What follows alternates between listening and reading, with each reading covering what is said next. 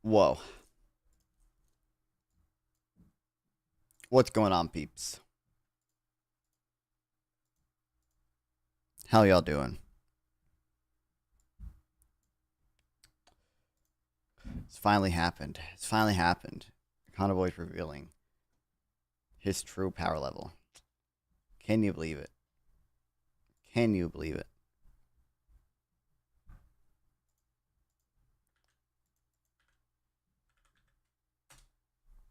Oops. Oh shit, there we go. I finally got the kick thing to work. Okay. I'm trying to make that shit work. Works now, woohoo. You saved me from live and learn, thank you. Yeah, no, it's about to say actually. I bet you know half my viewers are probably either at Wicker, Live and Learn, or Destiny right now. You know, probably not optimal time to stream, but you're the real one, Sauce Rama, for choosing me over them. Hell fucking yeah. So yeah, they're anyway. going after. I don't know, I thought I was that was at least thought it was funny that I caught a boy has the decked out outfit. What's up, localist? Hello, my favorite soy goy streamer. I'll take it, okay. I'm glad you're here, localist. I'm glad I'm your favorite soy goy, okay? Hell yeah.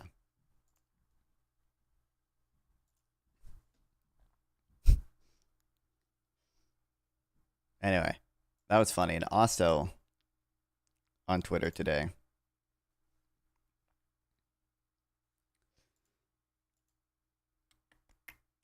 I had a hit tweet, okay? New non-fun hit tweet has struck the tower, okay? About second thoughts. Second thoughts new video. Oh my god.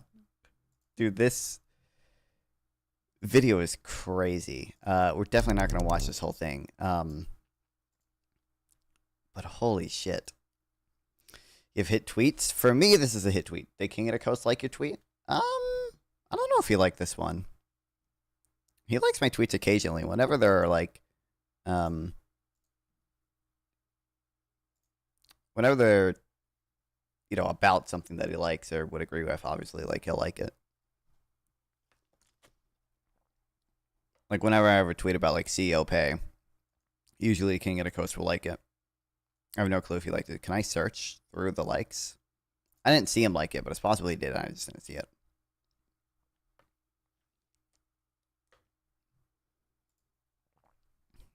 But yeah, this Second Thought video. I gotta unsubscribe from Second Thought, man, dude. I used to watch him like 4 years ago at this point. Because I used to be like a market socials dude, and he made videos about socialism, obviously, and to some extent, I feel like they used to be less insane. But in fairness, you know, like I said, I was like a socialist type back then. So, Second Thought has always been a retard.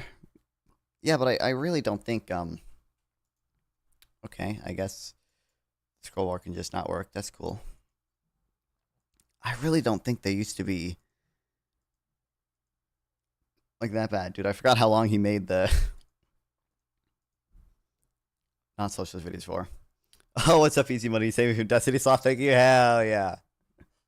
See, y'all the real ones, okay? Y'all the real ones. Let's fucking go. Like,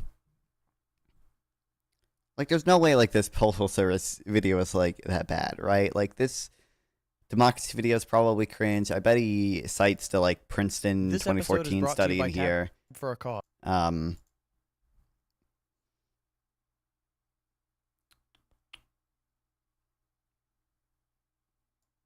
Maybe he doesn't. Maybe the neoliberal consensus. Oh, dear God. Maybe he's a little little more advanced than that, but or probably even less advanced, right? But yeah, most of it is obviously populist slop stuff, nation of inequality. Oh man, like, you know what? At least it's an actual paper, not just like a slop like graph that, like a slop like Vox article or something. At least there's that.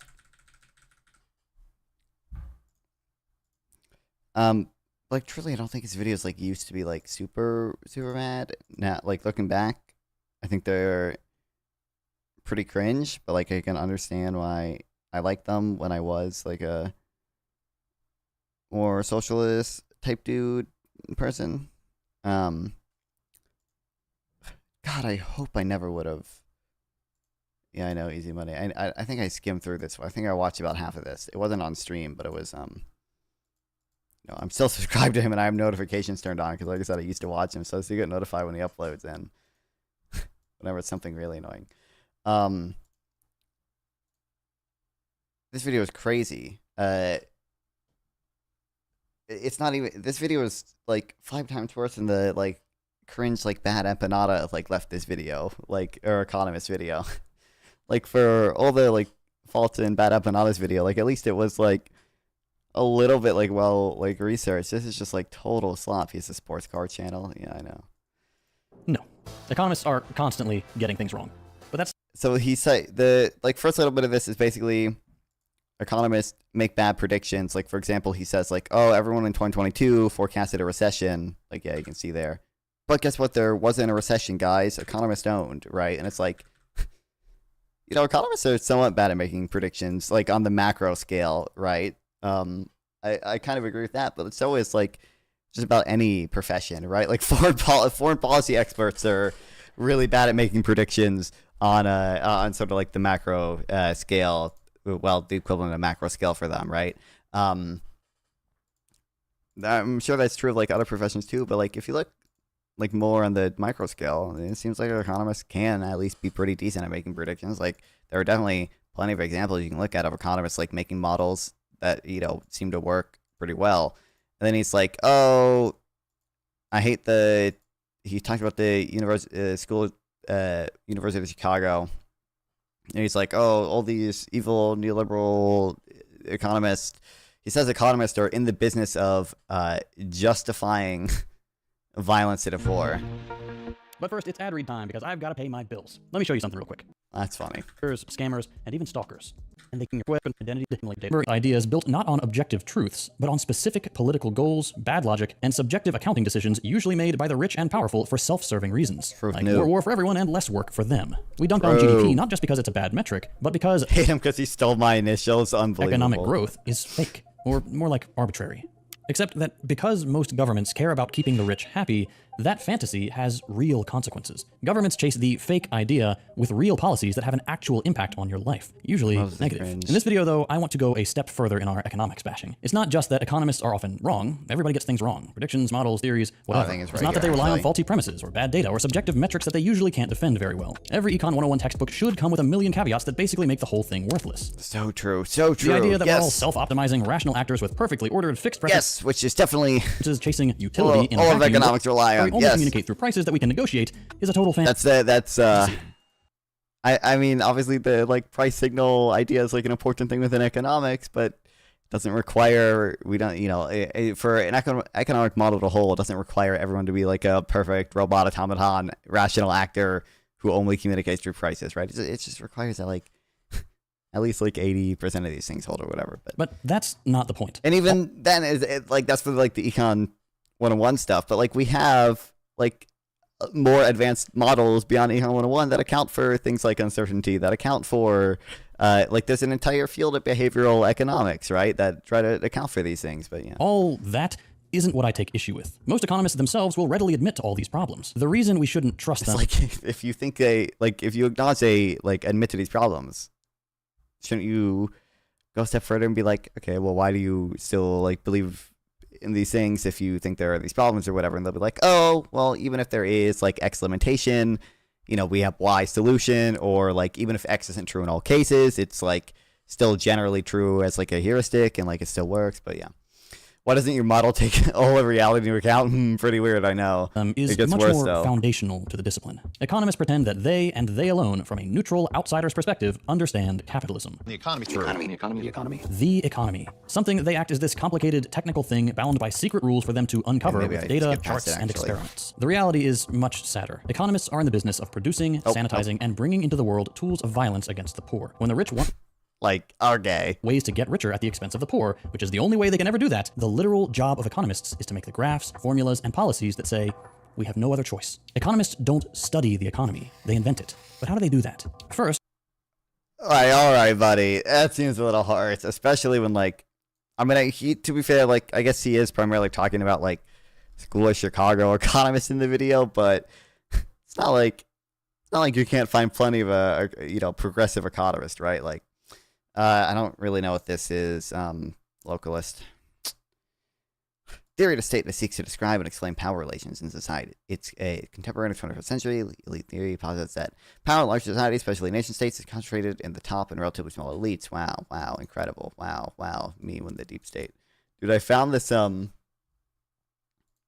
did I ever, I don't even know if I put this in my Zotero thing. Hold on, give me a second. I'm about to become the ultimate elite defender, okay? First of all, actually, I do have the, like, 10%, oops.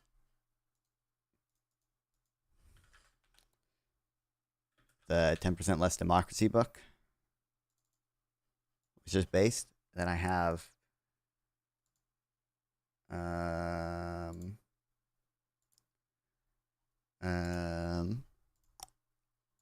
this.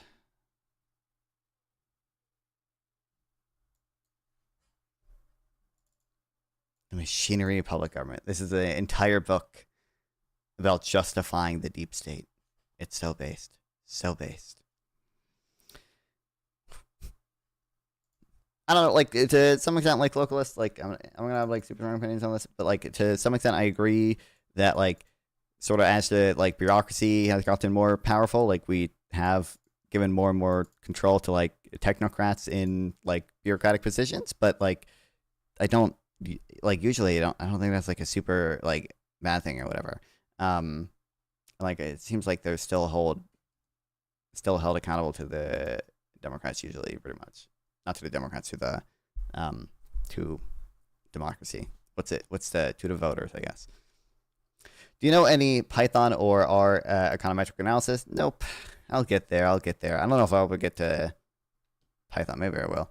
I don't know. I need to, but first couple paragraphs, all you need to read. I don't care to read whatever Wikipedia on it. Regardless. there are the obvious ways, coming up with theories that serve the rich. Truth nuke. Dude, he has some, like, weird hate for Irving Fisher's, like, discount rate equations, but firstly, Focus on. At the very base level, economists create the frameworks through which we understand the world. Basic ideas like supply and demand is why this thing has that price.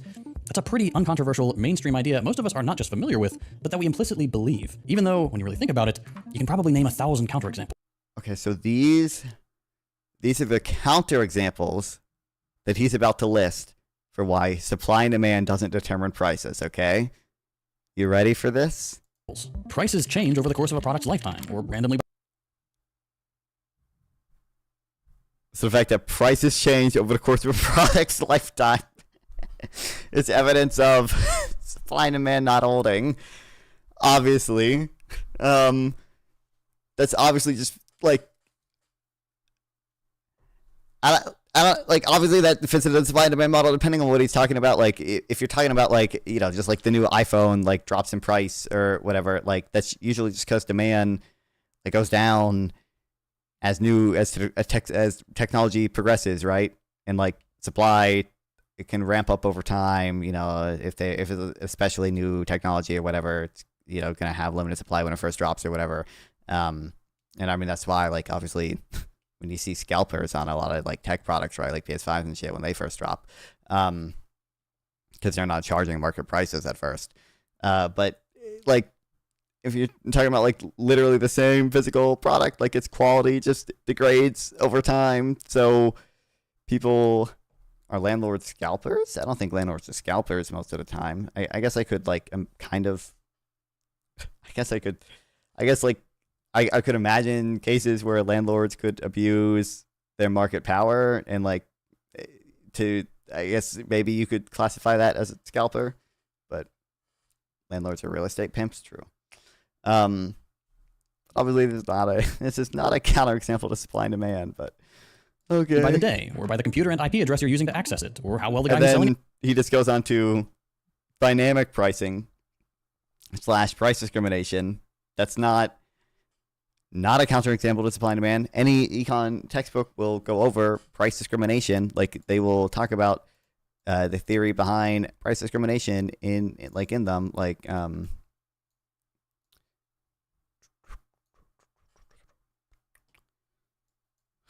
they're all my textbooks are 100 fucking pages long. A lot more than that, like 800 pages long, so it takes forever for them to load. But if I just look up price, am I spelling that right? I am. Woohoo.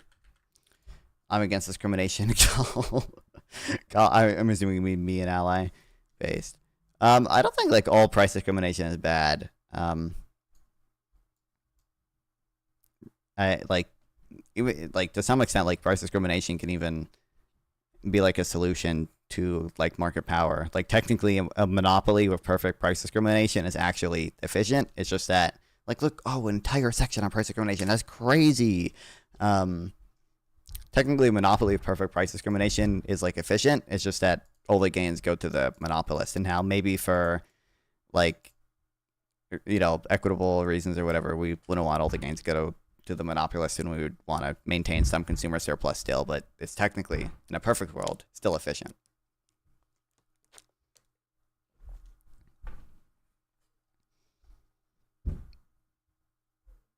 And then I guess you can have like, oh wow, price discrimination, that's crazy. I mean, it's with the monopolist specifically, but yeah. Look at all this producer surplus, exactly. What's your take on what should be free market and what should be government subsidized? Government subsidized? I think you should subsidize positive externalities. I mean, like, I'm just gonna like have the general position that unless there's a market failure or like significant gains from redistribution that wouldn't harm growth in significant ways, then like you should just have it be owned by the market, right? And I think to the extent that like there is market failures, sometimes the solution to those things can be like more market oriented than not, right? So like if you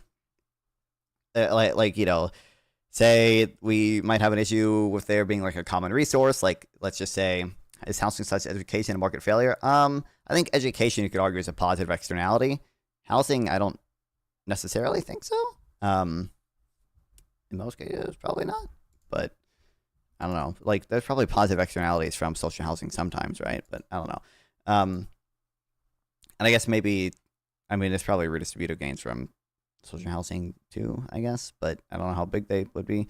Have you read Brian Kaplan's thoughts on market failure? No, but I will read his new book when it comes out, and I do believe like he has a chapter on that, right? So I don't know. I think I've read like I might have read like a econ like log post his or two or something on it, but not really. I haven't read much. But yeah, going back to like my example, like let's say there'd be like a market failure because like some pond or whatever like has a lot of fish in it, and that fish is a common resource. It's on publicly owned land where anyone could go and fish, right? We would expect there'd be a tragedy of a common situation where we where we would see like overfishing or whatever, and everyone would be like worse off. Well, a solution to that could look like selling permits to fish in that lake, right? Like instead of just having like you could have like a bidding process where companies and people can bid to fish a certain number of fish out of this pond or whatever, rather than having like some type of fishing licensing system where we mandate a bunch of bullshit along with it, right, about who can get it and, and all that kind of stuff. So I think what you can do with all the fish afterwards, and blah blah blah blah blah.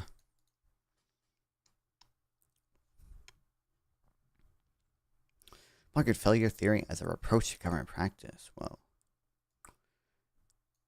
Theory of market failure is a reproach to the free market economy. Unless you have perfect competition, perfect information, perfect rationality, no externalities, you can't show individual self-interest, leads to social efficiency.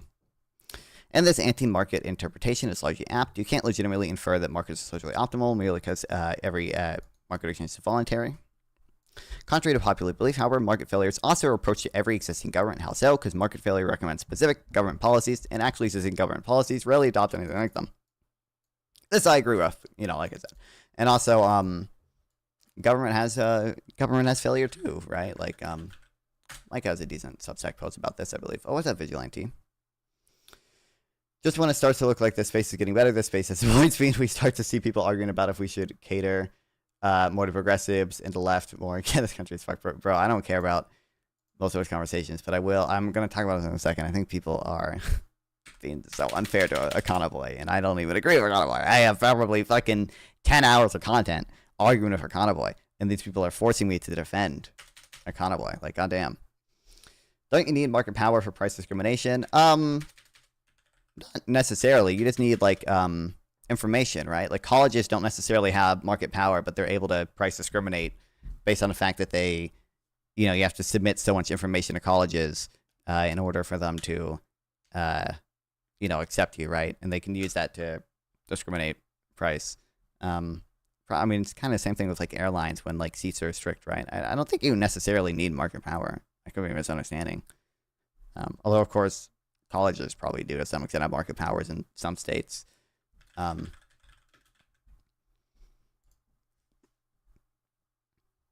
don't think Micah ever wrote a part 2 of this or whatever. Like, Micah talks about some of the reasons why governments fail to, like, rational ignorance. There's the concern with regulatory capture. I think he actually, Brian Kaplan was a rational voter, which I will definitely get around to reading. City of exclusion.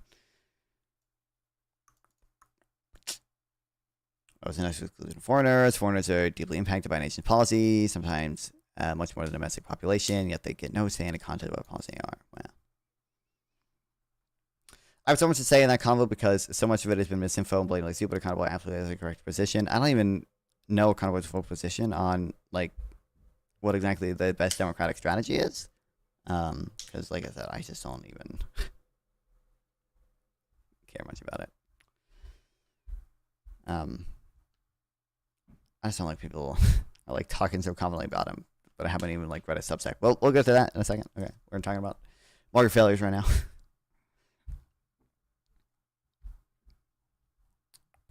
Yeah, like, we're gonna like, government also obviously, like, has externalities and are not necessarily, like, they can be prone to corruption. We might not necessarily have that issue with the U.S. as much, but certain regulations can be prone to regulatory capture still. Markets produce too much of something. Market failure tells the government to impose corrective taxes to correspond to the severity of excess, then let people do as they please in the real world. In contrast, governments normally pass a phone book's worth of regulations. They rarely consider the cost of regulations, and almost always never just let people bypass regulations by paying a high fee. Yeah. Thus, you can't buy your way out of an environmental impact statement or heroin prohibition. And if the theory market failure is right, this rigidity is deeply dysfunctional. What's up, Grumple? Markets produce a little something. Market theory tells government to provide corrective subsidies. In the real world, government tends to directly run industries with alleged positive externalities. There are other, like, I mean, so a lot of times the justification for, like, public control or whatever is, like, if we're going to be giving subsidies to this, whatever the fuck, like, we're going to want equitable access to it, right? Too, like, yeah.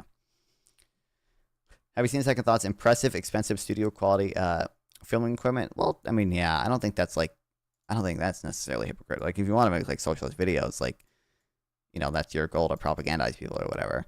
It makes sense to have high video quality. I don't think that's necessarily hypocritical. I think you can argue it's more hypocritical that he used to have his, like, a sports car channel or whatever. But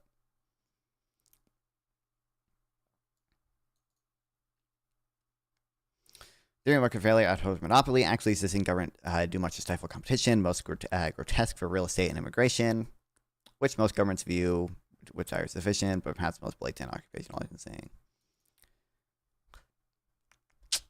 I mean, I mostly agree with this as well. There was a post on Econ blog, which I hope I can find. Maybe.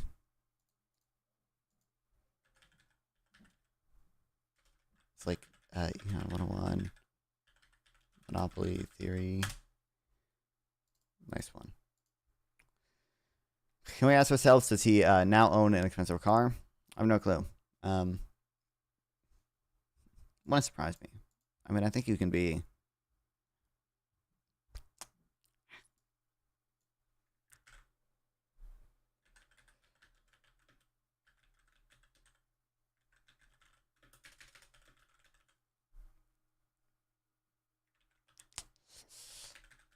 I think you can, like, argue it's not like that hypocritical to just like own nice stuff as a socialist. I mean, it depends on how far you go. And like, I think if you're like directly participating in like some type of like business, like if you sell merch and that merch isn't through a co-op, then it's like kind of like, okay, that's a little goofy, right? But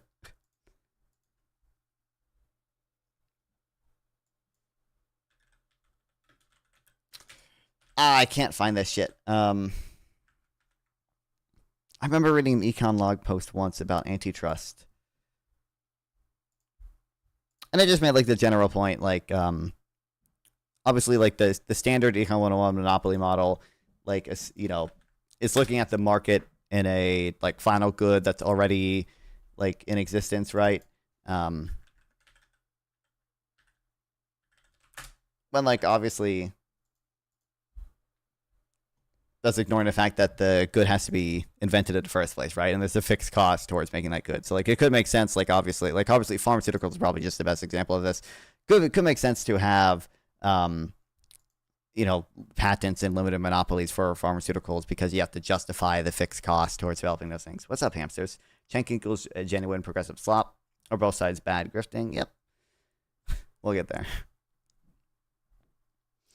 Would you ever buy an expensive car if you afforded it? No, I don't really. Well, maybe, but it wouldn't be because like I'm a car guy. It'd just be because like the car might have like nice features that I like, right? Like it would be because like the car has fucking like the Tesla has embedded Grok waifu AI girlfriend and self-driving, right? It wouldn't be because like I'm a car guy and I love, you know, I don't like driving. I hate driving. I am horrible at driving. I would never drive anywhere if I could. I want to move to some fucking walkable city. Oh my god, I hate driving. But yeah. And don't know shit about cars.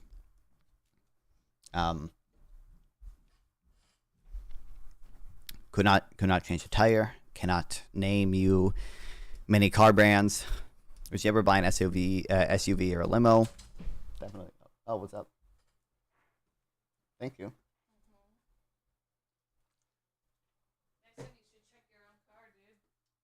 It's not there. I don't know. How did Dad get home then? Is it there now? It might be. It wasn't there when I went up and looked. At what time? Like after you texted me. Really? Did Dad have to walk home and he didn't text me? I don't know. I mean,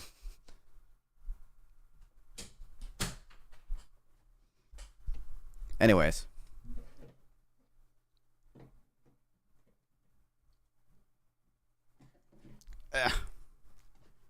That's my mom. W is for mom fun in chat. Definitely would not buy a limo unless I could afford a driver too. An SUV. Maybe like I don't put much like thought into what cars I would ever buy, like I said, but generally speaking, I like smaller cars. I don't really like bigger cars. You know, bigger cars are actually a negative externality. The Economist has a good article about this. Economist, big cars are killing us. I think it's called something like that. Yeah, America's love affair, bigger cars are killing them.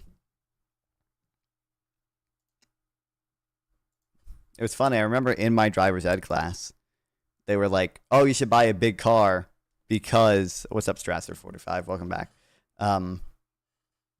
Trump is the best president of the United States." Yeah, inaccurate.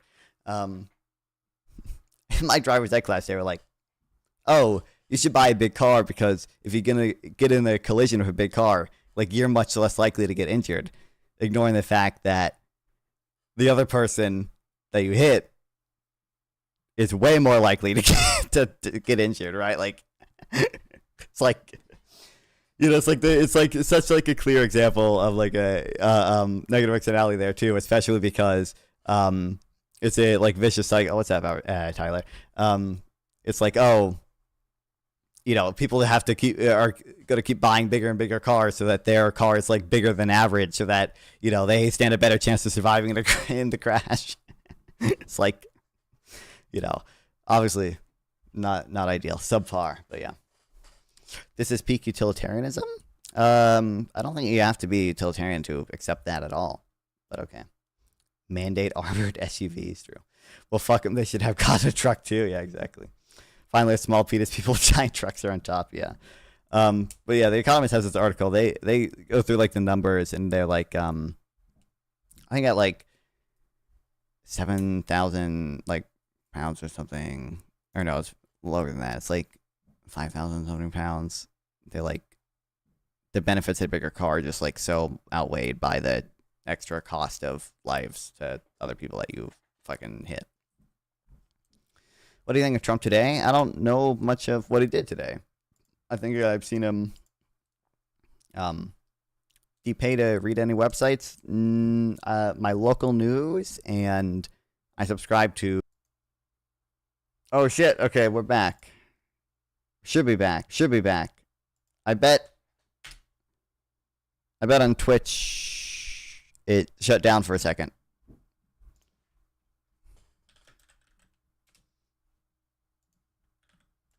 But I think we're good now.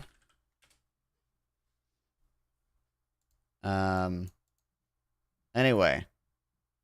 Okay, that was interesting. That was subpar. What point did the cost of the heaviest vehicles measured in lives lost vastly exceed their benefits? To answer this question, The Economist compiled 10 years worth of car crash data from more than a dozen states. In total, data set includes millions of crashes. Where do they actually say? As for the way to which the social cost of driving a heavier vehicle exceeds the benefit, the evidence is clear. Vehicles in the top 10% of our samples, those weighing at least 5,000 pounds, are involved in roughly 26 deaths per 10,000 crashes on average, including 5.9 in their own car and 20.2 in their partner vehicles. For vehicles in the next heaviest 10% of our sample, those weighing between 4,500 and 5,000 pounds, the equivalent figures are 5.4 and 10.3 per 10,000 car crashes. Yeah, it's like... Back on envelope estimates suggest that if the heaviest tenth of vehicles in America's fleet were downsized to this lighter weight class, road fatalities in multi-car car crashes, which totaled 19,000, could be reduced by 12% or 2,300 without sacrificing safety of any cars involved. This very out-of-touch attitude. You feel the pain if you get in the accident and have smaller car. Okay. I don't know what you think I'm... Okay. So ideally, the entire point of this, right, is that the bigger cars are what is causing people to get either die or be more heavily injured when the other person is in smaller cars, right? So if you just reduce the average size of cars on the road, you would see improvements in that, right? Like that's the whole point. Ideally, no small cars would exist on the street. I totally disagree. No, I think ideally, like 90% of cars on the street would be pretty small.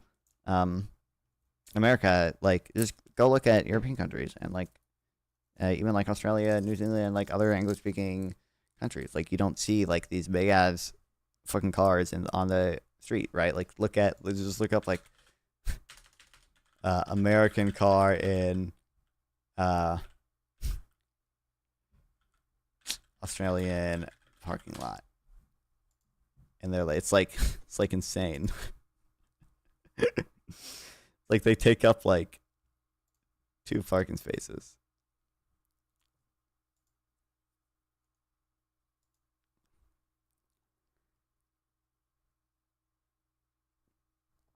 Like, oh my god.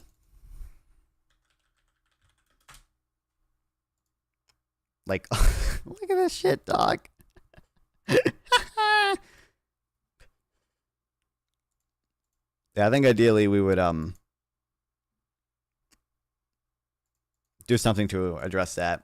I don't know exactly what it would look like necessarily, but it knows you, or if you get a discount anyway, these are the other examples, or counter examples to supply and demand. We ready? We ready for this? This is incredible. Even though, when you really think about it, you can probably name 1,000 counterexamples. So we did price discrimination. Or how well the guy who's selling it knows you, or if you get a discount for buying. And then we do like personal relationship with the seller, right? Like that is like clearly prices can't be determined by supply and demand because if you have a personal relationship with the seller, they'll offer you a better deal. Like really? Okay. No one is ever gonna tell you that like human relationships don't sometimes like, oh wow, I'm live, that's crazy. Don't sometimes. I don't even want to say Trump supply and demand because like obviously supply and demand still play a they play a role in determining the equilibrium price from which you're discounting from, right? It's just that like because you have a personal relationship with the seller may be willing to forego some of the gains that he would ordinarily receive because he wants gains to the personal relationship essentially, right? Like yeah. This is a very weird way of interpreting stuff. The vans, U-Haul trucks, big trucks, construction trucks, big trailers are still on the street, and if no big cars are on the street, yeah, but it's like probably a relatively small percent of trucks, right? Like or cars, right? Like most American. I'm just saying like probably 80% of the cars on the road are like Americans going to their like commuting their daily route, right? And like you could do stuff to reduce the average size of that. Buying more than one, or if you're using a referral code. And then we get to, this is the one I made the tweet about. An IP address you're using to access it, or how well the guy who's selling it knows you, or if you get a discount for buying more than one, or if you we get to like volume discounting. If it's a counter example to supply and demand for like volume discount for like discounting if we're buying a bulk. Like that's just how economies of scale work. That's evidence of markets being efficient. Like what are we doing? Like that's just because your average total cost falls as you produce more units. Like that's like okay. Like economists were the ones who probably like actually, well, I'm assuming, I don't know for sure. Like economists were probably the ones that like first modeled that. Like what are we doing? Like you're using a referral code, means DV link in the and then like using a referral code, obviously, well, it can be like the same thing as like the personal relationship with the seller or whatever. Oh, even a social second thought is hit or miss. In my opinion, I think is 99% miss. But yeah. Description. Then there's the fact that nobody treats a phone. And then this doesn't make any sense. In fact, this like would seem to, I don't know like how hardcore second thought buys into like the strict like Marxist theory of things, and like I don't want to over generalize like Marxists because like there are people who have like more complex views of these things, but like second thought basically is like doing like the subjective like theory of value stuff here. From one company as the same as a phone from another company, or even one model or color as the same as another. The very idea of there being a like he's talking about like people's subjective value and like individual preferences when really he should be thinking like the values based on the socially what's the term Marx used, socially determined labor value time whatever bullshit, what's the term I'm looking for, one company as the same as a phone from another company, or even one model or color as the same as another. The very idea of there being a supply of phones and a demand for phones is an abstraction. It doesn't I don't know what he means by abstraction there. Like that's just that's how we've defined these terms, I guess. Like I don't like to some extent I guess you could say it's an abstraction, but so would literally like almost any like literally anything in social science would be an abstraction, or even anything in like some of the natural sciences would probably be an abstraction. But yeah, I support building a tunnel network to carry big stuff using the underground net. Wow, crazy. Your ideas are always so in tune with reality and relevant and very cool, Malibu. I care so much. Doesn't really exist because every phone is its own product, and its price is just one of its qualities we take into consideration. It's not like what, like yeah, like that's what this is what economists say. This is like what is all the socialists kind of try to argue around a lot of times. What are we doing? Just tacked on at the end either. It's built and iterated throughout the process the same way the camera Was Malibu just a dumbass chatter of mine? is. It's based on a bunch of other prices. And while sure, you might buy a phone for $1,000, you can't then turn around and sell it back to Apple at that same price. Why not? If price was a perfect mirror of value that emerges from the meeting point of supply and demand, what does it matter to Apple to have one rectangle worth $1,000 or several paper rectangles worth $1,000? Things Like, what? supply and demand. What does it matter to Apple to have one rectangle worth $1,000 or several paper rectangles worth $1,000? Things fall First of all, I mean, just for one, like, you know, as soon as you open, I guess, and he didn't say like open a phone or anything, but you know, just like a car or like anything, like as soon as you drive it out the lot or as soon as you open a phone or whatever, like it does lose value just because it's not like strictly speaking like new anymore, and people want to, even called him Chad with a hard R. I know, unbelievable. But like, obviously, sell it back to Apple at that same price. Why not? obviously, the entire reason Apple exists as a company is because they specialize in producing phones and technology, and they believe they can make a profit off of doing that, If right? price was Like a perfect they're mirror of value that emerges from the meeting point of supply and demand, what does it matter to Apple to have one rectangle worth $1,000 or several paper rectangles worth $1,000? Things fall apart even more when you go looking into how companies they are selling the iPhone because they value the money more than the iPhone, and you're buying the iPhone because you value the iPhone more than the money. Like that's the whole, like that's the whole thing.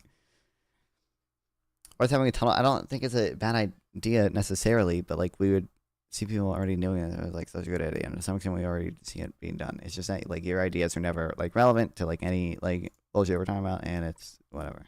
actually price things. Sometimes a train ticket will be set at a flat rate you pay to get on. Sometimes it's based on the And then he just goes into like different pricing models. And then what's funny is in a second he will explain like what you know what my initial thought was when I was hearing this is like, hold on, like all these different pricing models are set like by economists. Like they're like they bring in like economists and they bring in like business majors to like determine what the most efficient pricing model is so they can maximize their profits. And like why are we saying this makes economics useless? But like the distance you travel. Sometimes you buy the specific seat with specific perks like last minute cancellation. Most of the time, things are priced with formulas that are themselves based on either data, vibes, or just good enough conventions like, here's what a normal markup is, just add 30% to what you paid for it and you'll be fine. Interestingly, like does that not show you that like the fact that businesses are willing to use models and pricing developed by economists and things like that, like that maybe it's a useful field for them or whatever, but okay. If he wants to argue that value is fake, he's using the worst examples. You could literally be using insulin prices, considering it takes $5 max to make it sold for several $700. I mean, that's because don't insulin prices have a lot to do with IP. Well, yeah, so that's obviously part of it. It's because it's mostly has to do with IP, right? Like it's that, you know, we only let certain companies produce insulin, so the barriers to entry are super high in the insulin market, right? And it's I mean, the reason we do that is because we want to incentivize medical R&D, and there does seem to be generally speaking quite a bit of evidence that if you reduce the price of drugs, you do decrease the amount of R&D in the medical field. You reduce the amount of new drugs coming to market. it's often the case that formulas are based on economists' work more directly. Like, for example, when accountants at pharmaceutical companies have to help their managers decide whether to invest in developing one drug or another. They'll use what are called discounting functions. And then it is so weird to me. He has some like weird hate with like Irving Fisher's like discount functions. Basically, a formula that lets them put a present price on future drugs. Discounting functions are based heavily on the economic theories fleshed out by the economist Irving Fisher. His formulas were first mainly academic, then went into financial accounting textbooks, and then turned into common practice. People use these formulas not because the theory behind them shows us the truth of the economy. Fisher's theories were just that, theories about where value comes from, to which his answer was future profits. But not really. Like, maybe I'm not the most familiar with Fisher's work, so maybe he had that to some extent, but like Second Thought is saying here, companies are using them because they're good models to like estimate how to maximize their profits. And like maybe I understand Second Thought has like a general objection to the profit maximization model of firms, but that doesn't mean that like you can't trust economists. Like this is directly proving that economists' work is useful, at least to profit maximizing firms, right? Like it's a good way to estimate these things. Accounting functions have helped to build a world in which some of the time Fisher's theory does apply. Future profits do determine price in some cases, not because Fisher like it's so was brilliant, but because he was useful for shareholders. The world was retrofitted determine profits. But discounting functions have helped to build a world in which, some of the time, Fisher's theory does apply. Future profits do determine price in some cases, not because Fisher was brilliant, but because he was useful for shareholders. The world was retrofitted onto his theories, built around accommodating the fact that discounting functions could and would be used because those who had power adopted and deployed them.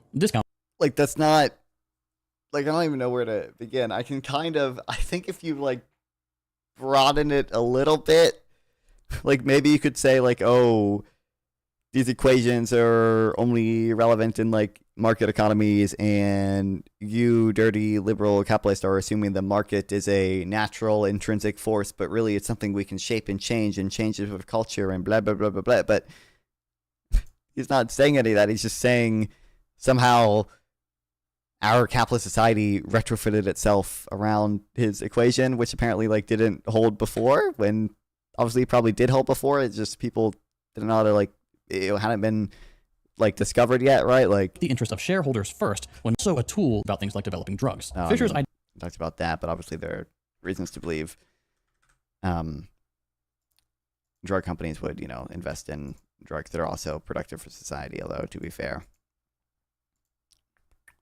might be broadly positive externalities from drugs that drug companies don't choose to develop. Capitalist growth equals inequality. Yes. Foreclosures and evictions targeting the poor. It meant more people having to find work outside the home for large capitalists who now owned more. It meant courts, bailiffs, prisons, and armed police being hired to enforce these new property laws. Violence Does he have pro-Cuba videos? Yeah. for the many, and prosperity for a select few. Everywhere the story is the same. Capitalist growth just means inequality. Economists are not your friends, and they do not deserve your trust. They are foot soldiers doing the dirty work of justifying misery. Me for real. Like, every single one of these comments, by the way, is talking about Gary's economics. So, like, the only economist I trust is Gary's economics. Like, oh my God. Kill me. Anyway, that was a dumb video. My tweet got a lot of likes about this video, which I'm happy about. Woohoo. Thank you to PPG.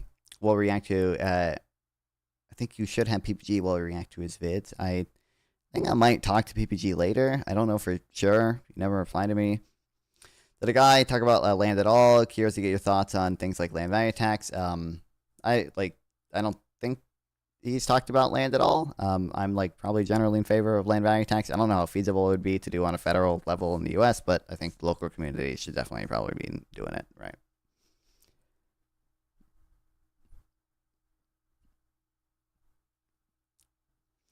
But yeah, I might talk to PPG and Casey later, because, like, 2 nights ago they called me retarded. It goes in this. Leagues like the WNBA. Oh no.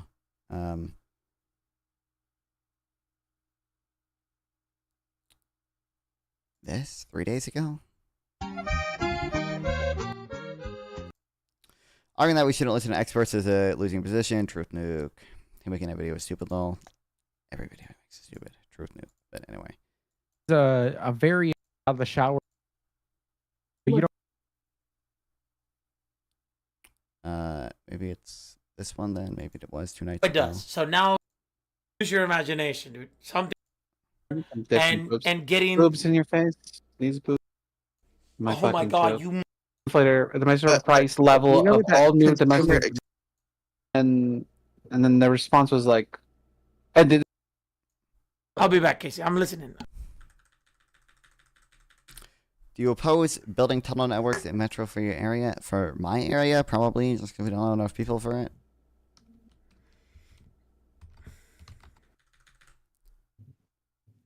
Would have been probably before this. Right, you're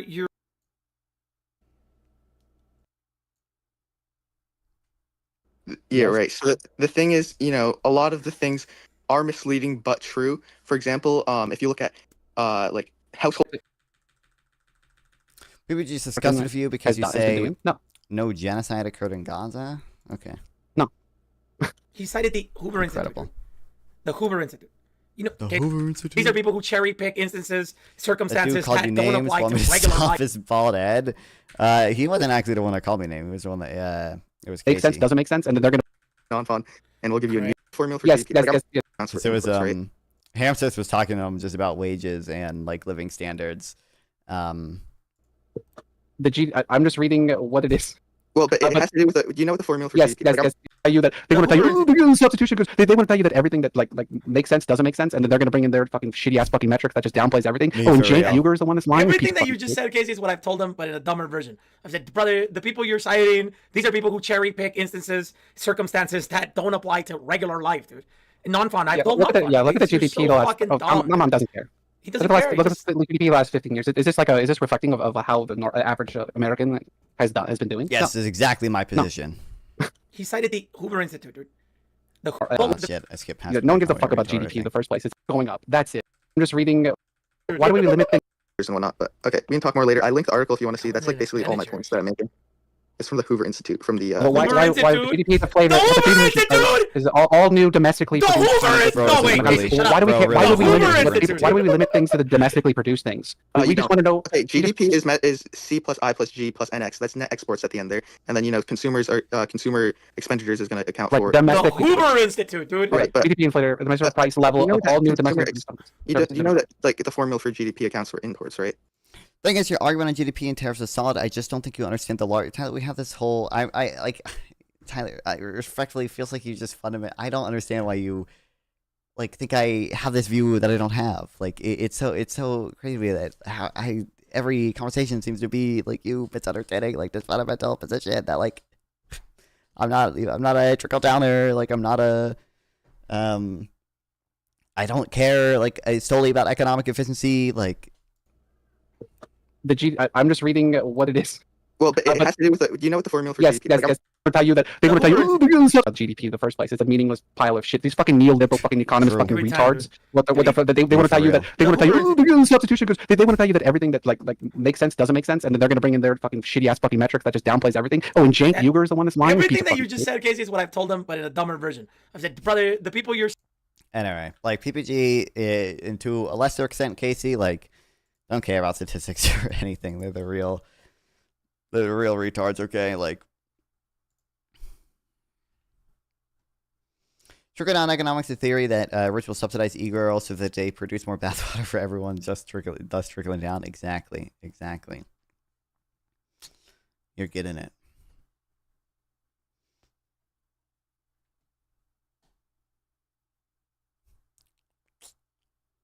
All right, that video was stupid. PPG and Casey don't. By the way, this like. Whatever you think of the like Hoover Institute, like I guess I only skimmed through this. None of this stuff is like controversial. Like literally, like the thing Hamster was citing us for was about like CPI and like even if you disagree like with the think tank, like you just like you should not be opposed to the fact that like CPI like does the things that they say it does or whatever. Why do you attract people like PPG, Localist, and Malibu? I don't think I really attract them. I think it's just those are just kind of the first people I like interacted with. And there used to be a streamer called The Boss, and I was like in his community like early on. Like I first started streaming before I started doing like Wick panels and Gibbs panels and stuff. Like I would do debates hosted by The Boss, and those are all people from The Boss essentially. They're also some of them are PPG like fans too, right? So I don't think anything specifically like with me attracts them. I think it's just they're the type of people who watch like lower tier Twitch ball stuff.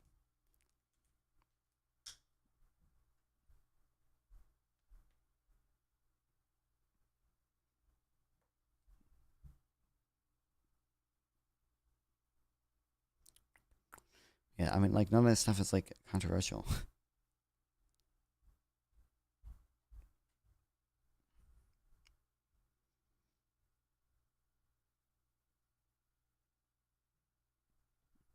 Call people dumb for not agreeing with you on marginal issues or for having radical ideas. I mean, I probably do that to some extent, but I don't, like, actually think a lot of people are, like, dumb. The reason I'm calling, like PPG and like Casey dumb is just because I don't think they like have like PPG does not read. PPG does not know how to read. Casey to a more limited extent like knows how to read and stuff, but like it just seems like they like fundamentally like just don't care about like the data, and like they like almost solely like just care about the vibes or whatever. And like if any data conflicts with that, they're just saying, oh, like it's neoliberal propaganda that's telling you the sky isn't blue when I can clearly see it's blue, right? It's like I don't know what I'm like. I don't know what I'm supposed to be doing to that.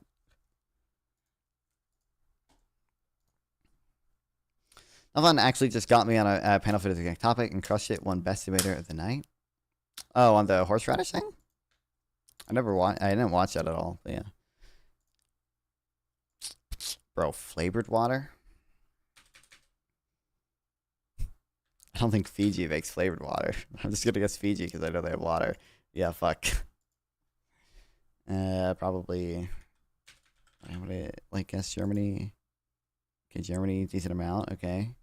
Do you think there should be requirements for you to get recognized as a trans person? For example, they have to pass as that gender. What do you mean recognized? Like on your passport and shit? Yeah, obviously, probably.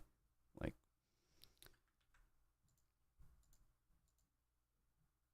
China doesn't have much.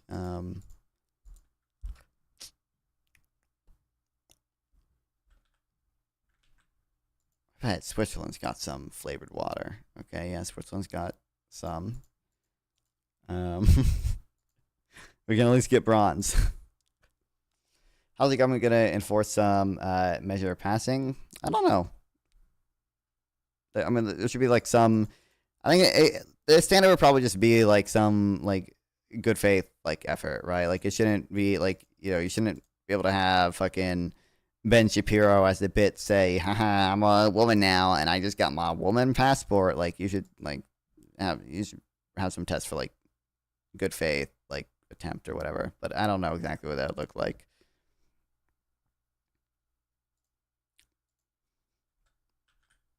I'm gonna guess Japan, but I really don't know if that's a good guess. Not really. Yeah, Austria, Germany, Netherlands, Thailand, US. I was considering going with the US, but incredible. Anyway, I don't think we're gonna watch all this, but I just thought it was funny that we have the two goats together. Oh my God, Paul Krugman and Greg Mankiw. Dear Lord. I support free markets, secular, state equal rights. I hate MAGA. I hate tariffs. I support vegans. I don't believe everything is neoliberal propaganda. Wow, incredible, Malibu. Weren't you hating on a VAT earlier, Malibu, for saying? Weren't you saying it was? It might have been someone else. It didn't account for obsolescence, whatever the fuck that means. But Of you. So let's start with the surprise firing Friday of Erica McIntyre-Furr, the head of the Bureau of Labor Statistics. Greg, let me start with you. How significant of a move was this? What was your reaction? This is traditionally a nonpartisan role, and I believe she was confirmed last year, 86-8. Including J.D. Vance, by the way. Acts I've ever seen a president engage in. Anyone who's dealt with the federal statistical agencies know that they're run by professionals. There's not a shred of partisanship in there that I've ever witnessed. Indeed, I think if the commissioner of the BLS wanted to insert some partisanship, he or she would have a tough time doing it, given the large number of people involved and the very spelled out processes that have occurred. They don't even like have the like. It's insane that like if they were like cooking the books, like it'd be put out on like it's like regularly release schedule that they've been doing since like 1979, and like none of this shit like looks any different than it normally does. And especially because like the BLS commissioner, by the way, doesn't even like look at the jobs report until 2 days before it's released. So like. Big revisions is not a surprise. It's probably the case that we have bigger revisions when there's more uncertainty. And one thing Donald Trump has generated is a lot of uncertainty about what's going on in the economy and economic policy. You, Greg, know firsthand, and you've seen a president's reaction when he's delivered economic news that CNN's video player just go back to normal that may speed every actually time even I hurt him politically in the job. Have you ever witnessed a situation where President Bush perhaps was threatening to fire some of his top economic advisors or the BLS commissioner? No, never. I remember one time getting a call over dinner from President Bush. The jobs report the next day was a report that the economy had created 1,000 jobs. And he said, 1,000 jobs, that's almost nothing in an economy of 150,000 workers. 150 million workers, excuse me. So no, but he never suggested the data was wrong. He never suggested there was anything going on with the BLS. I've never heard of any president suggest anything like that. Yeah, and Paul, Nixon did want to fire the Jews from the BLS one time. That was a funny story. He didn't like the unemployment numbers in wanted to fire people with Jewish last names. The president even came out and sort of justifying his firing, claimed It that didn't get she anywhere, I don't had think, though. provided great news, great jobs data just before the election, and that was actually not true. I believe the jobs report for last October was even worse than the one that we got on Friday. Janet Yellen, never one to offer hyperbole here, called this firing the kind of thing you'd only expect in a banana republic. Are we at risk of undermining the credibility of the U.S. economy by moves like this? Oh, very much so. I mean, this is, again, very much, this is banana republic stuff. This is, I wrote about it, I called it Caracas on the Potomac. This is the kind of thing we only see in authoritarian regimes. This is, the BLS is the most professional, I mean, agency, well, I shouldn't diss other agencies, but it's incredibly professional, incredibly careful. They're very transparent. Revisions happen because they always have to trade off timeliness against full accuracy. So they give a preliminary report each month that is based on what they have at that point. It often always gets revised at least a little bit. You have big revisions now because we're in a very uncertain state, and this kind of revision is typically what happens when the economy is in fact going through some kind of inflection point. There's not a hint. I mean, as Greg says, if you cannot, the idea that they are surreptitiously on some hidden basis cooking the books, that would be impossible to do without there being lots of buzz about it happening. And of course, it's not. And Trump had no problem with the numbers when they were good. As soon as they got bad, it's a conspiracy against him. Every accusation is actually a confession. Clearly, he's now, if you look at what Kevin Hassett is saying, clearly he's hoping to start stuffing. Whatever it's race and gender dysphoria for you, that's probably just more of a biological, like, underpinning to, like, brain sex, right? I would imagine. But, like, it's not an issue. No, I saw Malibu. It's not like a thing I'm like super well read on, right? BLS with people who will give him the numbers he wants, and that's banana republic territory. As someone who's an experienced economist, Greg, are you surprised to hear Kevin Hassett defend the president's move as vigorously as he has? Yeah, I've known Kevin for a very long time, and I used to think of him as an excellent economist, but he says a lot of things on TV now as a president's representative that don't make a lot of sense to me. And so he has decided that he values loyalty to the president, probably more so than a professional economist probably should. He should probably stick to his knitting, make arguments that other economists would view as credible. I think lately he's been going off the reservation of what professional economists usually say. Some even suggesting perhaps he's doing this because he is eyeing the Fed chief job. We'll get to that in just a second. But let's dig through these numbers, Paul, because they were weak, much weaker than expected, especially when you add the revisions down by over 250,000 also say racist social contract. I think that large extent it is. Right? Goldman Sachs called the downward revisions, quote, among the largest since 1960, and rare to see such revisions outside of a recession. And it is interesting that it was that point, how steep these revisions were, that Kevin Hassett pointed out, well, there must be a fluke here. The numbers must be rigged. Talk about the state of the U.S. economy from your perspective, because I was listening to an interview with Jared Bernstein, an economic advisor to President Biden, prior to this jobs report on Friday, and he said he wasn't worried about an imminent recession. He was more worried about stagflation. Do these numbers change that? No, I mean, this is not yet recession territory. I mean, even the revised numbers are still positive, and it would take a while for it to be actually be a recession, but they are consistent. Two things. They're consistent. Is more taxing meat more? Obviously, yes. Economy that is slowing. An economy that has flattened out, not turned into a nosedive, but has flattened out. And we have a lot of other data sources. We have interviews, we have surveys of purchasing managers, we have automatic data processing, which produces its own job numbers. Everybody considers them less reliable than the BLS, but it's an independent source.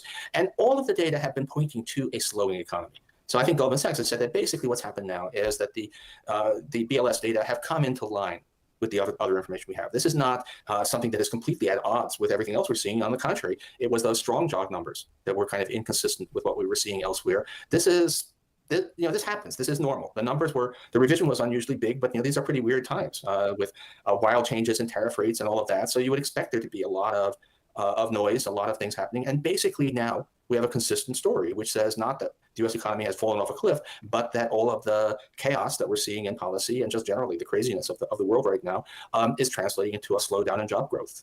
Nothing sharp. I mean, if this was at odds with everything else we were seeing, then you would say, well, gee, what happened here? But it's not. And Greg, ironically, this perhaps could give President Trump. And by the way, there was no if you look at the U.S. recession 2025, just the poly market thing. There was almost no change in it, right? It was, if you look at what week, when did it come out? I think it came out the 29th, or probably came out the 1st. I think it might have been this jump from 12% to 17%. It's back down to 14, 15 right now. Trump what he's been demanding of his Fed chair Powell for many, many months now, and that is cutting interest rates. I believe the odds of a September cut sharply went up after this jobs report. What should concern the Fed chair? What concerns you more at this point? Rising inflation or a slowing economy, perhaps a slowing jobs market? Well, the tariffs that we put on sort of pushes the economy in a stagflationary direction. So it tends to raise inflation and it tends to slow growth. And so that gives the Fed a very difficult choice. I think the market's right that if the chance of a rate cut in the next meeting has gone up with this jobs report. But they're also keeping an eye on inflation, and that's presumably going to start reflecting the effects of the tariffs in the months to come. And Greg, I know you've long opposed protectionism, what you view these tariffs to be. Many voters, though, see them as a way of bringing back U.S. manufacturing. Is there any political logic at this point to justify some of these tariffs? And okay, I don't know if I care about the political logic. There was one, oh fuck, where did I put it? I wish I saved it. One of the subjects I subscribe to, where is it? Fuck me, kill me. Oh, here it is. The overshoot guy. I haven't read it yet. I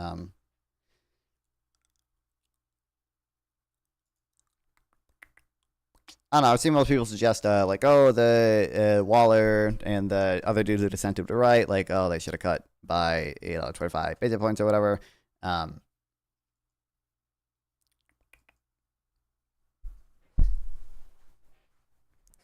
This guy argues they shouldn't have though, but.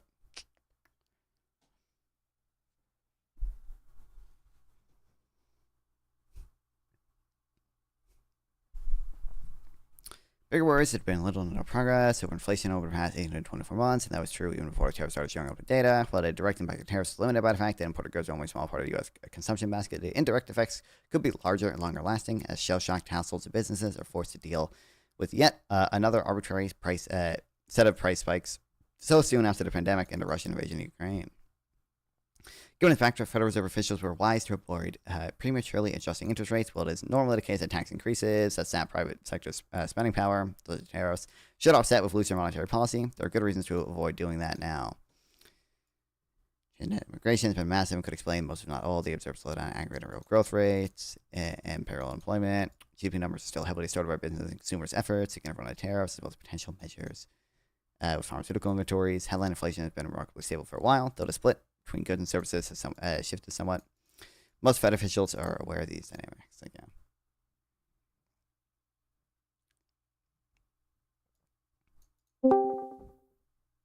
No, what's up? Wow. Okay, fine. I guess I'll just leave. Oh, what? Okay. What? I just hey, I didn't even notice who you were at first because your name has changed, but. Oh, yeah, it's JC. Howdy. Yeah. All right. Oh, yeah. What's up? I'm doing my bipartisan arc where I reach between the parties. I reach even to the weird shrimp lovers like yourself and say, I want to apologize for ambushing you with a philosophy debate.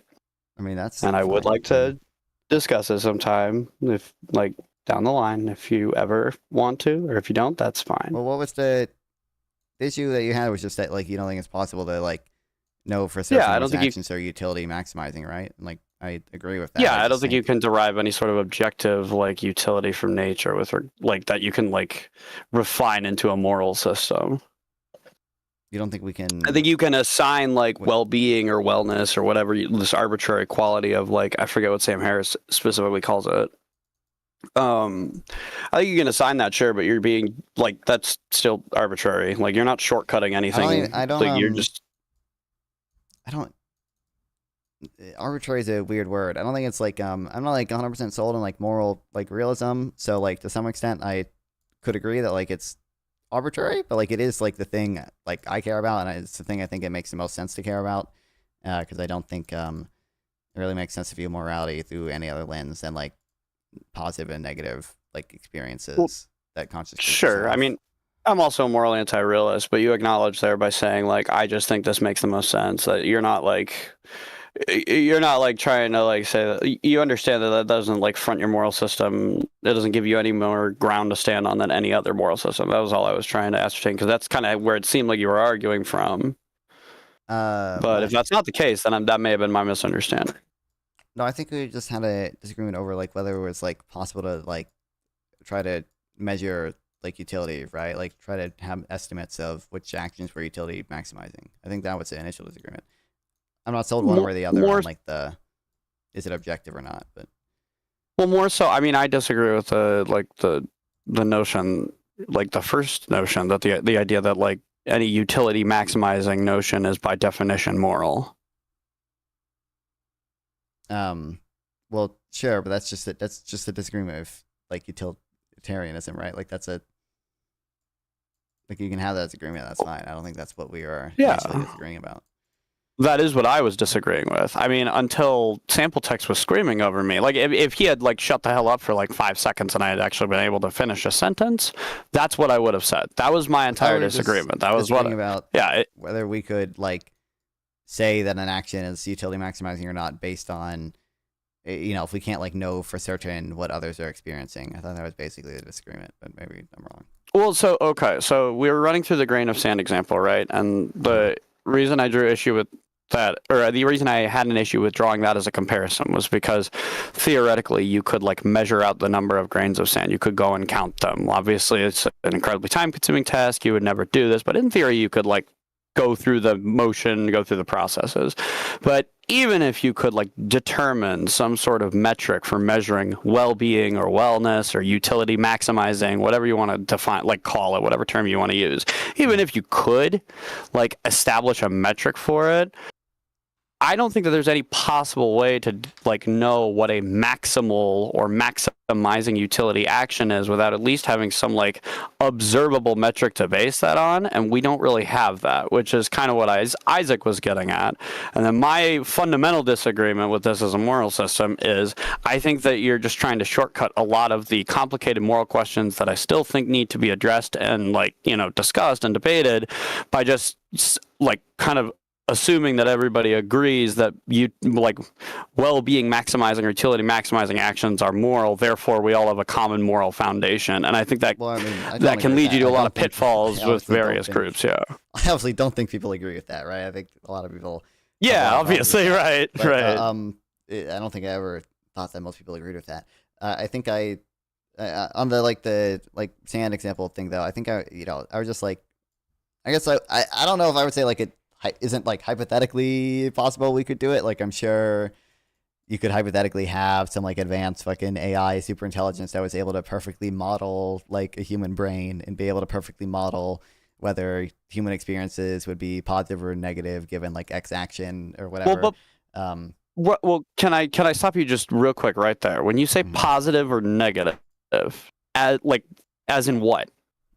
As in like positive stimuli, like you receive positive stimuli, as in it's beneficial to the like biological functions of the body, both, some of both. Well, like, so I'm just talking about like experiences right now. So like when I say positive experience, I just mean like broadly anything humans would find just like pleasurable, like any pleasurable. Okay, sure. So maximizing pleasurable experiences is moral. Would you say that? Well, I would just say total utility. Like that would essentially just be pleasure minus pain.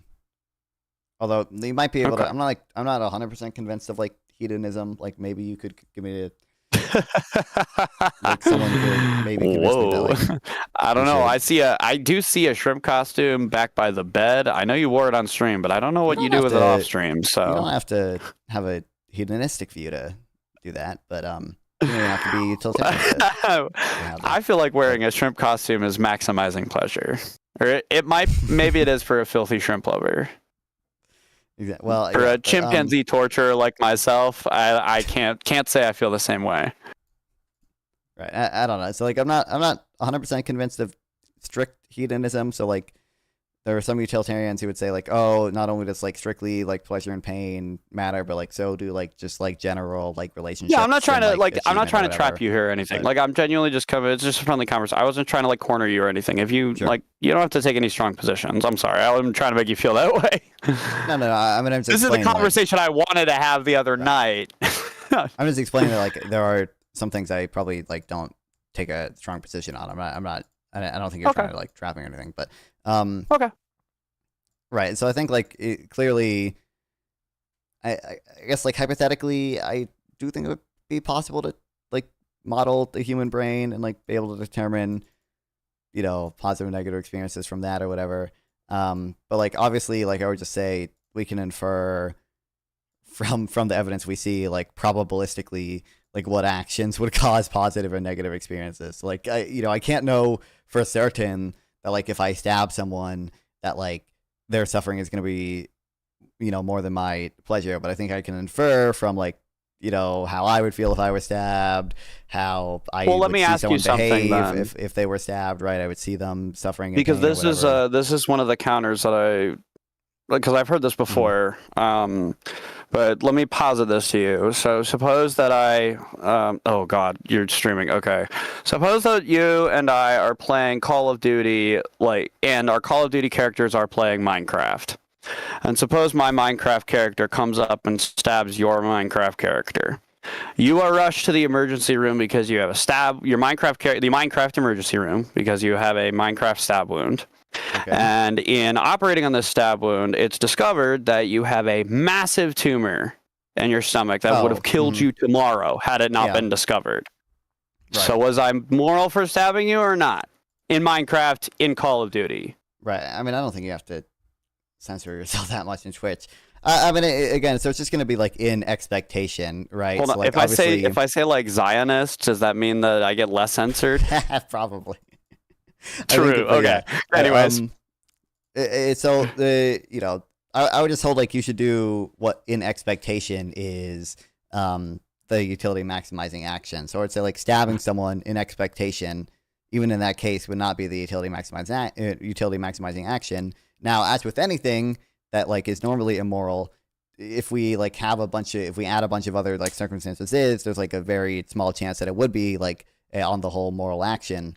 But you know, like the chance of me stabbing someone and them having an illness discovered because of that or whatever is like very low. So in expectation, it's bad for me to stab someone. So stabbing someone, it's wrong. So you do kind of ascribe to like rule utilitarianism then?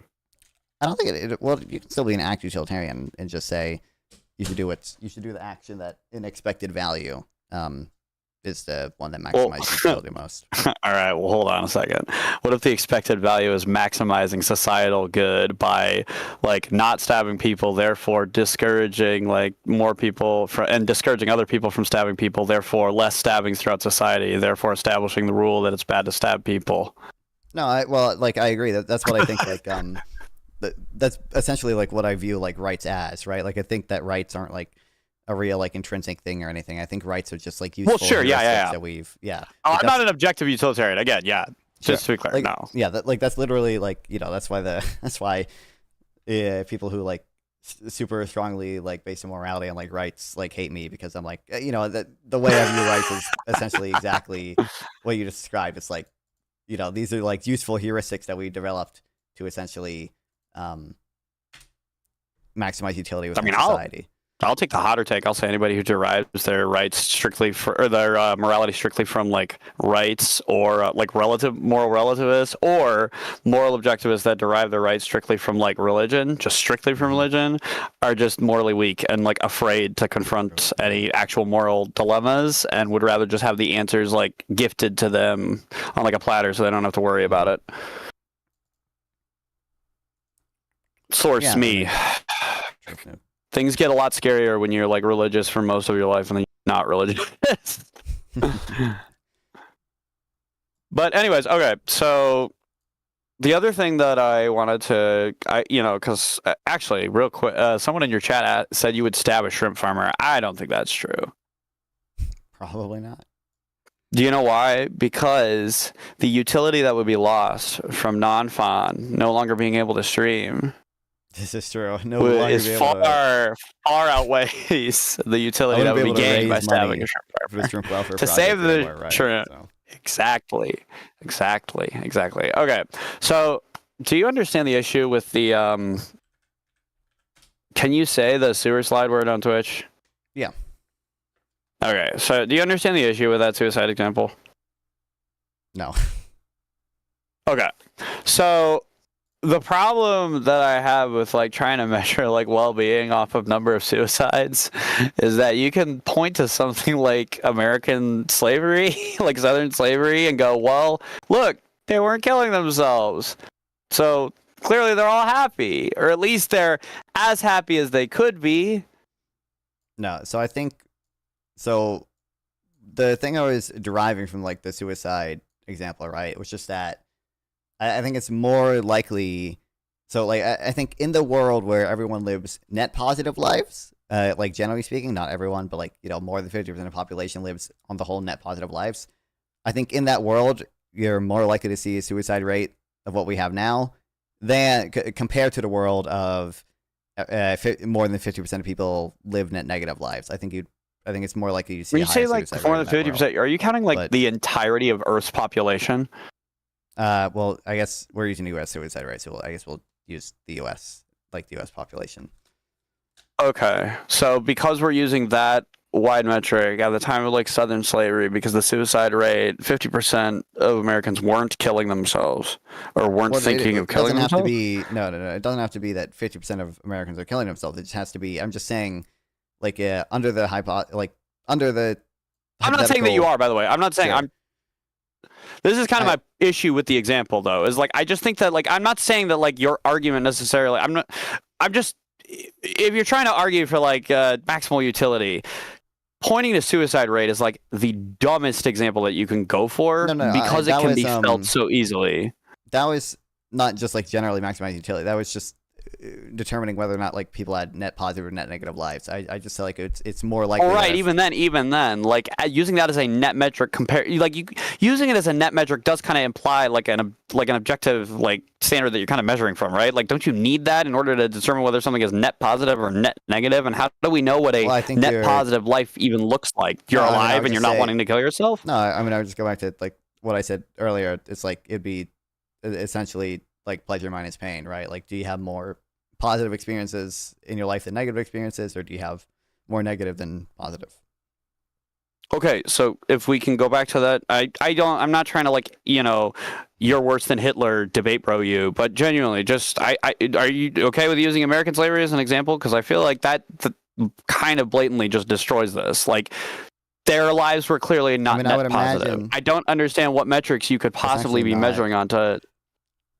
That's not clear to me, just because like I think the human human minds are like pretty good at like adapting to circumstances, right? So like I don't know, like truly like Yeah, this I is don't know, why. it's a- This is why people think you're like a sociopath. true. It's okay. I'm the chimp torturer, bro. We can be one of them. Look, so I would imagine I don't like have data on this. I would imagine the suicide rate for slaves is probably higher than for non-slaves. I would guess.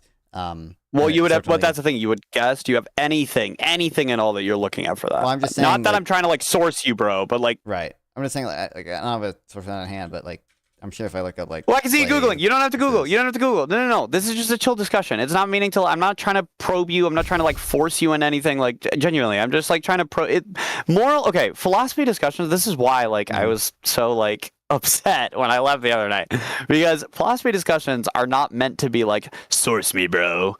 They're meant Well, to sure. be I'm just saying, like, relaxed and just pick shit back and forth, because there I'm just is saying, no like, objective answer. This is like a thing that like I would guess is true. Like I don't have data for it on hand, but like I would guess. Okay, but if you were wrong, let's say, would that So here's would that what I like. disrupt your argument any? I don't know if that would necessarily. I don't think it would follow from that it would be more likely, that we would have the suicide rate under the hypothesis that most people live net positive lives than under the hypothesis that most people live net negative lives. I don't necessarily think that would follow from that. Well, even there, it but says they're also- low. Although this is Wikipedia, so. I didn't. I haven't read it yet. A side note: my work trainer went off. I had to go. Yeah, go. I was just saying, it's just due to cultural beliefs in both African and African American communities. Africa has the lowest suicide rate of any continent. Well, so let me ask you that. Like, if their depression was so, like, if they're like, if their cultural belief is what's withholding them from committing suicide, I don't know that you can use suicidality or as like any sort of metric with regards to like net positive or net negative lives. I feel like if you have like variables like that, where like religious belief, for example, where like suicide is just immoral and it like gets you thrown into hell or whatever, like I feel like that would, like, even if your life was so fucking miserable that all other factors aside you would kill yourself, I feel like that would prevent you from it, and that means that I feel like that is just such a skew to the metric here. Yeah, go ahead. So kind of what I was along the lines of what I was saying earlier. I do think like the human mind is like just generally like pretty adaptive to its circumstances. Like there are always going to be cases where where we could imagine like, you know, if I'm like literally torturing someone 24/7, like in the worst way possible, like the human mind is never going to like adapt to that to like find it net positive. But like people like do this all the time. Like they have like to take a less extreme example, like, you know, they have a like job that sucks, but like they just get used to it over time and becomes like a less negative experience over time, right? And like that's probably true of like the early like human hunter gatherers, like, you know, as well or whatever. And I think like generally, like even like slaves probably like adapt, like their, you know, mind just like adapted to circumstances over time, and it probably made slavery like it you know, it had like diminishing marginal like negative effects on them over time, like psychologically, just because like that's how they're like mind adapted, right? Wouldn't that mean not that the conditions that were contributing to the net positivity or net negativity of their lives were like, wouldn't that mean that conditions were remaining the same? The only thing that was changing was their ability to cope with it.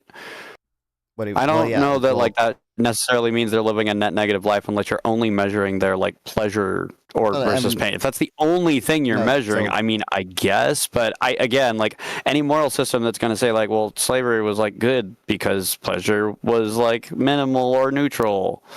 Well, that obviously does not follow from what I'm saying, but no, I'm not saying that. I'm sorry. I'm not saying that. I'm saying essentially like the pain of slavery probably would just get less bad over time for them, because the human mind is like adaptive, right? Like it seems like pain as in their ability to experience it, or pain as in their actual experience of the pain, like their physiognomy and their like biology responding to the pain, because like as to how like negative the experience is, like psychologically. Well, sure, but like if you just develop a supreme pain tolerance, but you're being beaten to death, I mean, great, you're not minding it, but you're still gonna die. Like, doesn't that mean net negative? It could still definitely be. Wouldn't that also lead to a net negative experience, because you would be less like aware of like pain that could contribute to like immortality? Well, I mean, I guess if you continue to like live at, like, I guess if you somehow like developed a super high like pain tolerance and then went on to live afterwards and like couldn't feel pain anymore, like sure, that could be. I don't know. I've seen some crazy pictures from the Civil War of like slaves that they freed from the South with like scars, dude. I don't know. Like, I just look, I'm not trying. I don't think that would make your. I don't know if that'd make your life net negative if you like couldn't feel pain at the same tolerance anymore and just had negative side effects from that. Like I think there are people out there who like don't feel pain like essentially at all, and they still probably have net positive lives. But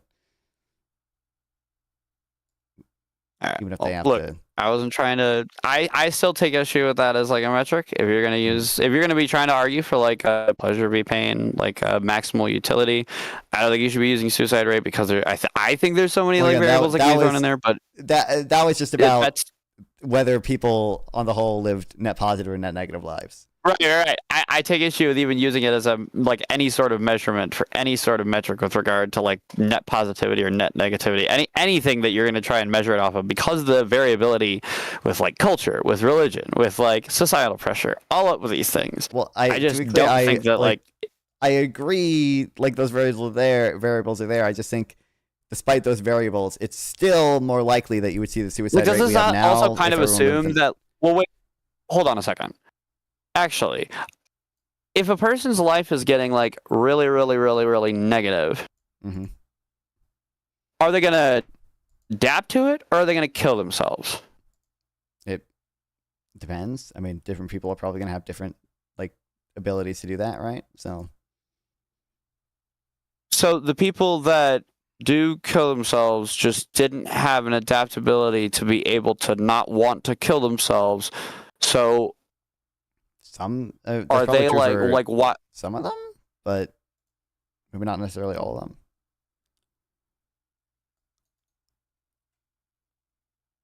I'm gonna need you on this. Hey, you know what would make people have net positive lives if they had a magical button.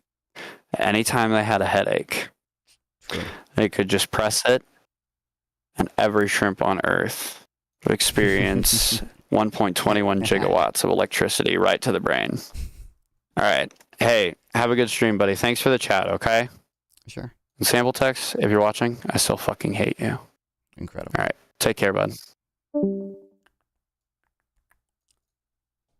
Whoa. You have like morality. I have like morality debate in the title because I don't think I'm gonna join this. I might. We'll see. Is it even live yet? It's not live yet.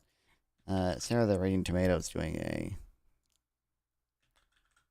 thing on it.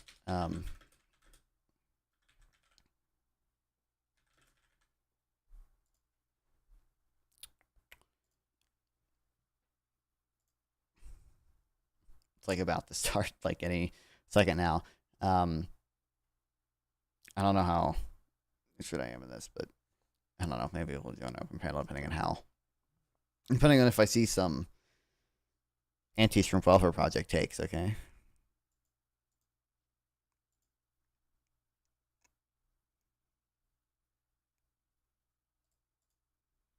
We'll see.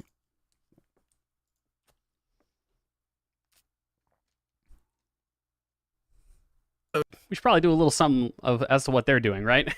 I don't know. I guess the label doesn't matter as much to me, but certainly I do have a view. Looked like you. I was just curious what communism is liberal capitalist things, right? Like those aren't. I will refer to it as hyper welfare state capitalism. If you'll agree to get behind it.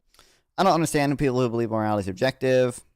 I can understand it. I mean, well, first of all, I can definitely understand it if you're religious, and like I think I don't know. Like I said, I'm like 100% sold one way or the other. I probably lean towards moral realism, but that's just because a lot of people I know are like moral realists, and I think they like are like I know they're like more philosophy people a lot more than I am. So, like I trust them. Like I'm like generally aligned with them on our moral framework. So I bet they have decent reasons to believe what they believe. Do you think Hunter Biden giving an interview to the Channel 4 YouTuber guy was a good idea?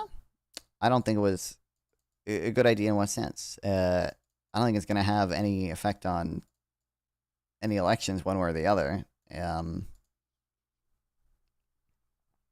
if you believe morality is objective and you believe we don't have free will, it makes sense. But if you believe it in free will, it makes no sense. I don't see why that's true. I mean, I think you can. I mean, I don't believe in free will, but I don't know why you I don't know why those necessarily be incompatible. I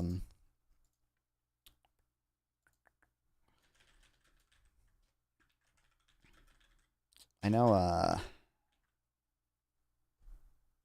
Actually, I wonder if this is published yet.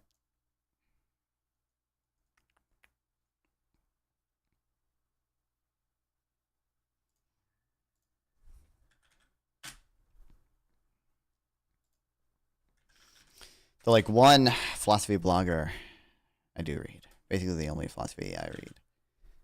I'm not read it, so I know he has an article defending moral realism, but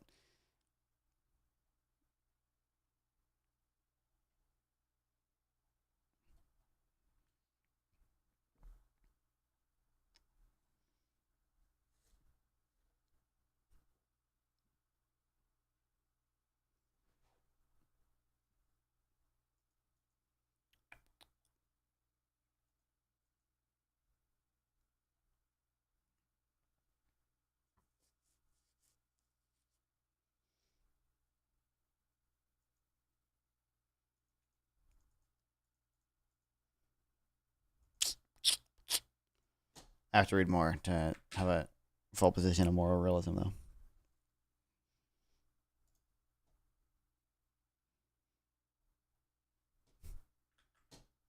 Oops. Okay, don't care for a second thought. But oh yeah, the White House has their new oh my god, kill me.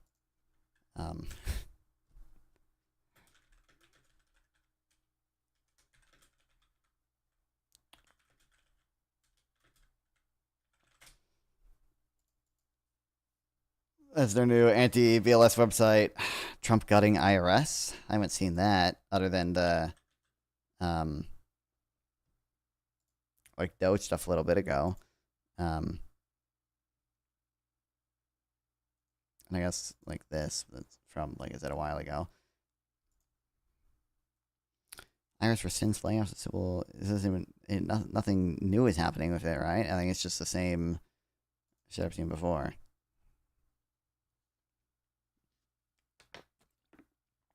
From the budget bill and from the, I'm pretty sure Doge recommended the IRS cut some shit. It might have been the IRS like asked Doge for help with cutting their staff. But yeah, oh my god, kill me. Oh my god, kill me. Of inaccuracies. But in contrast to the dominant narrative, the accuracy of the preliminary estimates for non-farm payroll data continues to improve over the decades. Now this They don't even, by the way, I think they only show like downward revisions in here. They don't even note that they like had upward revisions. It's like, what are we doing? particular graph by the economist Ernie Tedeschi looks at the difference between the initial estimate and the final number, and that is after the benchmark. So sometimes that can take over a year. And we find that the number has gotten relatively tighter over Trump has been doing every awful thing I thought he would do, and me, I know. time, now averaging less than 0.5%.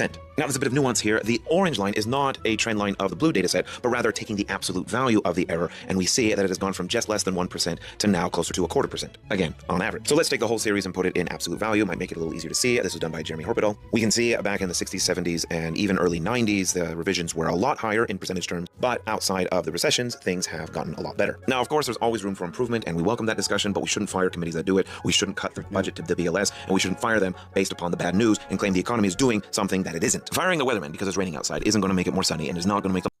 It doesn't even, it's so annoying that like to the extent that we like have a issue with the BLS data like increasing in like or the BLS revisions like increasing in volatility, like we already fucking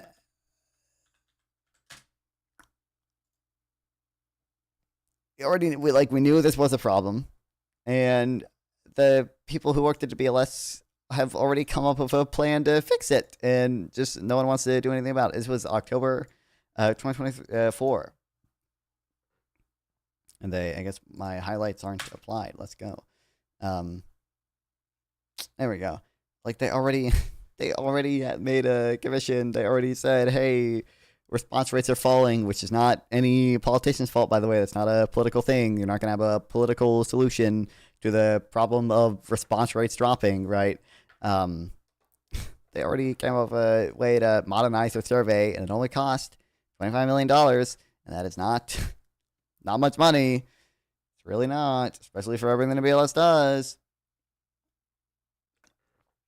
Especially because Doge's supposed to be saving all this fucking money, right? Like, why can't we just use the... Like, I'm going to use the Doge, use some of the Doge savings for this, please. Please, pretty please. Pretty please.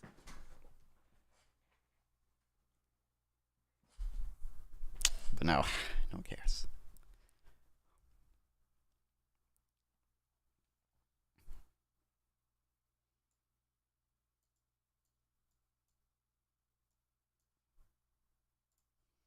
Anyway, don't need this example anymore.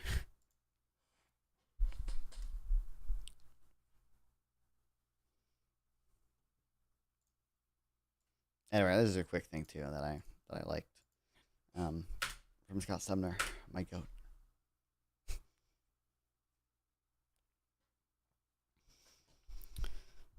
I like the obviously people are so dumb on this. Like stock markets rebounded to record highs after a sharp first day sell-off. This led some people to conclude that perhaps tariffs were not in fact negative for the stock market. On close inspection, however, worse than expected tariff news continued to be dragging on the market even during a bull market. Friday's sell-off was linked to another tariff push by the Trump administration. You focus on how stocks respond to new information. Who is to blame for Trump having the authority to fire the BLS head? Congress, both party. Well, yeah, I mean, no one thought this would be an issue, so I guess you can blame the congressmen in the 1890s for not considering presidents would try to fire the BLS head for political reasons. But that's obviously fucking Malibu. Trump is the one responsible for for going through with it, right? Like it's like what. I don't know why you're trying to look for blame anywhere else. Like, this is Trump's action. It's Trump's fault. Trump is the one that's a piece of shit for doing it. Like,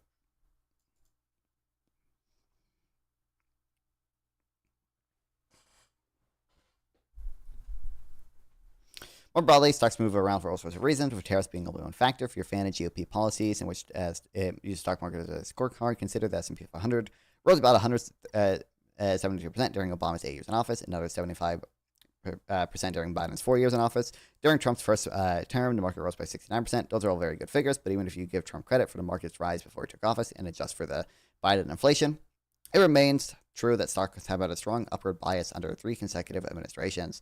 But few people in either party would say 2009 to 2025 was a great period for the U.S. economy, and most people who like Trump's policies hate Biden's policies. And then the tariffs are a consumption tax, which is Tyler still here? Can we admit this is not true anymore? Or sorry, can we admit this? It's not true now. Like, kill me.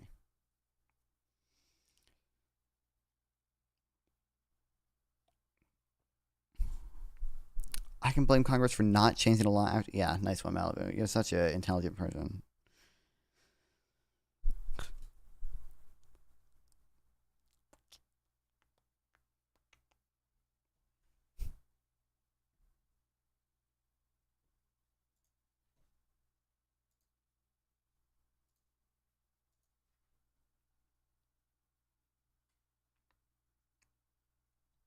And, oh, wait, real quick, though. The Biden hate. Unbelievable Biden hate. Trump administration's broader fiscal policy pushes in the exact opposite direction. Indeed, when you adjust for the current position of business cycle, both the first and second Trump term have been arguably the most recklessly expansionary U.S. history, along with the Biden administration. Unbelievable. Can't believe we're getting Biden hate. What the hell? What the hell? What the hell? You're coping for your dysfunctional, rotting system. That's true. That's true. I think when Trump does bad things, like I don't look to assign blame in other places. I think I just blame Trump for doing horribly corrupt, evil, bad things. I don't go looking for what law in 1890 that created the BLS allowed the president to fire the BLS head, right? Like for political reasons, right? I'm not doing that. Biden bad. Biden might go. No, I mean I understand the criticism. Like I do think it's I don't think it's totally unfair or anything. But obviously, what did Biden what were the big deficit spending things Biden did other than the American Rescue Plan, which was COVID stimulus, right? I guess we were probably I forget how exactly we were recovered by at the time that the bill was passed, but it was still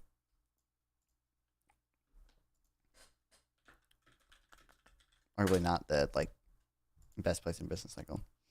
TDS is lazy analysis. I like it when you actually analyze based. But so it was past 2021 January. So I don't know. Real GDP was still it was basically recovered by then, I guess. But I don't know.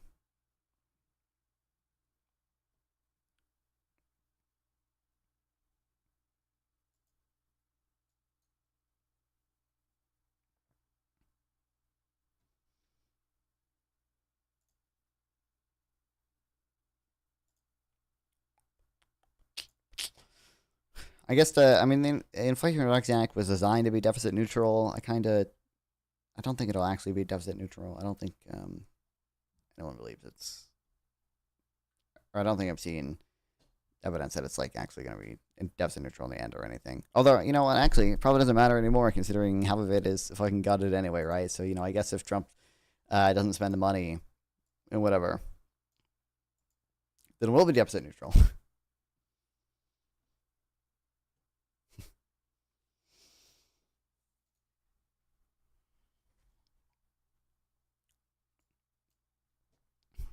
Anyway, as a quick thing, I feel like reason, in my opinion, to be pissed. Yeah. I'm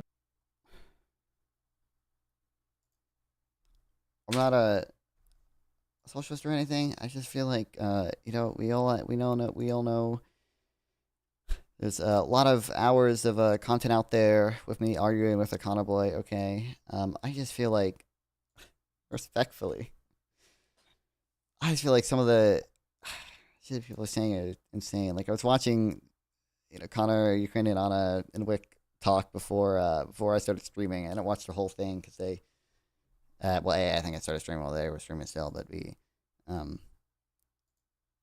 started shifting the topic a little bit. We have used social media to separate communists, basically, is what, you know.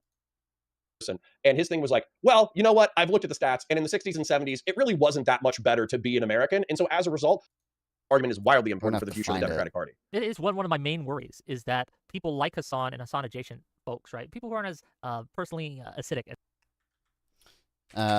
What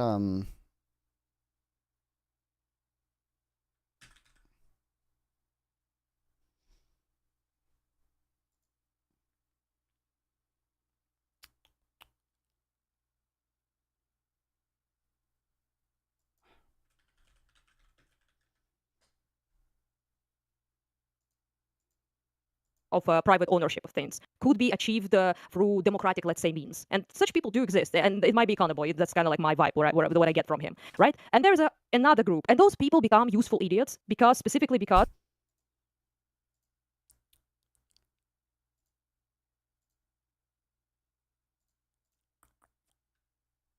am I not gonna be able to find a fucking thing they were talking about? they are deluded by much more nefarious people, and they are bought into ideology, and you know they are not willing to concede that applying that ideology will lead to a totalitarian vanguard party, mass murder, revolution, gulags, which we're going to talk about later. But they either don't concede that, or they are themselves deluded that it's possible. Okay, it's basically and around they will bring here. We might ridiculous have to- examples like Australian, like kangaroo communists, basically, is what Econoboy did. But we're going to go into that. And that last group, there are actual full-on commies. They know what they're doing. They want the that's if you will, of this whole situation. No, I totally agree with this. And this is where, to Econoboy and Pisco's credit, I think Econoboy came with the statistics. He was saying that 10% of the Democratic Party identifies as extremely liberal. Then there would be to mix the word socialism with social democracy, then have the second part radio. Like, that's fucking crazy. You're the only one, like I said, who brought it out, right? They wanted it. Well, let's just presume that Stephen had a personal grudge that he was... Right? And fuck, they were like hardcore talking about how I thought Conway wanted to like fully ban private ownership. Kill me. I do think that this is actually happening. I don't think it's a conspiracy theory. When Econoboy waving how the do office, I- not a conspiracy theory, was just wrong. I see this happening all the time, even in I remember chatting in a chat at the time. Hold on, let me skip through little to see spaces where like I'm chatting. ours, right? You build conclusions, but never blame the system. It's naive. Yeah. Nice one, buddy. Yeah. Let's go through the chat replay to see where I start bitching. A little bit before here.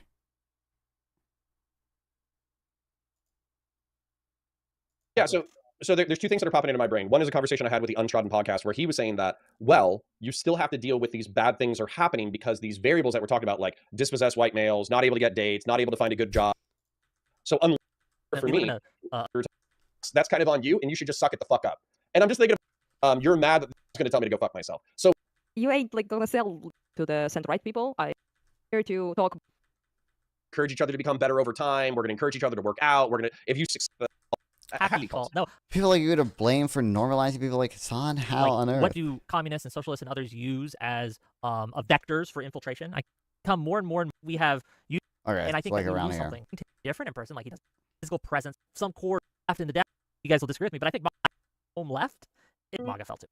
Is that the middle is going to get fucked. So it's the liberals who's going to get fucked because actual fascists and communists have more in common than they have with each other. They can't fight. Not like all 3D people have like not read any or fucking. I value democracy more than socialism. Therefore, I think we. Yeah. Okay. It's like to sacrifice a bit of socialism in order to maintain democracy or maintain. Boy doesn't say he's liberal. He says he's a. What does 10% number come from? I read a paper Conboy link, but I couldn't find it. I haven't looked into that because Conboy could be totally wrong about that. I don't know. He was just citing that like one poll or whatever I saw. Power, clearly, yeah. In terms of like political power. What would you say to people like Econo? It's the liberals who's going to get fucked because actual fascists and communists have more in common than they have with each other. They can fight each other for sure. They're on the opposite ends and they tend to fight each other, obviously, right? But it's just that anti-liberal people are getting ahead, anti-democratic people are getting ahead. That's the problem. And if that's the values you want in the United States, which I think you do, obviously, right? Democracy, all of that shit, all of that good shit, then that's under threat from both ends, really. It's the only MAGA is much worse now because in power, clearly, in terms of like political power. What would you say to people like Econoboy or people like Pisco who say, well, actually, we're liberal. We love democracy. We love like individual freedoms. No. Econoboy doesn't say he's liberal. He says he's a socialist, I believe. Conboy like absolutely says he's like like he falls within the liberal socialist camp, right? I'm pretty sure he would describe himself as a liberal socialist. Twitter conversation. So I can explain this. So I've actually listened to a specific Econoboy segment on it. So he said that he's a polyethical or he's an ethical pluralist, and democracy is his primary value. And so I know it sounds complicated, but basically what he said is I don't know if he says his primary value. By the way, he just says that he does think democracy is intrinsically valuable, which is stupid, unbelievable. Democracy seems both intrinsically important on egalitarian grounds and instrumentally important. It's like he's a pluralist. He cares about multiple things intrinsically, like equality and like democracy, I guess, and like utility. If he has to sacrifice a bit of socialism in order to maintain democracy, then he would sacrifice it. So, for instance, if let's say that we instituted the Nordic model or the Scandinavian economic models in the United States, and then we try to social democracy. But let's say that we try to institute that in the United States, but then an authoritarian stepped into power using the economics as leverage. Well, then he would say, okay, well, I value democracy more than socialism. Therefore, I think we should get this guy out of office, and maybe we should liberalize the economy a little bit. Now, that's the way that I'm applying it. But again, if you it's kind of like when you build something for somebody else, you can't just build an institution that is going to be used by perfectly well-behaved people at all times. You have to build institutions that you are expecting other people to abuse. And that's why the United States is built the way it's built. Yeah, it's a... Like, the Conboy has responses to this. Now, like, it's not that, like, I think, like, there wouldn't be a potential for that problem still, but, like, he, like, literally specifically goes over, like limit corruption, limit political meddling.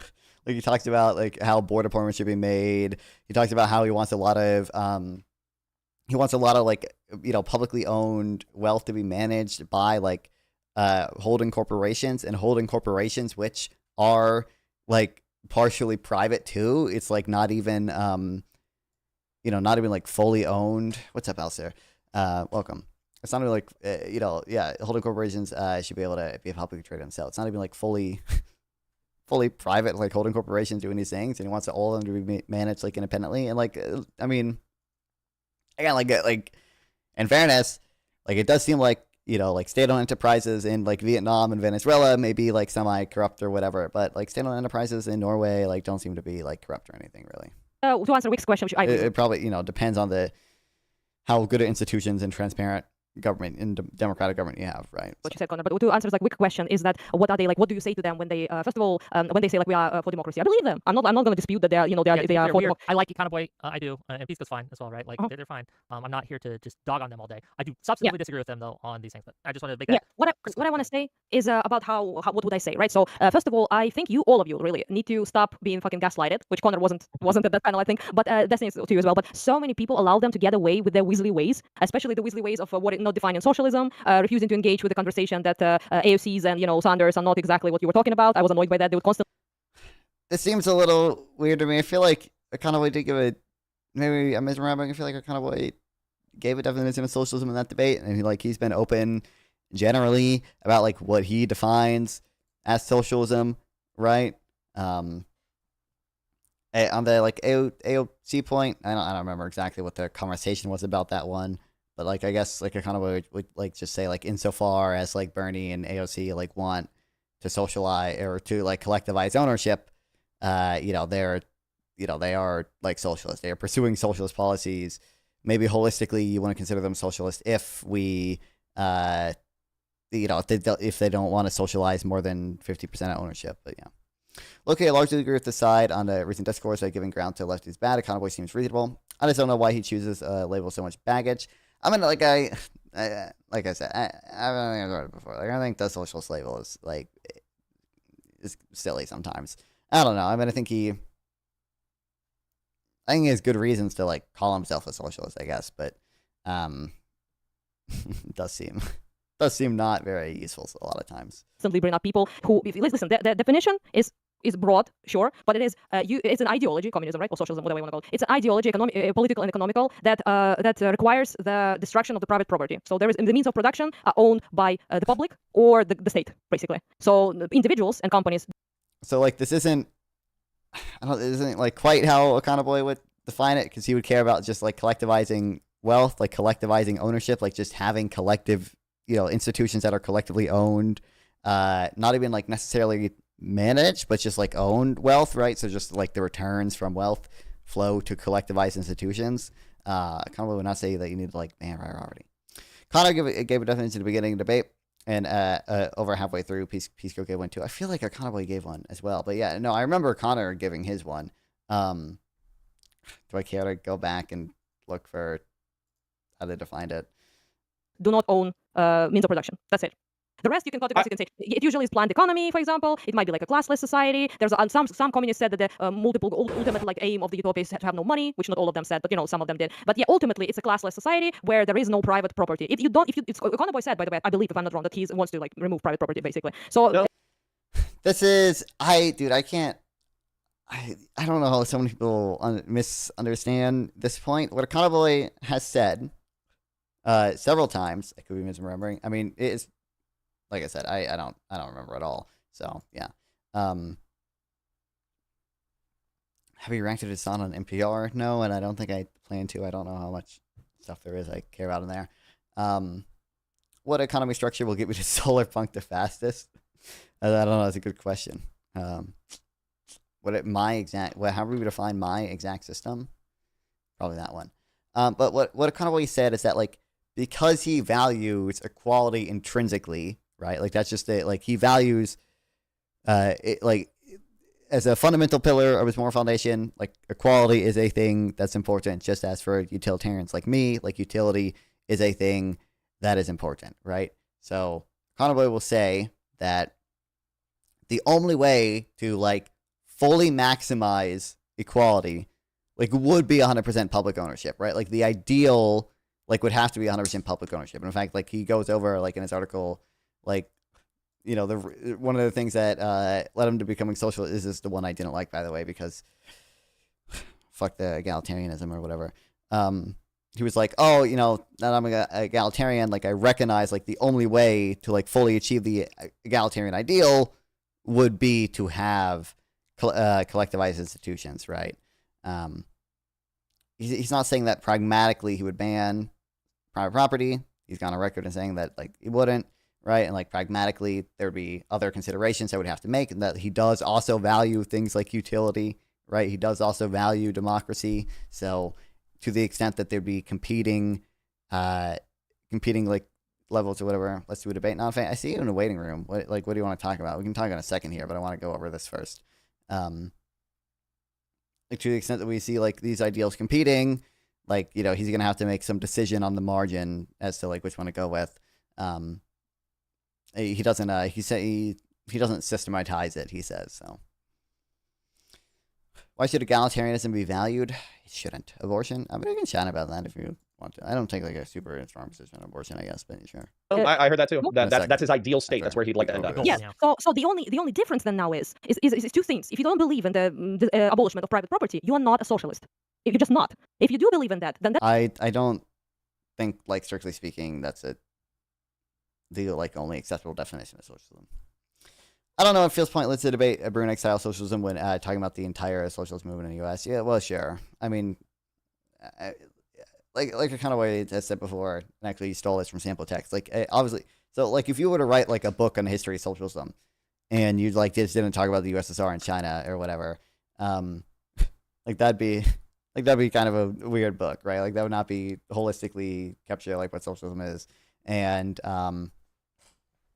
like even within the U.S., like you said nowadays, like we're not like that's what you mentioned in that debate. Like most of the media environment for socialists is not Bruneck style socialist, it's the Vanguard style socialist, it's the Second Thought style socialist, it's the Hassan style socialist, right? So then it comes down to how you want to get there, and that's why they do disagree. He said like there's a lot of debate, and yeah, there is. Usually they kill each other during that debate, but other than that, it's a debate about. Kranon is a weird individual, political wise. I'm not saying what happened to her homeland isn't bad, but when you listen to her talk outside of Ukraine, it doesn't feel very well thought out. I haven't seen her. How to get there? Much else. For example, like democratic socialists would be like, I want to get there by democratic means, right? That probably is the counterpoint, right? I had Scandinavians, so I had Scandinavians jump into my comments though, and they were like furious because people were saying like, oh, the Counterpoint, like, this was frustrating. I can't believe not many people have like read the Substack. He goes over in here how he would collectivize ownership. Like he literally says like we would have first of all we need like proper accounting, right? So like he says like the U.S. government already has like a lot of public wealth, both the federal government and local governments. It's just like we just like can't keep track of it all. Like it's just not accounted for properly. I'm a brain left with the idea of incorporating what private equity firms do into the government to recapture profits of the people. It sounds ultra base. I wish Destiny would give that idea a fair shake. Sure. I mean, you don't even have to. You just have to like. You don't even have to like actively like manage it or whatever. Like private equity does. Cowboy pro mandated collective farms? No. Well, what do you mean collect? I mean, he would say like he would say like the sovereign wealth fund should buy stock in farming corporations, but like that doesn't necessarily mean like the government is like collectivizing farms and blah blah blah blah blah, bunch of shit like that, like Maldate or whatever. Like he says, like, oh, first we need to just properly account for all the public wealth that we already have. He says we're gonna transfer like the commercial assets to. I think he said like basically sell off a lot of the non-commercial assets and then transfer the commercial assets into independent holding corporations, which, as I mentioned earlier, would not even be fully public institutions. And then we're going to basically have a sovereign wealth fund. We're going to like use money from taxation and, from whatever resource rents from a sovereign wealth fund and just invest it in, financial assets. We're just going to have the government participate in capital markets. We're going to let them buy stocks and bonds and shit and just invest that money from taxation. And lastly, he says, when we do quantitative easing, are you a Destiny fan? I want to say like I want to say I'm not a Destiny fan. Like I don't like keep up with his content as much anymore. Like we're gonna generally agree on most things just because we're both like liberal people, right? So sure. But then he says like, oh, when we do quantitative easing, instead of doing quantitative tightening later on, we should just essentially transfer those assets into a sovereign wealth fund. Bro seems too smart to be a Destiny fan. Real. Non-fan, I think is more progressive than Destiny. Israel especially. I don't think I hold a significantly different position on Israel than Destiny, and I don't think I'm more progressive than Destiny on the whole.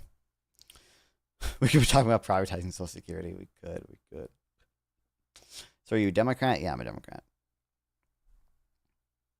Scandinavian model. Let's do the socialist Scandinavian model because they idealize, Sweden, Norway, Denmark, etc. And the Scandinavians in my thing were saying like, no. If you say you're a socialist in Scandinavia, then you're viewed as like a tanky. You're viewed as like an apologist for the Soviet Union, right? Right. That's how you think. Yes, whereas in the people world. who say like I guess I don't know why we would limit a kind of definition of socialism to like what people like in Scandinavia are saying or whatever. And I don't think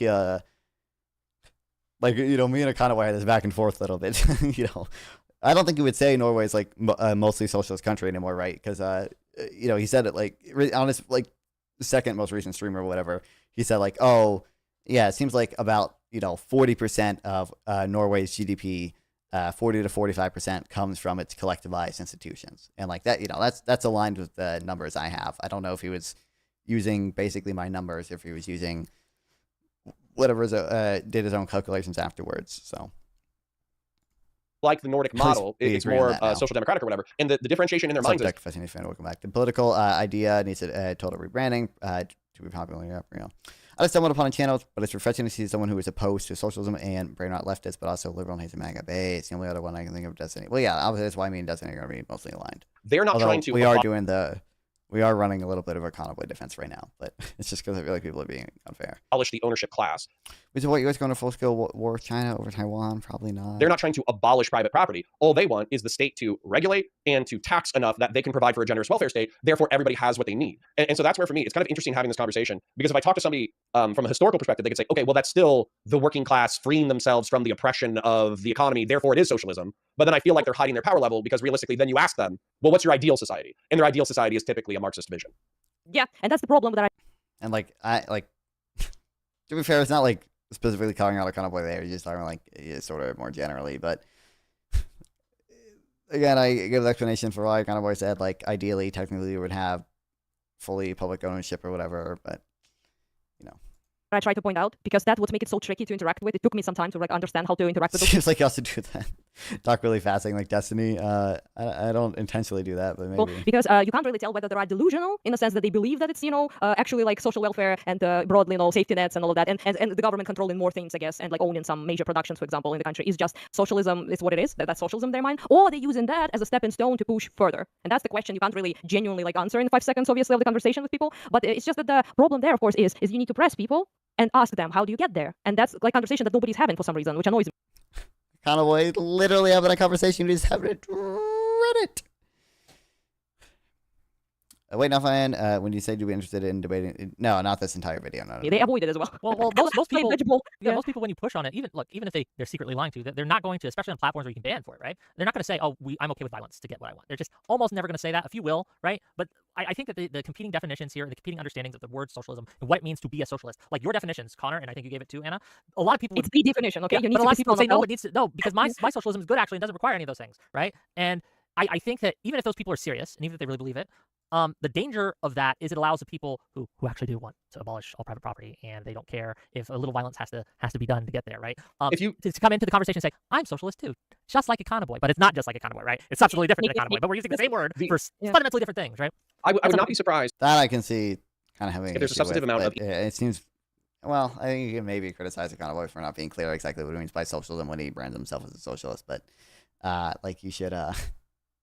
I don't know why we're even chat or your comment section or anybody who would say that would be an alarmist. But all I would try to do is I would try to invert the logic to the right wing, where people laughed at Donald Trump in 2015, 2016. They didn't think he was going to win. 60% of the party voted against him in the 2016 primary. He only won because the moderates split the vote. Once he got in charge of the party, he kind of bent the party to his will. And now, I define fascism as political corporatism and flexible authoritarianism. I don't think Trump is smart enough to believe in fascism as an ideology, but there are fascists who work for Trump. They want flexible authoritarianism. They do not care about the Constitution of the United States. They don't care about democracy. They don't care about republicanism. All they care about is winning. And that is like the core of flexible authoritarianism, is you do what is ever necessary in order to win. And that's the same thing that for me with the socialists, they might expand how popular social democracy is on the left, particularly if liberals say, hey, suck it up, Buttercup, it's not that bad. I'm also not going to help you even though things suck. Yeah. That's as a matter of fact, I almost view that as more important than shit-talking tankies all the time and shit-talking social democrats all the time. If people were happy, they wouldn't be considering extremist ideologies. Well, and they're being look. One of the goals of extremists is to paint things as far bleaker than they are, so you get angry, so you get mad, so you get upset. They are purposely keeping you from succeeding, because you succeeding, if you're happy, you're not a communist. Okay, I really believe that. If you're a happy person in your heart, if you're a happy guy, you're not going to be a communist. You're not going to be a Nazi. You're just not, right? Like happiness is like anathema to these extremists and ideologies. Yeah, that's why you have a lot of people like who are communists but also suicidal, right, and things like that, right? Because they're all it's a death cult. We have hundreds of thousands, if not millions, of people right now though who. But anyway, okay, I don't care about that part. I don't know. Just a little. I feel like it's just a little stupid to see so many people like shit. Got away, and they haven't even like read his fucking model where he explains everything. And like truly, I do think that like the everyone who it's so weird. They all say like he believes in banning private property, but they don't understand. What he was saying when he was just saying like, oh, my ideal system would have no private property just because I value equality intrinsically, right? And it seems like they also don't. I do think quantitative easing is like a good analogy, right? By the way, Shell Shock, you can rejoin the waiting room if you want to. It does, just seem like. I think quantitative easing is a good analogy because obviously, like, you don't have to. Like destroy property rights to do quantitative easing. But quantitative easing is like similar to how a convoy would like build or collectivize a lot of wealth in like in his model. Like he first of all he even suggested like transfer the assets from the central bank to the sovereign wealth fund or whatever. But also, you know, just simply have holding corporations that are like independent be like buying and managing assets the same way like the Federal Reserve does. Although the Federal Reserve isn't fully public. Would he nationalize anything? Yeah, Conaway definitely probably would. I don't know where exactly he draws the lines of that. I imagined he would say, although actually I don't know. I don't know if he would like have like a monopoly for nationalization on.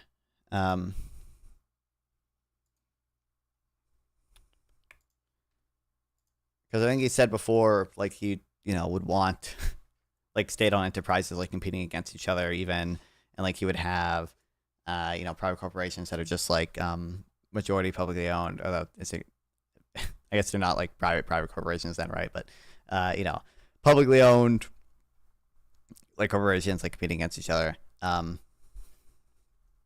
I don't know if you would grant how much like what markets you would necessarily grant like monopoly stuff to. But certainly he would like nationalize. I think he would say like we should have like a national oil company. A lot of utilities he would probably say should be run by some state-owned enterprise. Healthcare, he'd be pro single-payer healthcare, right? So he'd nationalize the healthcare industry.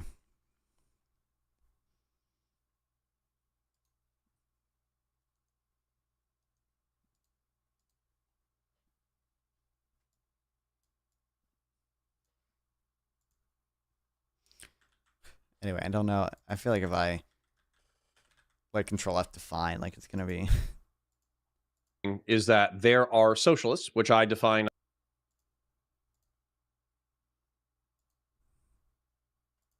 think that every single leftist. Donnie Sanders, AOC, being part of the Democratic coup. Appeal to Bernie Sanders. Yeah, I don't know what I would like Control F to find to see. The collective ownership of the means of production. Oh wait, maybe different here. set of possible positions within the policy debate. So I would agree to your point that like in terms of socialism being the decommodification of labor and also like the collective ownership of the means of production, if that's the way that you define socialism, then obviously these aren't like socialist policies, quote unquote, but that doesn't mean that you're not appealing to like the broader socialist movement and the broader like socialist apparatus of advocacy when you propose things like a $15 an hour minimum wage or Econoboy, just for clarity so I understand, you're saying when you say I want to appeal to socialists, you're saying things like, "Oh, pick policies that socialists would also like." I'm saying that insofar as socialists and very progressive Democrats are a part of the actually existing base of Democratic voters, they should have some proportional say in things like party leadership positions, committee assignments, the platform of the Democratic Party, fundraising distribution, activist-based organizing, strategic discussions. They should have some kind of proportional say in all of those discussions. But the problem is those people. I can see. He didn't exactly define it there, but I don't know.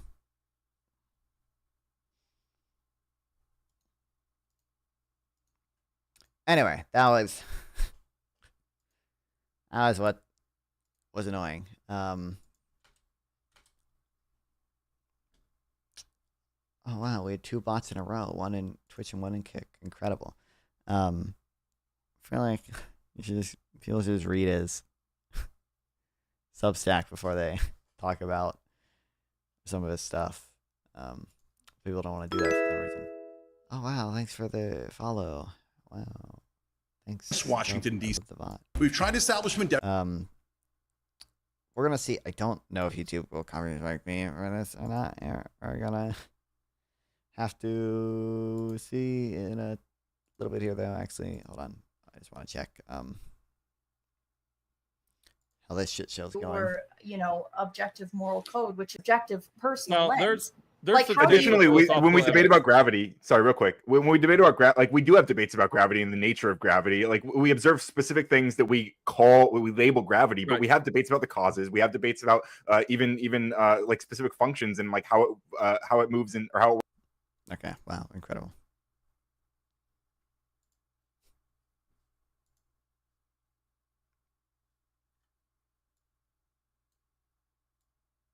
Surely they won't catch on. Okay. Surely.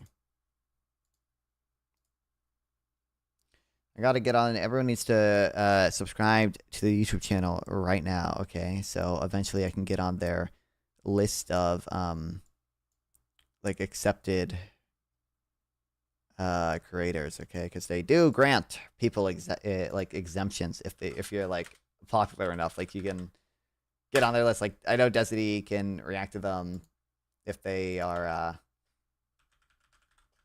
popular. Slop. Let's go. Yeah, exactly. Like Destiny can react to them. I'm pretty sure. Like I know Cody Ko had his like long-standing weird relationship with the fucking Button Show, where they just let him react to that all that shit for free. But people on the bottom like me aren't allowed to rise up via reacting to it. One thing, just real quick before we get into this, I've been thinking it'd be interesting to talk to that one Jubilee guy again, by the way. I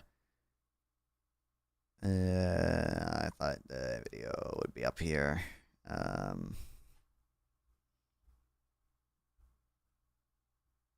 was like the first Jubilee guy I talked to. It was like, I think it was after Trump was elected, but before he was in office. And he was like semi like centrist or whatever. So I'd be curious to know how he's feeling about the Trump administration now.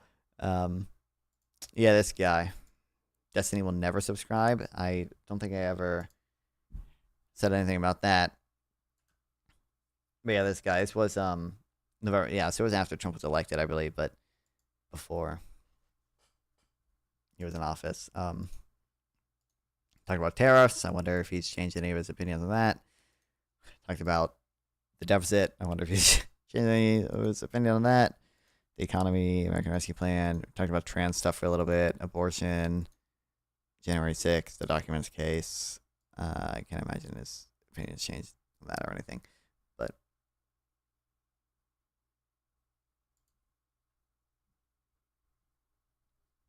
I'm going to be interesting to catch up and see if he's had any change of opinion there. But anyway, let's see. Let's get the populist slop out of the way. Claim number one is that Democrats and Republicans agree on economic issues and try to divide us and distract us with culture wars. I don't know. When was this filmed? It's had to be filmed pretty recently. I feel like it's pretty hard to say that, especially after the Big Beautiful Bill got passed. With my understanding, no Democrat goes to the Big Beautiful Bill, right? How are you, Cenk? Good to meet you. Good to meet you. My name's Oliver. Hey, Oliver. Yeah. So I guess the first place I want to start off with your claim is to first say that I think there's a grain of truth in it, and I think I would largely agree that when it comes to the system of neoliberalism, the system of capitalism, I think there can be a lot of overlap. I think where I would probably push back a little bit is when we look specifically right off the bat. Oh, I messed up already. Oh, kill me. at what policy issues get passed and how they affect people, there seems to be a very big difference. So for example, under the Biden administration, we saw with the expansion of the Affordable Care Act and Medicaid, we saw over 8 million people become eligible for Medicaid who were previously not eligible. If we contrast that right now with what's in Trump's Big Beautiful Bill, over a 10-year period, that would make between 15 and 16 million people ineligible for Medicaid. So it seems like a crucial economic issue that affects. Cenk is just going to say like, oh, why didn't Biden pass a public option though? I bet that's going to be the, or he's going to say Medicare, I know he passed Medicare for all. Why didn't, survive. Why the Democratic establishment all unite behind Bernie to make sure he didn't pass Medicare for all? Quality healthcare, live quality lives. There seems to be a stark. We apply to join Jubilee participants. I'm on their like mailing list for like upcoming like shows or whatever. If there was ever one that like really interested me, then probably. But I don't know. The issue is like some of them, like a lot of them, don't really fit me. And even if one did, it'd be kind of hard because they do it in like California, and like I'd have to like fly to LA, and I don't think they pay for your flight. So.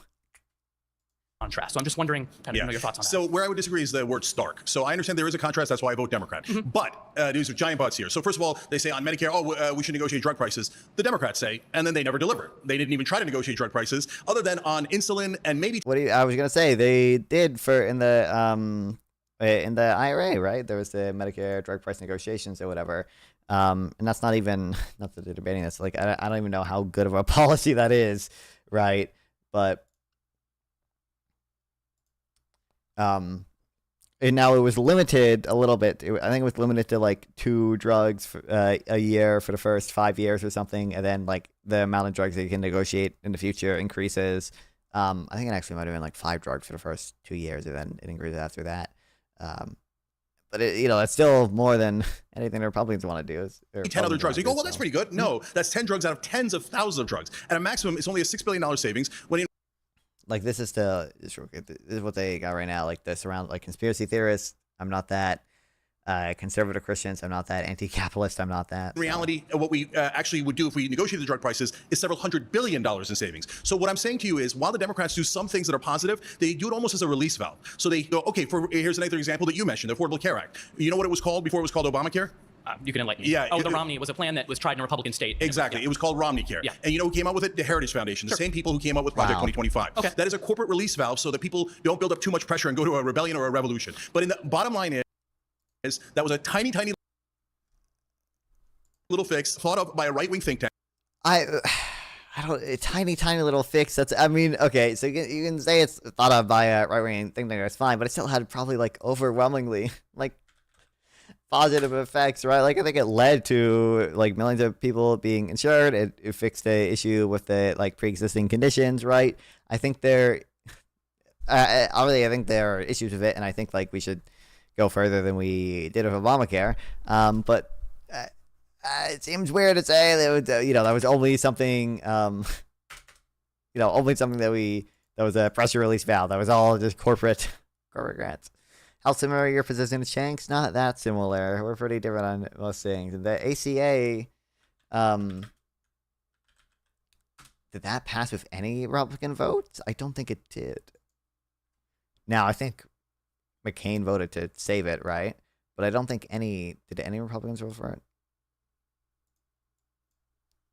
Did any Republicans vote for that?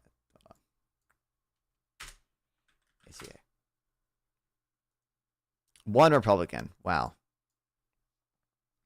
Tank. And then now when you say to negotiate drug prices, Obama never did it, even though he ran an ad called Billy where he said he was going to do it. Biden does at most 6% of it. The Democrats are constantly doing 5 to 10% as a little release valve, but keep the machine going exactly as it is. And we can totally agree that there should be more. I have no clue what Obama's promise exactly was. I guess maybe I was taking your claim too literally, which is that Democrats and Republicans agree on economic issues. And maybe you qualify in there. Is it largely agree? Is it mainly agree? It's definitely large. Yeah, okay. It's not 100% agree. Otherwise, it would be too obvious. But is it true that they largely agree? Of course. So I'll give you many other examples. Paid family leaves at 84%. Yet the Democrats never seem to be able to pass it. Why do they never pass it? Because they're not trying. They said they do the public option. Joe Biden didn't even announce them, introduce the public option. Why? Because yes, let's go. Yes. I mean, for the margins Joe Biden had, it seems like he got pretty substantive legislation done. I don't know how there are a lot of policies that like pull relatively well, right? But it doesn't mean there's like actual like political like movements behind them to get them passed, right? Like even if a policy pulls well, it does not necessarily mean that like that's the like most important or salient issues to voters, right? So like if you have like a relatively tight margin and you feel like you're only gonna have it for a certain amount of time, and like Obama did, right? When he had his trifecta or whatever. You're probably not gonna, paid family leave, even if that is a like popular thing, probably not on the biggest of your list, right? Because it's just not something that Americans think of most often, and it's not even like, I don't think that's like bad policy, but I don't like think it's particularly good policy. I think it's pretty inconsequential considering Americans like de facto get it anyway, right? I think the median American like has equivalent, if not more, vacation time than the median European, despite not having pay protections. Is Destiny more responsible for Cenk? Is Destiny more responsible than Cenk for Hassan's rise? I don't know. I have no clue how I'd quantify that. I don't really care.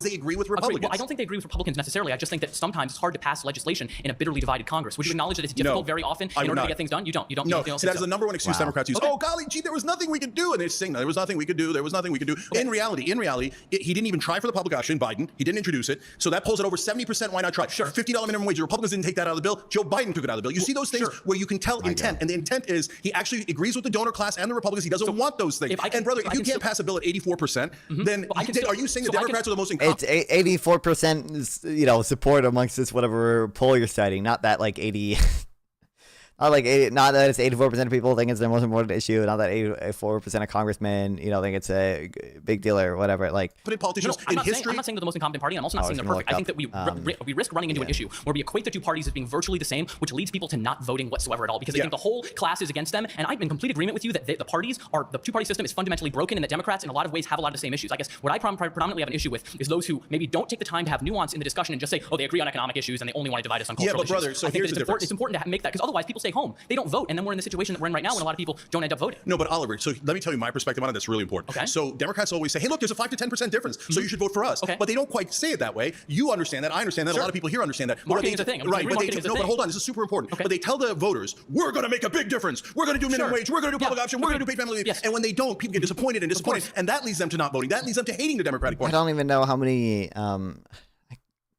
Only like maybe like 30% agree, but like truthfully, I don't think like that many politicians even message on this on like as progressive of policy that Cenk usually advocates for or like is stating here, right? Like I think I think most like Democrats have probably said something about positive about a public option before. Obviously you have the progressive wing of the party, the Justice Democrats, who do the type of messaging that Cenk likes to see. But I don't even, truthfully, I don't even like, I guess in fairness, like Biden in fairness, like did have a public option as a platform, right? But I don't know how many Democrats message on a $15 minimum wage. Maybe a decent amount of them. I don't know if there's like data on that. Sure. What I'm saying is go with populist left. That is the one thing that has not been tried. Sure. We would actually do the bills. We do the bills. Otherwise, then you're the same as the Republicans. Okay, fair enough. All right, thank you very much. Thank you, Oliver.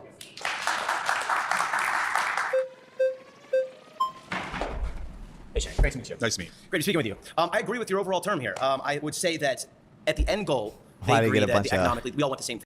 Weak non-neoliberals here? What Things, the hell? right? But the way we get it is two completely different economical viewpoints. We have the left that tends to be more socialist and communist, then we have the right that is more crony capitalist. Okay. The left wants to take your taxes and they want to distribute it the way they want. Yeah. The right So wants you to nice. keep your taxes right now. They want you to keep your overtime taxes. They want you to keep your taxes on tips. So what is your? Yeah. So first of all, brother, you got to stop saying socialism and communism. None of the Why is that? Because none of the Democratic politicians are in favor of that. They're actually They are. Bernie's quite literally Yeah. socialist. No. So he says he's Democratic socialist. Even he doesn't really go towards what you would consider socialism because you're putting socialism and communism in the same bucket where they don't belong. None of them are in favor of ending corporations, ending capital, etc. In fact, Kamala Harris and Joe Biden, their number one problem is that they're corporatists, not that they're socialists or communists. No, they quite will literally wanted to do end- whatever corporate donors tell them to do. They wanted to That is end the exact businesses over opposite of vaccine communism. mandates. No, brother. No, but that's drug. How do we shift to vaccine mandates? Goddamn, what the They're doing hell? the exact opposite of communism. They're saying corporate donors will do whatever you corporations want. So when you turn to the Republicans, it's the same thing as Oliver. They have a 5 to 10% release valve with Donald Trump now. He's pretending to be a populist. So he goes, oh my God. Donald Trump isn't even pretending though, he is a populist. Well, look at He just won the popular vote, both left and right, moved in his direction. No, hold on. So when you talk about that, Well, I mean the vote margin shifted, I guess, but okay.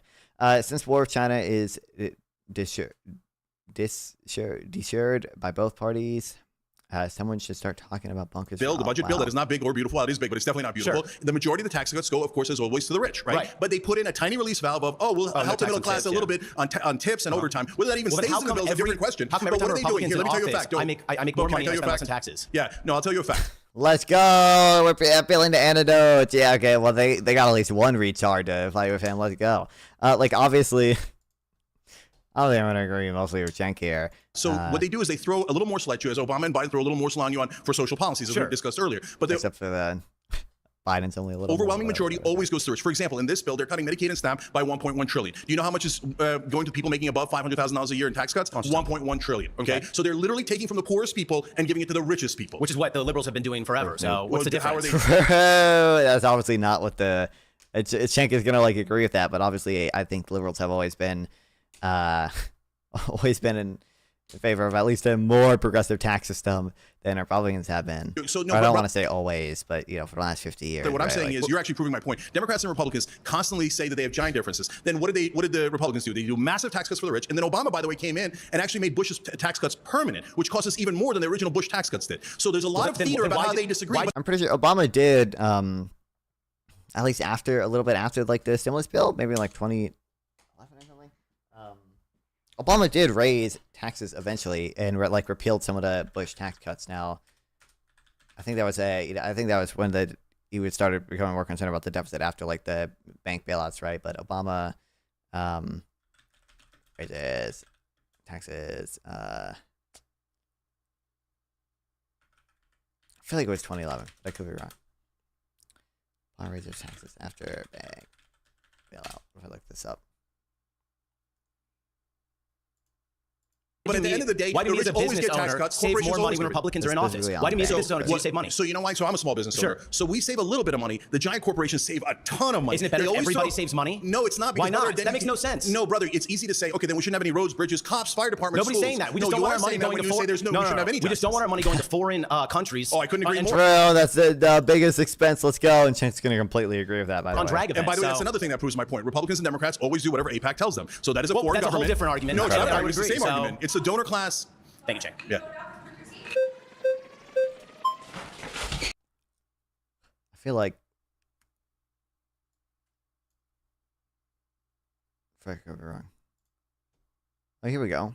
Obama's $500 billion dollar tax increase. Why do you support a progressive tax system? Just like generally, I think inequality probably has like some instrumentally bad effects. Now, I don't think that they're like that big, right? So, you know, people will like say inequality has like these big effects on like crime or, you know, maybe these big effects on poverty. But I don't think the effects are that big. Not that that's the area I'm most well researched in. But, you know, there probably is some effect on something like crime. And maybe poverty as well. But like just more generally, like I care about utility, right? And like I think there's diminishing marginal utility from the dollar. So I think it's both fair, more fair and more utility maximizing to have a progressive tax system because each successive dollar someone earns is like less valuable to them, right? Like their quality of life increases by less overall each dollar they earn, each extra $1,000 they earn. So there are gains to be had from redistribution there. How do you do an overlay for vids? What do you mean exactly? I mean, I just have like, what do you mean by overlay? I just have like the overlays you see on screen right now, like the banner I have to the side of my webcam and like the anti like copyright like color thing. This is just these are all just pictures within my OBS. Hey, man, nice to meet you. Nice to meet you. So when you talk about this concept of like a release valve, it seems like you're downplaying very relevant and very important differences that exist between the parties. So the Affordable Care Act, you understand that it expanded coverage to like millions of people. More people got Medicaid. Premiums were subsidized. Like the flipping grain. Yeah. So the grain is just a the grain is just like an image within my OBS. Like I'm just toggling the visibility right now. The flip is just an extension I have downloaded on my browser. This is good policy, and I agree with you. Sometimes, in many cases, Democrats lack a spine. They don't push hard enough. But I think chalking that up to like they're pretty much the same. There's just a little release valve difference is a little bit reductive. Yeah, it's not at all reductive, and the Affordable Care Act is a perfect example of it. So you're right; it was better than the previous system because the previous system had pre-existing conditions, and you can get blocked for that. And American people despise that, so it needed to be changed. Okay. That is part of the reason Well, why you a got right-wing that. think tank, Heritage Foundation, came up with Romney Care. It's a release valve, and it's a Republican idea. Then Mitt Romney took it and passed it in Massachusetts. That's why it's called Romney Care. Then Obama and Romney ran a campaign where they Why pretended. do we think all the Republicans like voted against it though? Like only one exact Republican opposite voted ends for of the it. spectrum with the same exact And half healthcare of them voted to fucking repeal it in Trump's term. plan. Literally the same exact healthcare plan. Actually more than half? Wasn't it like literally wasn't it like literally like all but like 2 or whatever? ACA is like a right-wing health insurance plan? It was literally created by a right-wing Like think the tank, Heritage Republicans right now Foundation. in Yes. Congress are trying to push a reconciliation bill that literally guts Medicaid when the ACA expanded Medicaid. Yes. So they always move the goalposts. So what do? They bring in, okay, here's our release valve. Okay, now the American people are still mad. Of course they are. Because, and here, let's talk about the next steps that happened. Obama said, oh yeah, we might do the public option, which would have been not universal health care, but a good step forward. Right. I was there. Young Turk's been around forever. And I was like, yes, you got to do the public option. Then Obama says publicly, oh, I guess we can't do the public option. Wink. And they That's 'cause of immediately Joe took it out of the Lieberman, bill. right? What's that? That's because of Joe Lieberman, right? But No, 59, no, 59 other Democrats would have voted. Also, Democrats and Independents voted against the bill, as did Senator Collins, Murkowski, and Senator John McCain of Arizona. All other Senate Republicans voted for the bill. So, like, yeah, like. Okay, see, that's exactly what I'm talking about. So that they always hold on. They always have an excuse. So right now, under Biden, the excuse was, oh, we don't have enough senators. Oh, golly, gee, That's how you pass hold laws, on. though. The filibuster and the parliamentarian, and then under Obama, they had 60. They could pass anything they wanted. They're like, let's take a really, really long time with Romney Care. Oh, oops, we ran out of our 60. Things changed. Okay, now the Republicans are. I mean, I feel like I'm not the most familiar with the Obama era politics because I was really young at the time. I feel like they got done what they could. Obama had like a very limited time, right, where he actually had the trifecta with large enough majorities to like pass whatever he wanted, right? And like you still had to strike, like there were still like moderate Democrats elected during that time that you probably had to strike some deals with, right? And he probably couldn't have like the utopian Obama dream or whatever. They're ignoring the parliamentarian like- when they're trying to pass this bill. So the Democrats keep finding excuses. Why did they take the public option out of the bill? You think Why Obama did they didn't never want the introduce the public public option back again? I don't think the Democrats want the public option at all. When 59 senators said we'll vote yes on this. Senate supermajority lasted a period of only of 72 working days while the Senate was actually in session. New delegate seat was created for the Lieberman That's tanked what I'm that. trying to tell you, brother. They don't mean it. So let me give you two Where are you examples. getting that from? Where am I getting it from? If Joe, Lieberman where am I agreed, would we getting not it have from? gotten Number public one, option? the public option polls at over 70%. They didn't even try to pass it. Sure, but Number two, healthcare when policy- Biden came into office, said he was going to do public option, Yeah. and then he lied, and he never once introduced had, it. like, no if he never political once capital introduced it, compared to Obama. oh, now they don't have political capital. Golly gee, These are constant the realities excuses of how for, you pass oh my God, I legislation, can't, though. I can't. The voters It's are not I sick of I can't. can't. It's not I Why don't you can't. actually It's more- try? it's more So tell me why difficult. they're such losers. They It's can't more- pass paid family leave at Listen, 84%. I Are they agree with losers, you on or do they policy. actually secretly agree with the Republicans, Cenk, and they don't want any of this because I they're corporate agree- donors? I agree with you on policy. I want paid family leave. I want single payer health care. But this is not like super easy to pass. You're like, if they just all Yes, hold their it hands is. and I can get it passed in 2 weeks. we're going to get like 2 single weeks. payer. Okay, so here's how you 2 do it. weeks. Guys, you see, you've been taught by mainstream media and Democratic politicians to accept failure. Oh my God, there's nothing we can do to pass it. There's nothing. Here's how what you do. can pass it, Here's but it's super difficult. easy. It's not Listen, easy. listen. Paid family leave is at 84. Why do I keep insisting on that? Because here's what you would do. You would introduce it. 74% of Republican voters want it, and then you would say, "I dare you to vote against it." If you vote against it, you're voting against 84% of Americans, and you. people. The issue is like obviously I think you're assuming Republicans' positions wouldn't change if Republicans started messaging against it. I think Republicans' position would change if they started messaging against it, right? Like it's probably something that people like in a poll would like get it would answer that they're for, even if they're a Republican. But if suddenly a bunch of Republican senators, and especially if like Donald Trump came out against it, you would probably see that change. And to be fair, that might be true of like the Democrats as well. Like we see like all the time, like when politicians change policy or change their messaging of things, like you see swings in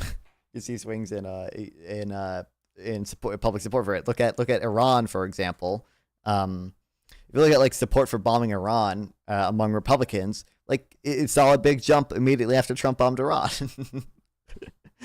and if you look for, you kind of see the opposite effect as well. You see, well, first of all, with Iran, that support for bombing Iran dropped when Trump did it among liberals, but also like, for example, the support for free trade among Democrats has gone up a ton after Trump started doing his tariffs, right? So like, Jubilee really making Cenk and Destiny seem based. I mean, what do you mean by that?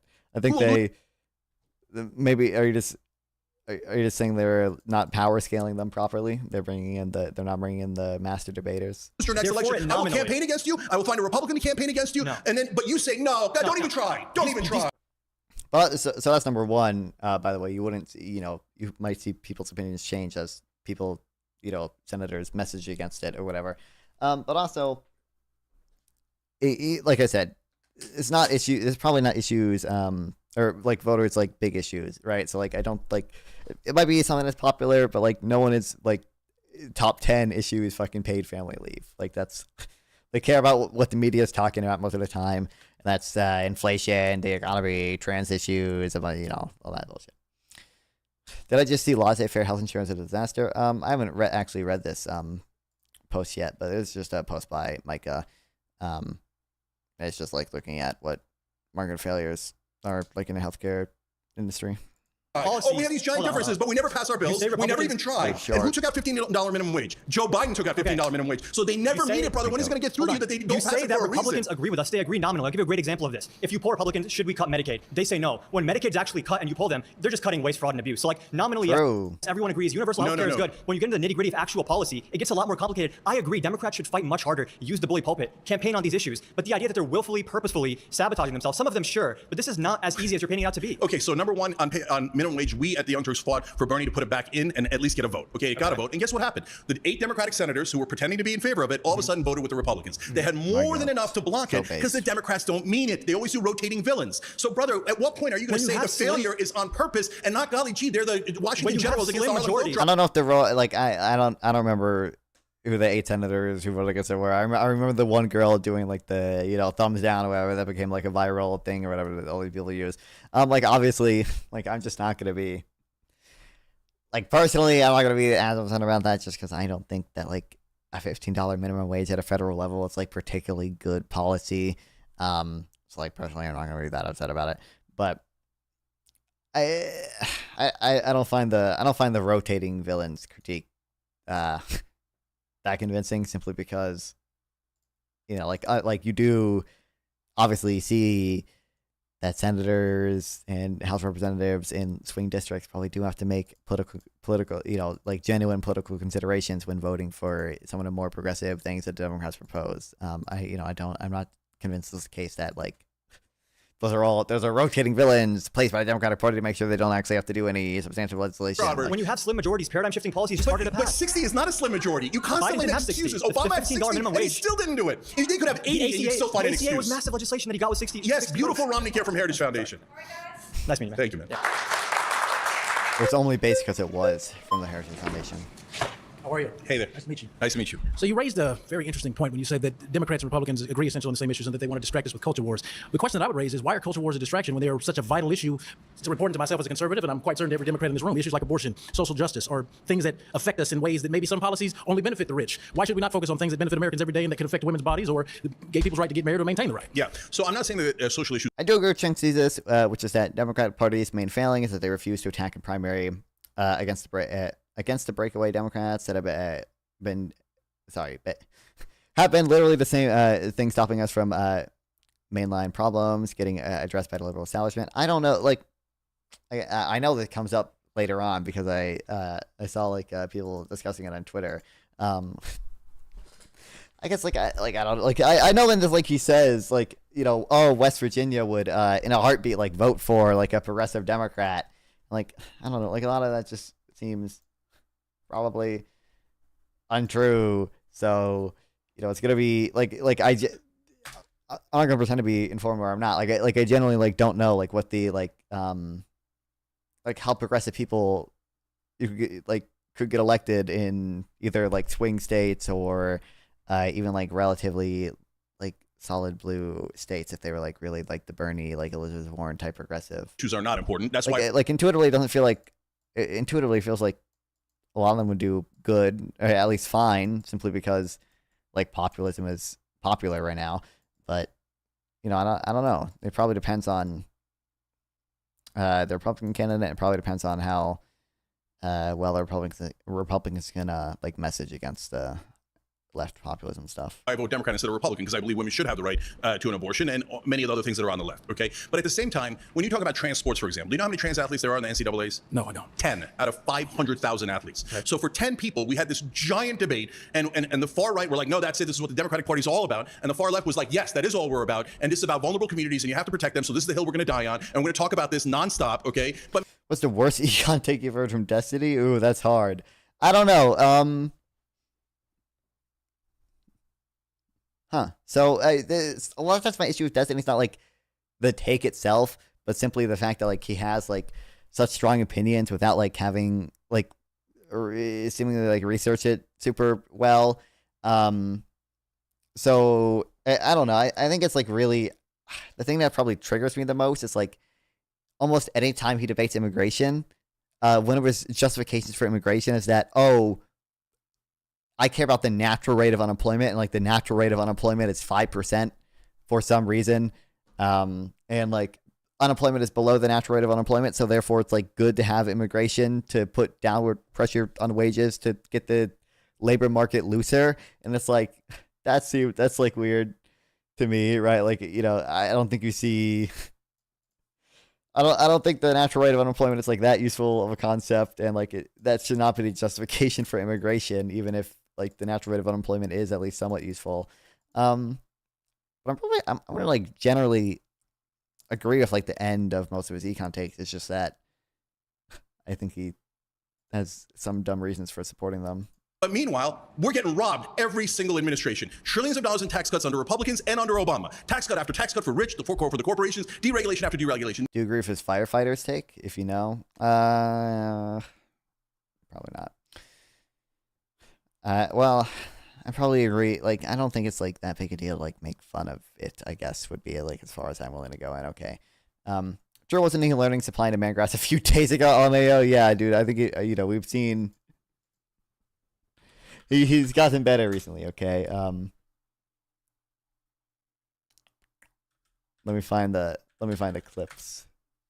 You know why they want to split us? They want you to fight left and right. They want you to look left and right. They don't want you to look up. Look up. Okay. Well, of course, having to look up is very vital. Okay, my master always tells us to look up. That's why I wear the cross. But the point that I'm making is that social issues, in order to really, wouldn't it make sense to effectively mobilize people? You should start with things that can touch them every single day. Social issues impact children, women, men, all of us across all ages and across all ideologies. Shouldn't it be for the American population, whose average attention span is maybe 43 to 56 seconds at best, to influence them politically?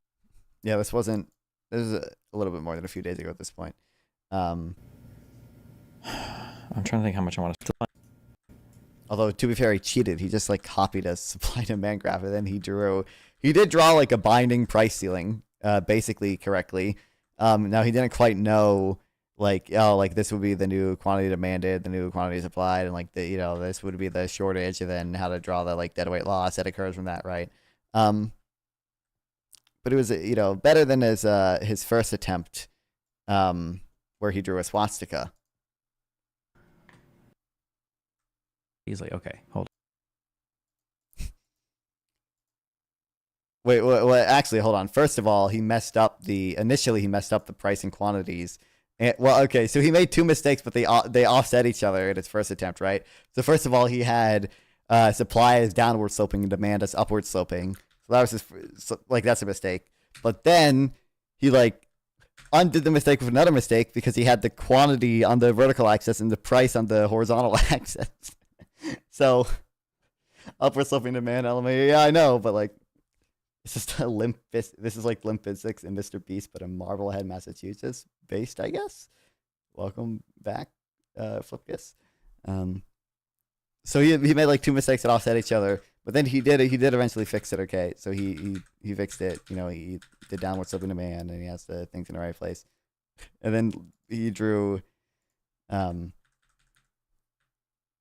I forget exactly what he was doing. He was shifting it, and then he tried to represent elasticity basically, but did it in a really poor way. Hold on, where's the swastika?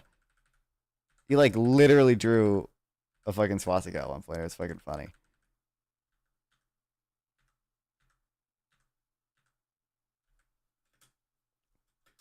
Is there a contention that the unemployment rate is more flexible than he makes, or just that maintaining a certain rate doesn't justify immigration? My contention is that the I don't think the quote unquote natural. Hold on, I can get rid of this. I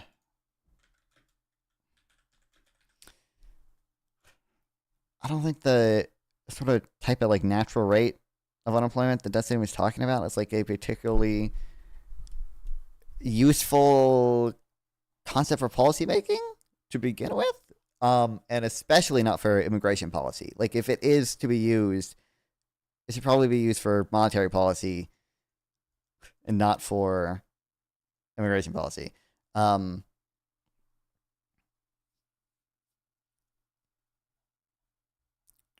I think it's dumb to kind of say that it's 5%. And I don't see evidence for. I don't think there's good evidence for the type of wage price spirals that Destiny was concerned about with being below the natural rate of unemployment, right? It just really doesn't seem like having an unemployment below 5% or even below 4% really has that big of an inflationary impact. It just seems it's just not a big deal. And I think there's a chart in here that's the non-inflationary rate of unemployment has consistently been kind of underestimated.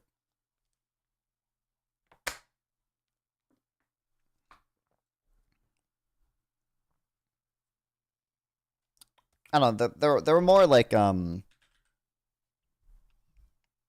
post-Keynesian critiques too. Now I haven't read a ton about them. This is about interest, not necessarily unemployment, but I think he has sort of more general issues with natural rates that he goes over in some of these. I don't know, I haven't read out through all of these, but I just don't see good evidence of most of his shit being that meaningful. Oh, there's the swastika.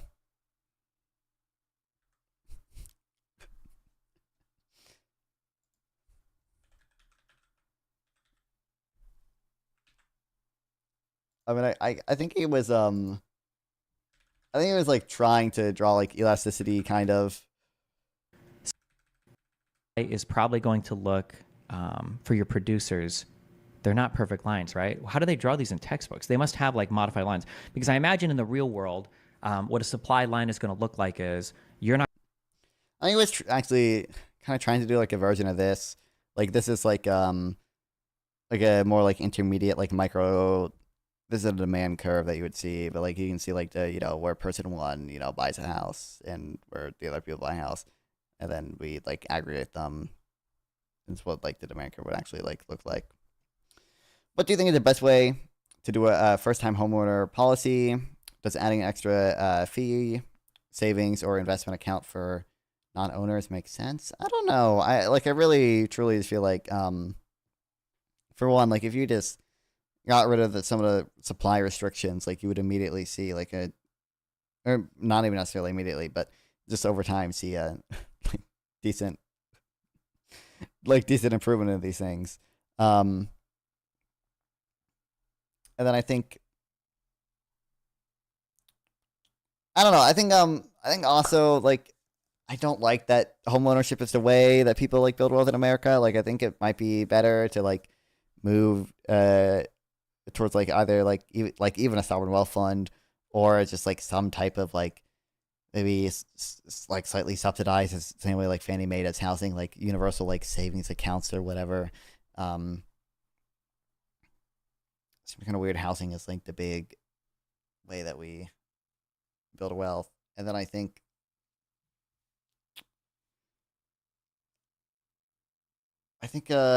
giving like tax credits for old people and like boomers for downsizing and selling their home would make sense, because I do think boomers should have an incentive to downsize. I don't know how much I would like subsidize first-time home buyers, though. I don't know how useful a policy that is. Seattle voted a lot of building restrictions. Is there any sense about it? Voted away a lot of building restrictions. Is there any sense about its effects?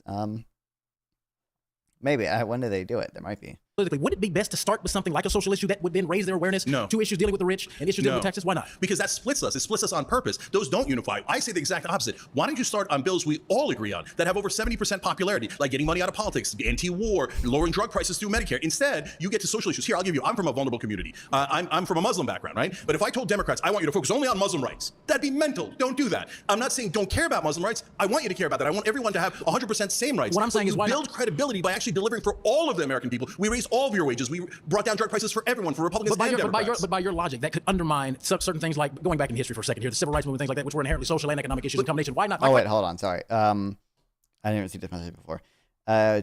What's your biggest gripe with post-Keynesian econ? I'm assuming it has to do with something with the methodology. So, truthfully, I don't feel like I know enough one way or the other to strictly say whether or not to strongly identify with either post-Keynesianism or sort of a more neoclassical or new Keynesian view or whatever. I guess I do find some of the sort of I read some of the introduction of post-Keynesian economics. I guess the sort of heterodox baseline assumptions probably a little weird. I would have to read more to have more formal objections to them, but I don't know. I care. I think just generally, the evidence I've seen just does not support most of the post-Keynesian types of interventions having good effects. Question is, why not work with both of those issues side by side? Why are you deliberately attempting to... Other than I'm probably 80% with post-Keynesian on the business cycle, but it's not an issue I know a ton about. Prioritize one over the other. No, so what I'm saying to you, brother, is two things. Number one, you can walk and chew gum at the same time. So you don't have to give up Muslim rights, you don't have to give up civil rights, you don't have to stop worrying about that, etc. You can fight on that, but don't forget, you're not supposed to hate the other side. They want you to hate the other side. Stop hating the other side. Fight on the issues you don't agree on, and then on the things you do agree on, stop listening to establishment Republicans and establishment Democrats that divide you so that you never realize, hey, why are most of the tax cuts going to the rich? Why are corporations getting every break? Why is it that in every bill, all the subsidies go to oil companies, banks? Had to go work today talking about how the expensive homes are and how the government really needs to help people buy homes. I nearly bit my tongue off. et Well, that's cetera. largely due to So the why fact don't we unite on the things but that matter by first? your own logic, that does a disservice to the fact that what doesn't do a disservice. It acknowledges the fact that as you still vote Democrat, you are still in essence supporting the very systems that you're at the same time talking about tearing down. So it's a lot of double talk, is it not? No, what I do you is can't vote Democrat and then say that well because they still support the rich and the rich they get all the tax cuts, I'm still going to cast my vote, which is the most powerful political weapon you have, to the very establishment that you're on one hand trying to tear down. That's why primaries are critical. What if I want one thing for you guys all to think about is you must vote in your primaries, because the mainstream media doesn't want you voting in the primaries, because that's where you can make real change. So that's why they love it when you go, oh well, if you don't vote for a Democrat, Trump's going to be in office and Trump's the boogeyman, and the Republicans will say likewise, right? So go vote in your primaries, so you don't have to worry about Democrats or Republicans. You're still in the same party, but get rid of the bums who are for corporate donors who always serve donors, and get people that you love on both economic issues and social issues. You don't have to give up one, but you have to insist on them representing you and not the donor class. Very great conversation, brother. Thank you, brother. Conversation.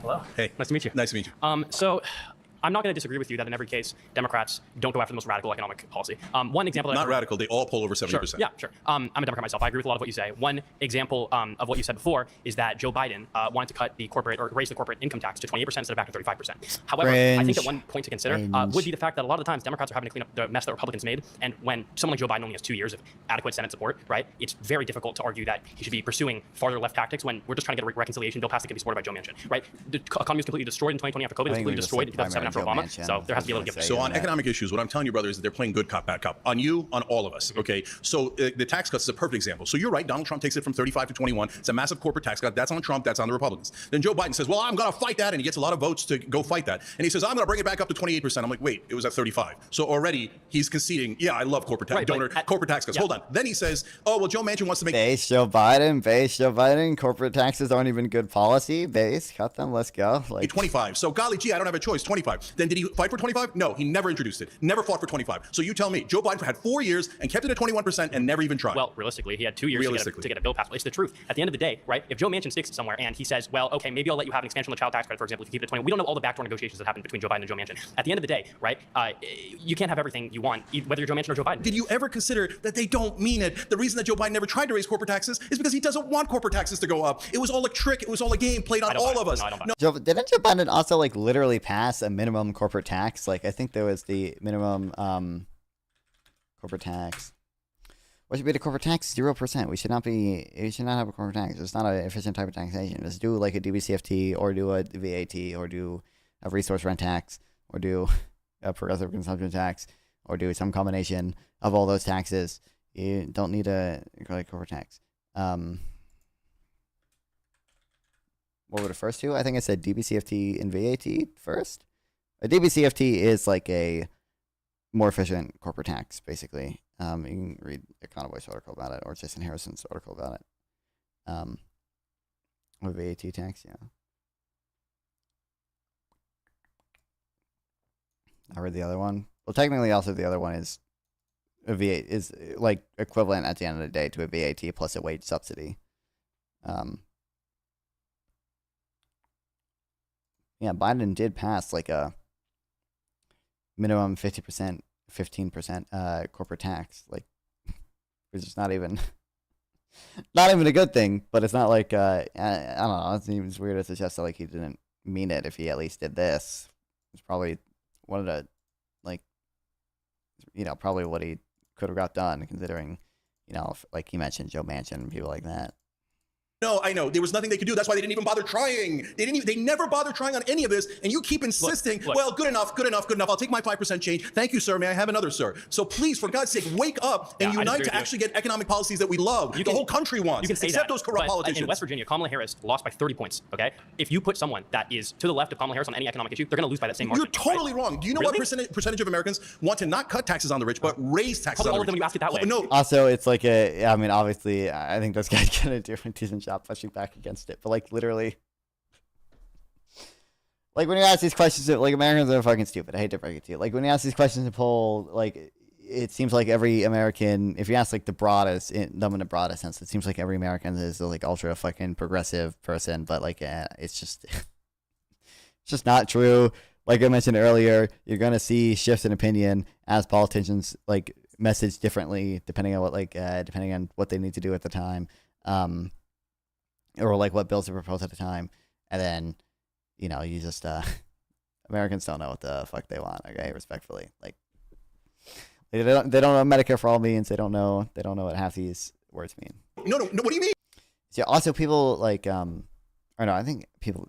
I was gonna say that people like overestimate the amount of inequality in the U.S., but I think it depends on how you measure inequality. They might underestimate it, but if you take the really high estimates of inequality.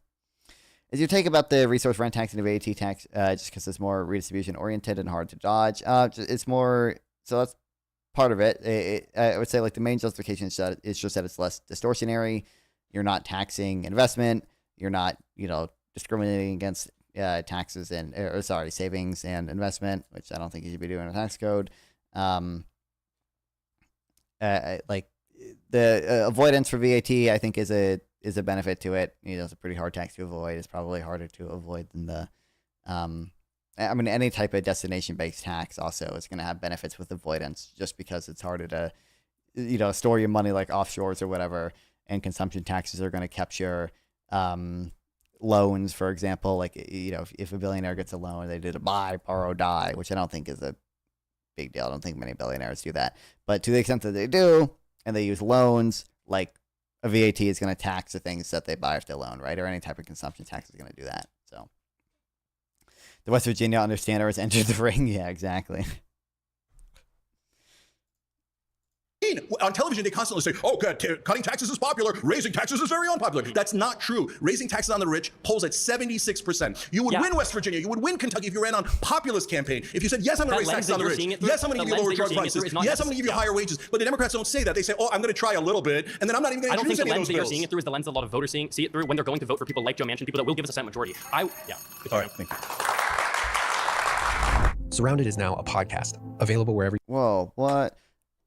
I think I'll grant Cenk this. I think he might be like 20% accurate in that I think Democrats, if they like messaged like just harder on populist lines, might be able to, win more. Like if they had more like bold policy that was actually effective, they'd probably be able to win more. But for one, I don't think a lot of policies you mentioned would even be that meaningful or effective.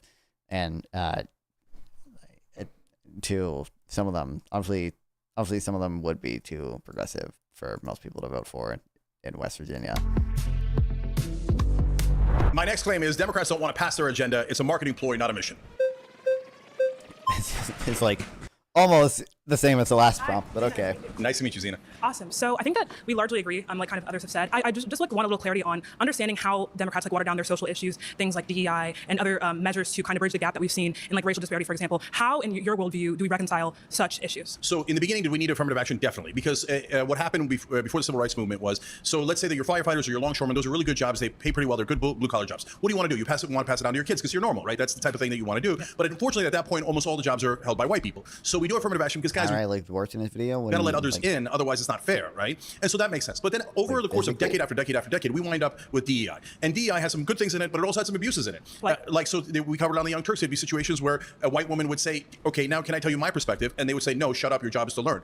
No, don't do that, don't do that, okay? So are you talking about like fringe cases in which like someone would say that they feel unfairly treated by DEI? Because I think that in any type of law that we're going to see passed, we're going to see fringe cases in which the law is I guess, manipulated in some case to negatively affect certain groups. So I think that we see like largely the effect on the black population is extremely substantial and extremely important. For example, we see that like, I think there's a study done, I don't remember if it was 2015 or 2002, but it was a study done where they simulated a class-based DEI program instead of race. What we found was equally qualified black individuals were much less likely to be chosen on this class-based protocol. And we saw that like the protocol actually represented a lot less of the black population that exists in this country, whereas DEI ensures that we have a representative pool of applicants and admitted students in our colleges, which is extremely important. So look, again, DEI and affirmative action had their role, had their place, and oftentimes I'm saying that they have a role now. So, but what it also does at the same time, though, it serves to divide us. And so, look, if you say to me, hey, maybe Muslims have a disadvantage even if you take class into account. So should we give a little bit of extra weight to Muslim candidates? I would say absolutely not. Why not? Do not do that, because then what it does is it makes everyone bitter about the Muslim candidates. Here's the problem. And it makes them seem like they didn't earn it, when in fact they did. So what you're explaining is the response to the policy, and you're not actually digging at the policy in of itself. You're saying because people will come out and be, racist or Islamophobic or whatever it might be because of a policy that is ensuring equality of opportunity, we should cancel the policy. But that is not a critique of the policy. That's a critique of the Republican or usually conservative response to said policy. So do you have a problem with the policy or the response? So my point here is that this is among the different things that the Democrats do, where they say, hey, I think they're being performative. They say, oh, we're in favor favor might be DEI, performative, but the output what it is actually, important. what the thing that would help African American community, Latino community, Muslim community, all those communities is actually raising the minimum wage, But what we lowering find drug is prices. Is he not gonna? I don't know. He's not gonna respond. But to we this never shit do the she material said. help. We never do the things that equal things out economically. She just like explained how it materially helped people. Critique the policy in of itself. You're saying people will get angry if we come out and we promote these different metrics. No, I helping am people. critiquing the policy. So what I'm exactly saying about that the policy is because negative? it divides us. How does And the policy so divide? even though it has by a saying that racism exists? Yeah. So but racism, no, but not by racism saying that racism exists. So you have to acknowledge reality, right? What you're saying is now we're going to put black people in this category. We're going to put white people in this category. Because there are categories that okay, exist hold on, now hold at a on. subconscious level that we so characterize even each if you other get a benefit from that, you say, hey, I reduced racism by 10%, 20%, etc. What you're doing is you're not noticing the giant downside of it, which is then people start to view each other as black, white, We've Asian, always done that. That's happening unconsciously all the time. You're right, but what I would love is for us to stop doing that. All of our for people psychology. to stop looking at me as a Muslim and you as a black person. I want them to look at you as an American and me as an American. If you want less racism and less racial categorizing, or just us to see it as less of an initial categorization, studies show that we need to attack racism and race as a concept like head on. We cannot ignore them or input race neutral policy into place. What we find is that characterizing race, saying what it is, saying what racism is, and thus confronting ourselves with our biases is what limits them. So no, we can't say, let's stop dividing people with the corrective policy. The corrective policy is helping something that has always existed. That's happening all the time. So I told you I have an issue with the policy itself. I think it divides us. Explained it, though. And do the Democrats actually pass their agenda? Even if they agreed with you, did they pass Voting Rights Act? They did not. The problem is capitulating to right framework, which I think was what you're doing here when you said the response to DEI is going to be negative. The thing is, when we... All right. Wow. Thank you. All right, thank you. Yeah, he didn't really respond to like anything he said. That's awesome. Do I need to treat them all equally? What do you mean? Hey, good to meet you. So Democrats don't want to pass their agenda. I would say they want to pass their agenda. It's just if you ask 50 Democrats what their agenda is, you get 60 different answers. We've got the environmentalists who hate the labor people. The labor people hate the environmentalists. We have the gay rights lobby. We have racial justice people. We have all different people. Immigration activists. Like everybody thinks that their issue is the most important one. And I know you don't acknowledge that usually at the beginning of an administration, there's the maximum political capital. And if they don't get something in that time, then they weren't really trying. But what is this guy looks like that guy from the dude. What do I even look up to find this dude? Darman. He looks like one of the OG actors from the Darman videos. Hold on. One of the guys.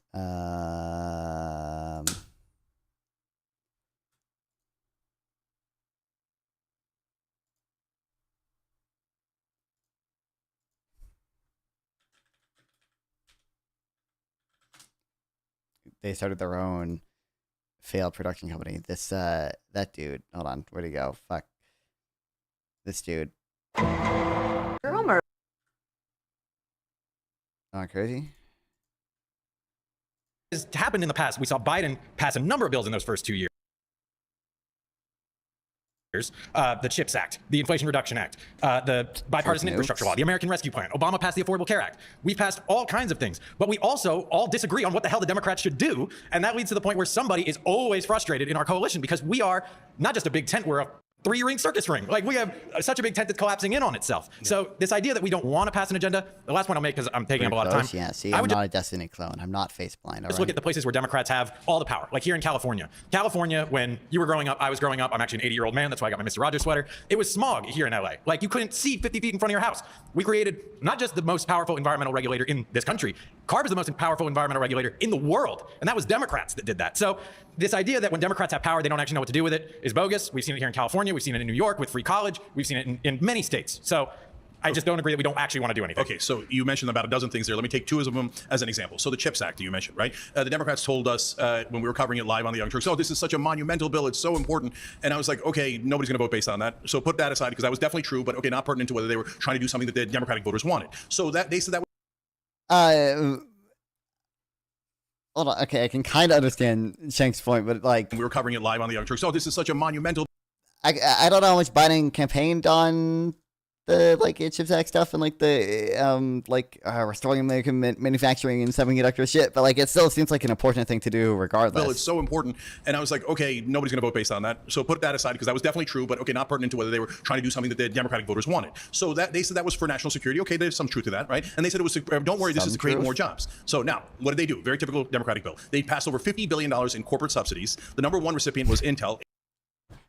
Yes, yes, it was all corporate. Yes, all evil corporate subsidy. Evil. Why would we ever give money to big evil corporation when they evil and big and $8.5 billion pay the worker $5 an hour? Grants and $11 billion in loans, so about $20 billion overall. I said, for God's sake, at least put in guardrails so they can't fire people. They said, oh, don't worry, Intel's going to create 10,000 jobs. You know what they did? They didn't put in the guardrails, and right afterwards, Intel fired 20,000 people. That's just weird to mention guardrails. Base. That's not the goal of the policy or whatever. Like obviously, like politicians are always going to message on jobs, and I think that's stupid.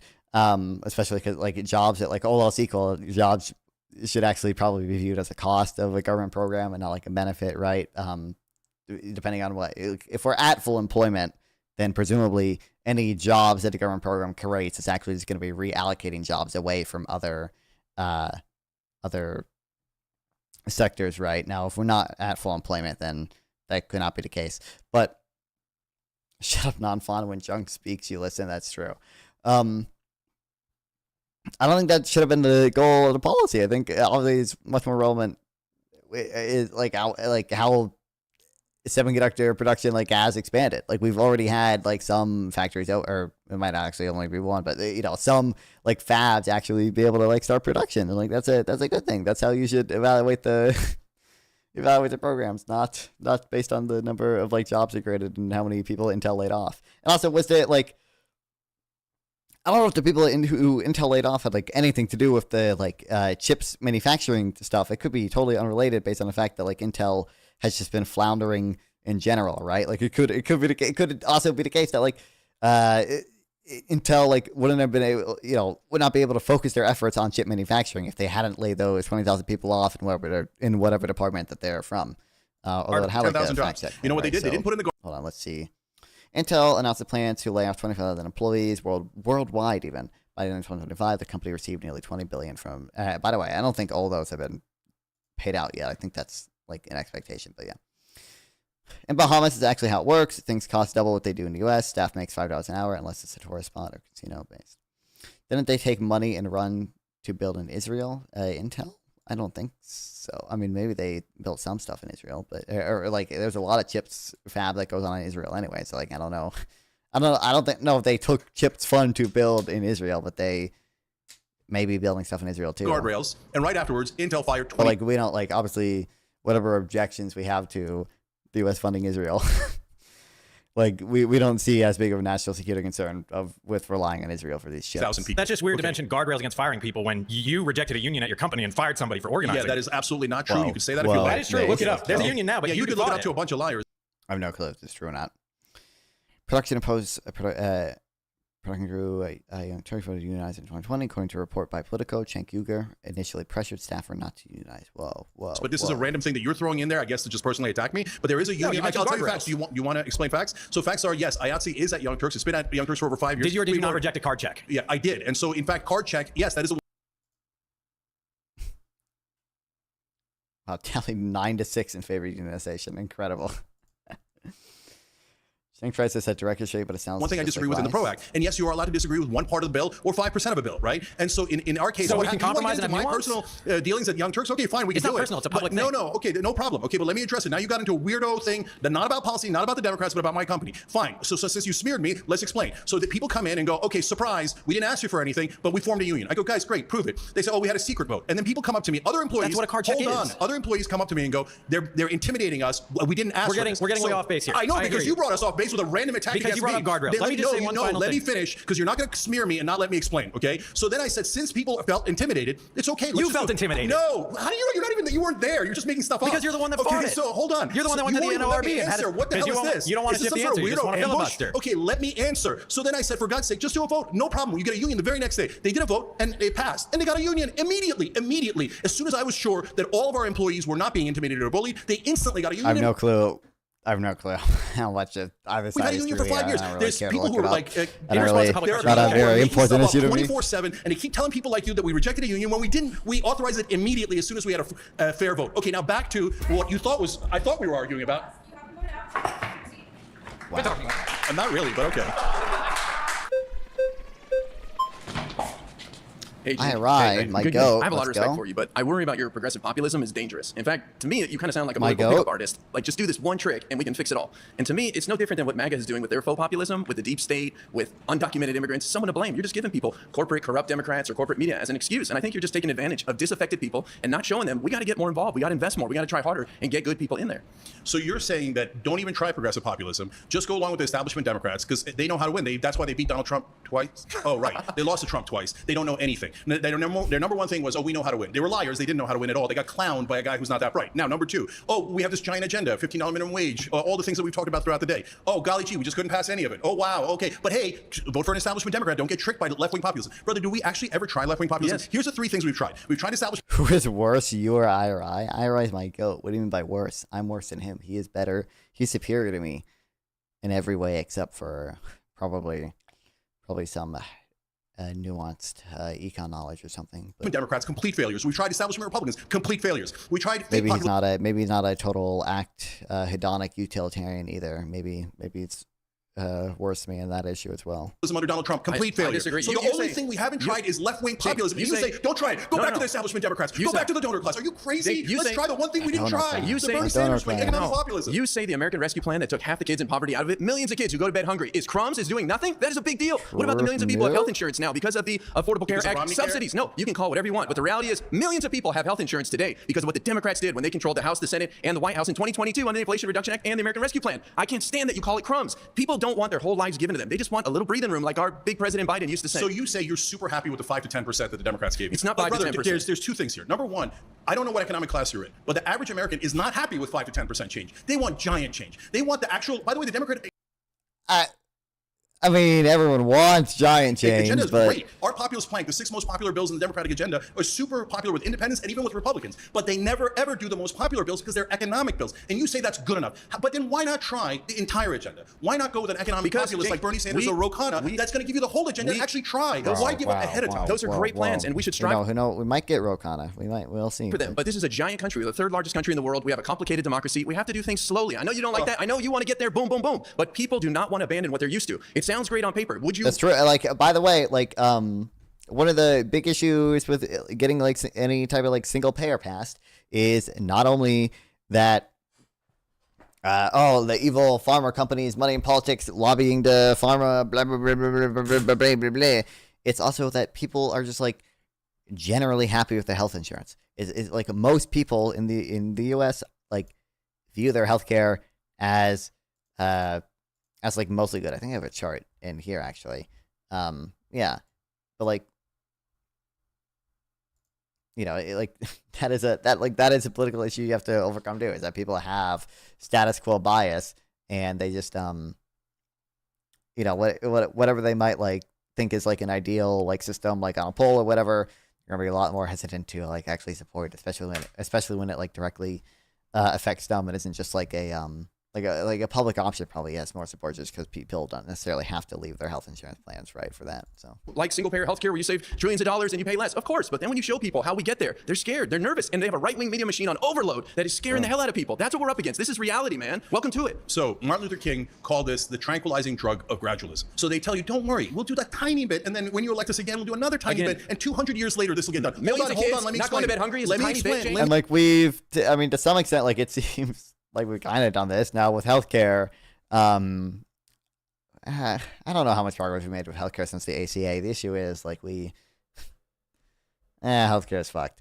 But like the welfare state, social services have like just generally expanded over time.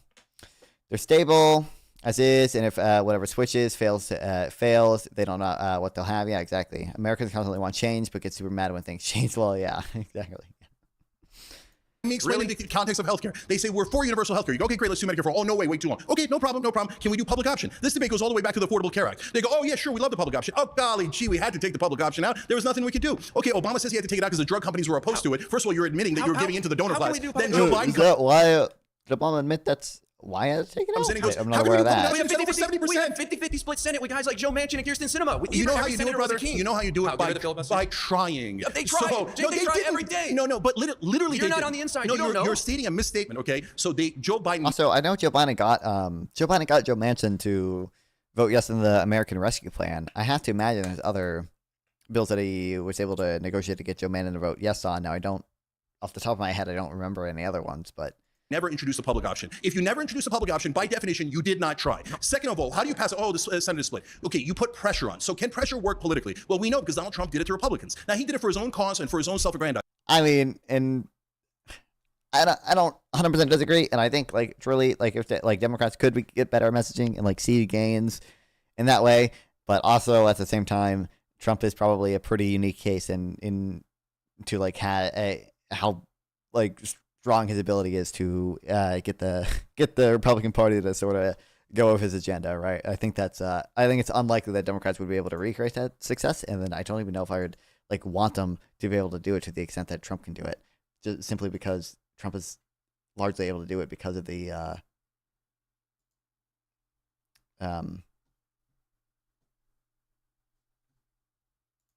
cult of personality, yes. Hold on, give me 1 second, guys. Dude, Hutch saw my tweet. I can tell because I just got he just added everyone in his server with this picture, and I can tell it's mine because it's the same 11K views 1 hour ago, with like the slightly red background, watched all the way through, red bar at the bottom. It's mine. So let's go. But anytime a Republican crossed him in the first term, he said, we're going to eliminate Joe Wilson in South Carolina, and boom, he was eliminated. Now imagine if you did that. You want to bully our senators? Yes, I do. That's Absolutely. What you want to do? You want to threaten their lives? What do you want to do to them? So can I explain? They represent their people. No, Joe they Manchin don't. represents his people. They sent him there. How do you know that? You're not from West Virginia. Okay, hold on. They represent their donors. So BS. It's an excuse. Oh, yeah, I know. The donors are non-existent. It's a non-existent. No, millions of dollars given to Joe Manchin. More people donated to Kamala than outside groups in this election cycle. It's a boogeyman, and you're wasting people's time with it. Nonsense. You know that Joe Manchin and Kristen Sinema, after they voted against minimum wage increase, went to the National Restaurant Association and collected checks. They literally work for their donors. It is super literal. And what you're saying to people is ignore it. No. Ignore it. Oh, he quote tweeted it. Let's go. It's disrespectful to everybody who sends money to those guys. It's disrespectful to Joe Manchin, and I intend to disrespect Joe Manchin. I despise Joe Manchin. I despise those corporate Democrats who never ever deliver for you, who never even try to deliver for you. You know, here's what you say. Here's what you say. Should have passed Manchin's permitting reform bill. I don't know enough. I don't know anything about that bill. Sounds based though. Let's go. Let's see. Hey. So your claim is that Democrats don't want to pass their agenda. You've talked about $15 an hour minimum wage. So how can you explain then that Joe Biden did in fact increase to $15 an hour for federal contractors with an increase again this year to $17.75? Yeah. So again, giving people crumbs. So why? Hold on. Yes, because it affects a tiny percentage of Americans. It affects 300,000 people. 300,000 out of 300. I mean, that's like, in fairness, that is. I mean, I think Cenk is basically right there. It's like less than 1% of the U.S. workforce. 30 million. Hold on. Yes, because it affects a tiny percentage of Americans. It affects 300,000 people. 300,000 out of 330 million people. Yes. So that's why if you actually did a federal minimum wage, moved it to $15, that would move $92 billion from corporations to the average American. Okay, so that's what we want. I assume you want it. I want it. All Democrats want it. It polls at around 67%. So what I'm saying to all of you guys is, please expect better of your politicians. So when they give you a 3%, oh hey, look, I did it for 300,000 people. Hey, look, the drug prices, I lowered it on 10 drugs out of 10,000 drugs. Don't say that's good enough. But They're Cenk, shielding. That's a shield so that you don't question them when they say, oh, I'm not going to do it for everyone. You just said that all Democrats want to raise it to $15 an hour. That has not been your claim this entire time. No, voters. Yeah. Right, but Democratic politicians do too. If Joe Biden didn't want to do it, why did he increase it? But for federal contractors, he didn't have the votes to pass it. That's exactly what I'm telling you. So what he does is he does it for 5% of people with student debt relief. He did it for 10% of people. He didn't do it for 90%. So in the case of the federal minimum wage, let me bring it back to you. Federal minimum wage. So he says, oh, progressives, don't worry, it's bare minimum. We're definitely going to do it. So they pass it in the House. They bring it to the Senate. Joe Biden does an interview during the Super Bowl right after he's elected, and he says, oh, we're taking $15 minimum wage out of the bill. So the Republicans didn't take it out of the bill. I said I didn't think $15 minimum wage proposal will be approved, and a COVID relief package was voted down. Republicans passed an amendment prohibiting the increase. Yeah, exactly. Stating it would be devastating for small businesses. Exactly. Joe Biden took it out of the Trump did get rid of it on executive order. Okay, so now they don't have it at all. Right. So you're saying then that Trump, you're saying that Democrats and Republicans are both equal in terms of economics, right? How is that equal in terms of economics when Joe Biden raised it and then Trump took it away by executive order? So, but wait a minute. But you're saying that even though he took it out, and then when Bernie put it back in, 8 Democratic senators, including the 2 Delaware senators that are the closest allies of Biden, voted against federal minimum wage being increased to $15. So can you not see that they're literally voting against it? They're literally taking it out of the bill. They're literally tricking you. They don't actually want to pass it. They get your vote by saying, oh, I'm going to do it. And then the minute they get in office, they're like, I was just kidding. Take it out of the bill. What evidence do you have that Joe Biden actually... I don't know how many of those 8 senators... I wish you would...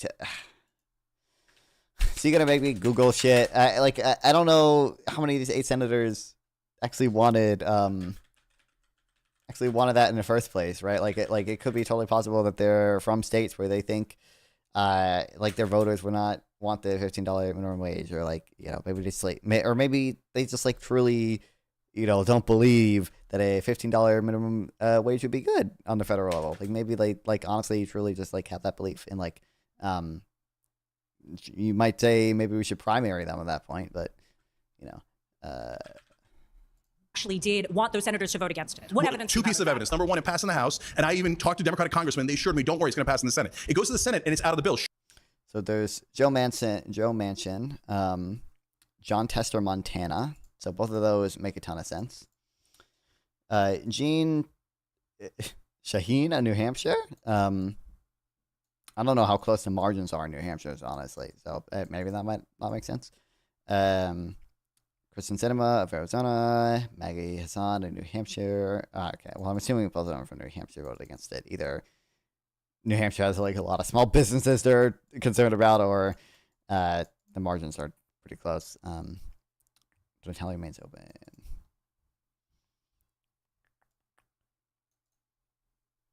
Schumer made that decision in conjunction with Joe Biden. So why did Schumer and Biden take it out of the bill? That's my evidence. So Cenk, is your claim then that And then secondly, by the way, when they did vote on it, his two biggest allies, both the Delaware senators, voted against the $15 minimum wage. That's overwhelming evidence. Do you think that they didn't ask Joe Biden? No, they called Joe Biden, and Joe Biden said vote against it because he was lying. That's not, it's just not true. But also, that is literally true, and anybody can look it up. Are you claiming then that all Democrats that take corporate money are... Let's get off course, but did you see this? Dropped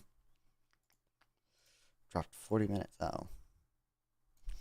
Texas. Oh, I saw, I didn't see that he was ordering they arrested them. No, I saw earlier that he was talking about potentially like having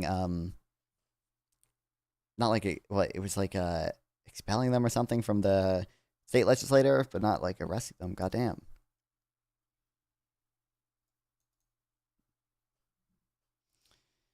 Except Democratic members intended to deny Republicans quorum necessary to vote under a redistricting plan.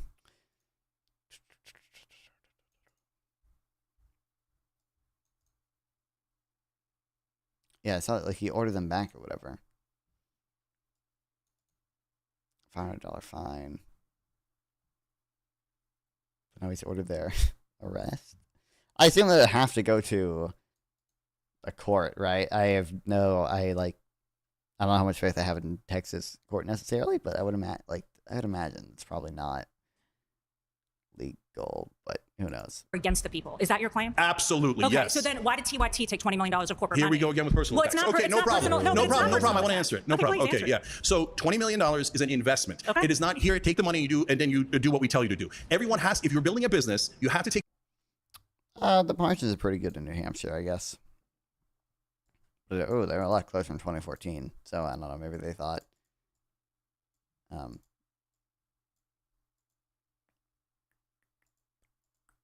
maybe they thought it could be closer if like an actual named Republican who was famous enough to have a picture ran, but take investment to get to the next level. Or maybe, like I said, like maybe it is like genuinely are like concerned about small businesses in New Hampshire or something. Like, hold on, if you don't take the investment, you're going to be tiny. So what some leftists say is, no, don't ever build anything. Don't ever take an investment. Don't ever do anything and build a big business. So instead, let the right wing take not only investment money, but direct money like Dennis Prager did, $23 million, and take it from the fracking billionaires, all those guys, and serve those guys. Let the right wing grow and grow and grow. But as soon as there's a successful left wing channel, don't take an investment, don't take any money, just be super small so we can't compete with the right wing. Cenk, how does that make sense? I'm pro you taking that investment. I've built a business. I understand that. I just think that it's ironic for you then to sit up here and say that everybody that takes corporate money is against the people, because then you would be against the people. That's apples and oranges. Why is it apples and oranges? I can explain perfectly. So should corporations be allowed to exist? Absolutely. Okay. Should corporations be allowed to give money to our politicians so they control our government? Absolutely not. No way. Well, so when a corporation does an investment, that's a perfectly logical and normal thing to do. When a corporation buys a politician and those politicians then vote with them, that is a terrible thing to do. I'm a capitalist. I believe in capitalism, but I believe in democratic capitalism where democracy checks capitalism. Otherwise, it becomes corporatism and becomes a monster. But I don't want to defeat all the companies, and I certainly don't want to defeat left-wing media companies. That makes no sense at all. You see how it's apples and oranges? One is a company and the other one's a politician. Okay. One is normal business, the other one is to influence our government. Let's talk about... Hey, before we go any further, we wanted to... What? Sponsorship. Bullshit. What the fuck? Everything else is a mirage. On this episode, now let's get into it. My next claim is the Republicans only care about the rich and everything else is a mirage. Okay, sure nuke though. How are you? Hey. Nice to meet you. Nice to meet you. So personally, I don't like absolutes, so I try to stay away from them. When you say the Republicans, are you talking about the party establishment? Are you talking about the politicians? Are you talking about the citizens? Okay, I'm so glad you asked that. I always mean the politicians. Okay, so for all of these, don't take offense if you're a Democrat or a Republican voter. I'm talking about the politicians. I'm neither one. But so do you think that the Republicans care more about the rich than the Democrats? Do you think the Democratic establishment really doesn't just care about the rich? So as I said, I think that both parties are similar on economic issues, and they play good cop, bad cop on us. Do the Republicans push the tax cuts? Yes. Is it almost always under Republican administrations? Yes. Do they ever balance the budget? No, never. So do you think that like the idea that employers who have a lot of money, that they provide jobs and that's a way to give back to the poor, do you buy into any of that concept at all? No. I mean, as like entrepreneurs who are going out I mean, oh man, you make me, oh no, I'm gonna be evil now. I'm gonna be evil. It's semi separate from Cenk's claim, but like obviously there probably just are, generally speaking, like more positive spillovers from investment that companies do than like the typical like consumption or whatever. I'm a classroom teacher, so like I go out trying to build entrepreneurs who can employ people and do something like that. Isn't that that entrepreneurial spirit can be more aligned with the conservatives? Would you say? No, I don't agree. I'm an entrepreneur. I run a small business, and so they are always talking about small businesses, and then they immediately change the goalpost to cuts on capital gains. Wait, that has nothing to do with small business. Cuts on estate tax. That's for the super rich. That has nothing to do with small businesses. So, brother, they use small business as like a marketing tool. Oh, we're for the average American. We're for small business. Then the actual tax cuts are for the mega rich and for the mega corporations. What about minimum wage? Like as a business owner, you know like the repercussions of minimum wage. I've been doing McDonald's in a while. I went. It's been years. I went, and it's just like. You think your cat likes you? Yeah, I mean, obviously. It's a scream. He used to. Actually, he hasn't been doing it as much anymore recently, but like oftentimes he'll like sleep in the like same bed as me. So like there is that element, of the minimum wage raising and that leading to more unemployment. Yeah, so I don't agree with that either. Okay. So first of all, everything it requires balance. So you can't have a $100 minimum wage. I get that, right? But having said that, are we anywhere near where we should be on minimum wage? No. We're at $7.25 federally on minimum wage. That is a disaster. And so what that is. No one. I mean, obviously, no one like actually gets paid that. Like it's non-binding, right? Like if you work every. I guess he's for a $15 minimum wage, which I don't think that would have like that big disemployment effects. It's probably like fine for like most areas or whatever. I would imagine, because it's on the federal level, that you would see some, at least in some local communities, that don't have that have a labor market where the wage rate is like significantly below, or the equilibrium rate is significantly below $15 an hour. Every single day, 40 hours a week, 52 weeks, no vacation at all. You only make $15,000 at $7.25. No one can live on $15,000. So when you push up minimum wage, what it does is nobody does. Pushes up all wages, and that is a good thing. It's like 1%. Hold on, just real quick, but it's like 1% of I think it's less than 1% of federal workers make federal minimum wage, right? And a lot of states have passed their own minimum wage increases. $25. No one can live on $15,000. So when you push up, and then like a lot of the people, I don't know if it's the majority. I think there's actually conflicting evidence on if it's the majority, but a lot of people working minimum wage aren't people like living on their own that necessarily need the full like living wage or whatever. It's like teenagers like working summer jobs and shit, right? And like, does federal government pay $15 an hour for its employees? Probably. They just mentioned, they were talking about earlier Biden's rule where he said they had to do that for federal workers and federal contractors, but I would imagine even without that like rule, which they said Trump repealed, right? Like essentially all federal workers would be making more than that. Cenk should have come with the Beto Khan theory is true. That would have been more vague. That would have been then I could have been fully on Cenk's side. Goddamn. Minimum wage. What it does is it pushes up all wages, and that is a good thing, not a bad thing. They always tell you. I guess if you like set the floor lower, then like the next best alternative for some workers is going to be like a higher minimum wage. So it's going to be like a higher, like lower bound, right? So that might give like some workers more negotiating power. I don't think it's going to have that big of an effect, but obviously if you push up all wages, you would expect even more disemployment. No, give it to the corporations and then it'll trickle all over you decades later. No, there's an based. That's my position exactly. Economics called middle out, and what that does is it gives directly to the middle class, and then they spend it more, and it creates a better economy, especially for small business. I'm very like yours and mine.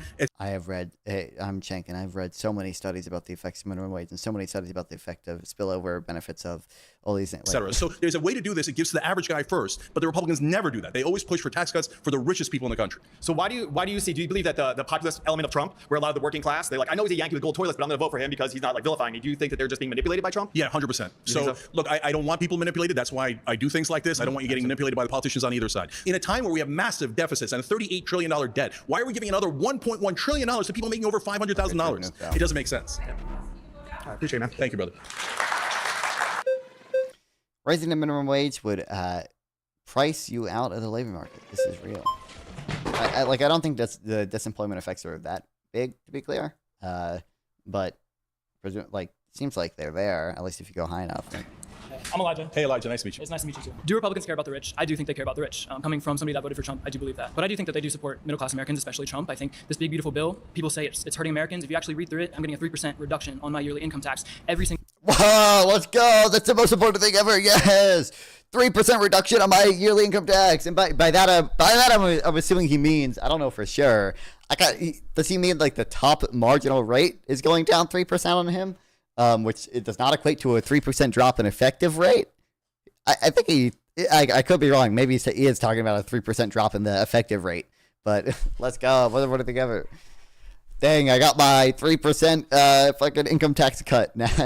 Shame I lose all my Medicaid benefits too, right? Like, I mean, obviously, like there are two things that matter. Like you should focus on the net payment, like taxes and benefits, right? So there are a lot of people who are going to be receiving tax cuts, but lose more in benefits than they receive in tax cuts. So that like net tax burden for them like increases, right?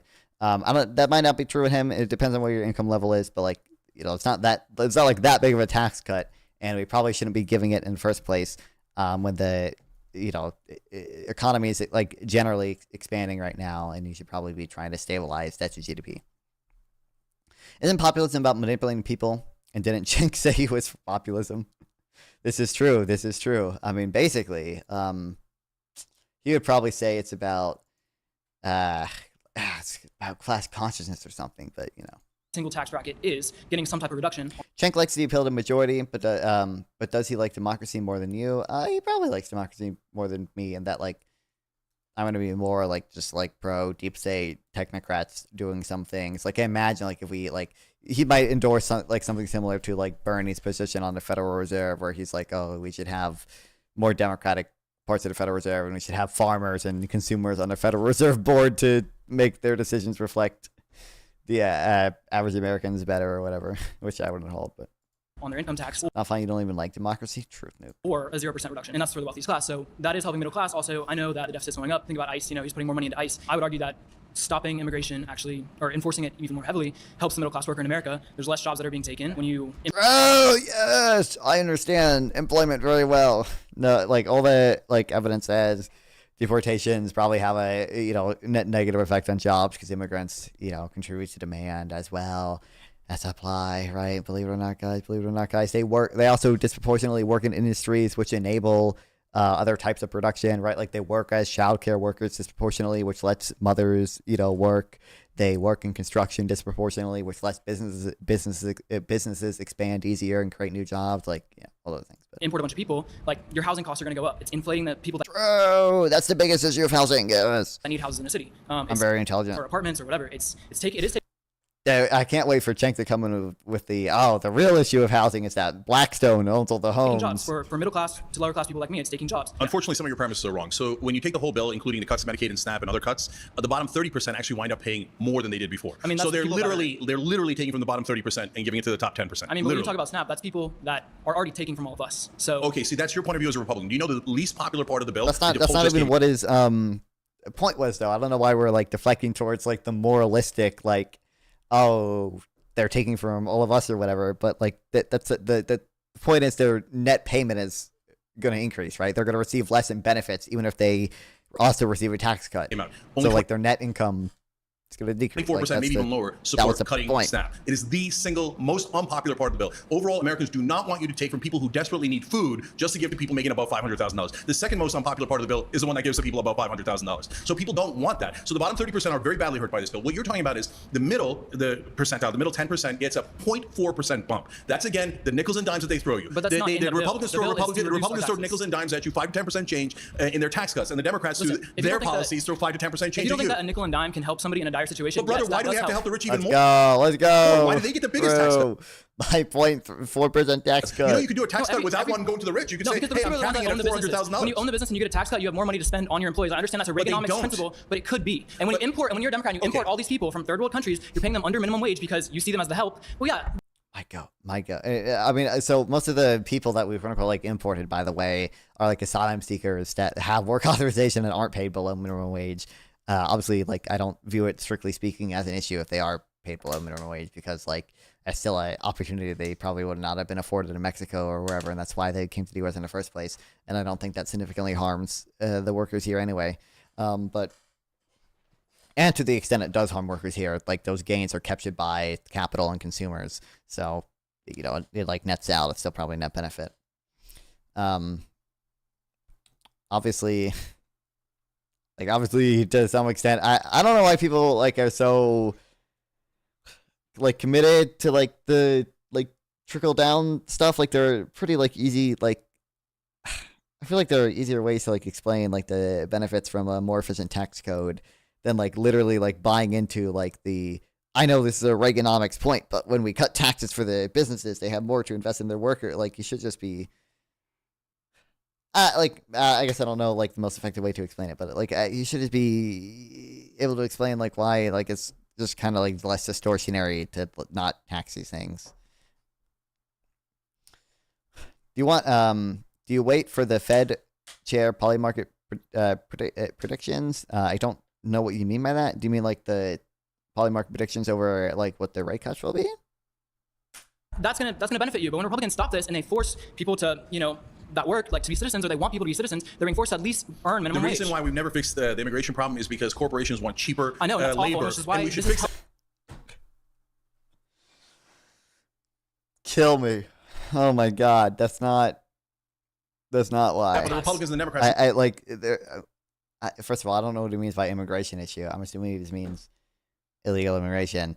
I truthfully I don't know what the biggest thing stopping that for the past when we passed the like 1980s asylum laws. Truthfully, I don't know what like the biggest like through line has been through that, but it's probably just been like a general like lack of understanding of what the problem is and the political will necessary to fix it. Never fixed that. And so our border crossings are almost at 0% right now. The top 0.1% are going to get tens of thousands of dollars in tax breaks.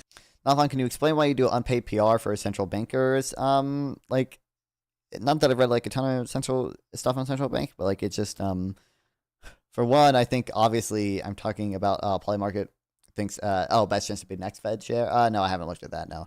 And when as it gets closer, I'll probably start paying more attention to it. Localists, like, I don't know. I think people are just like really like, especially currently, unfair to Powell and central and like the Federal Reserve. I think Trump is needlessly attacking them, and the Federal Reserve is like an independent institution that doesn't deserve to be attacked.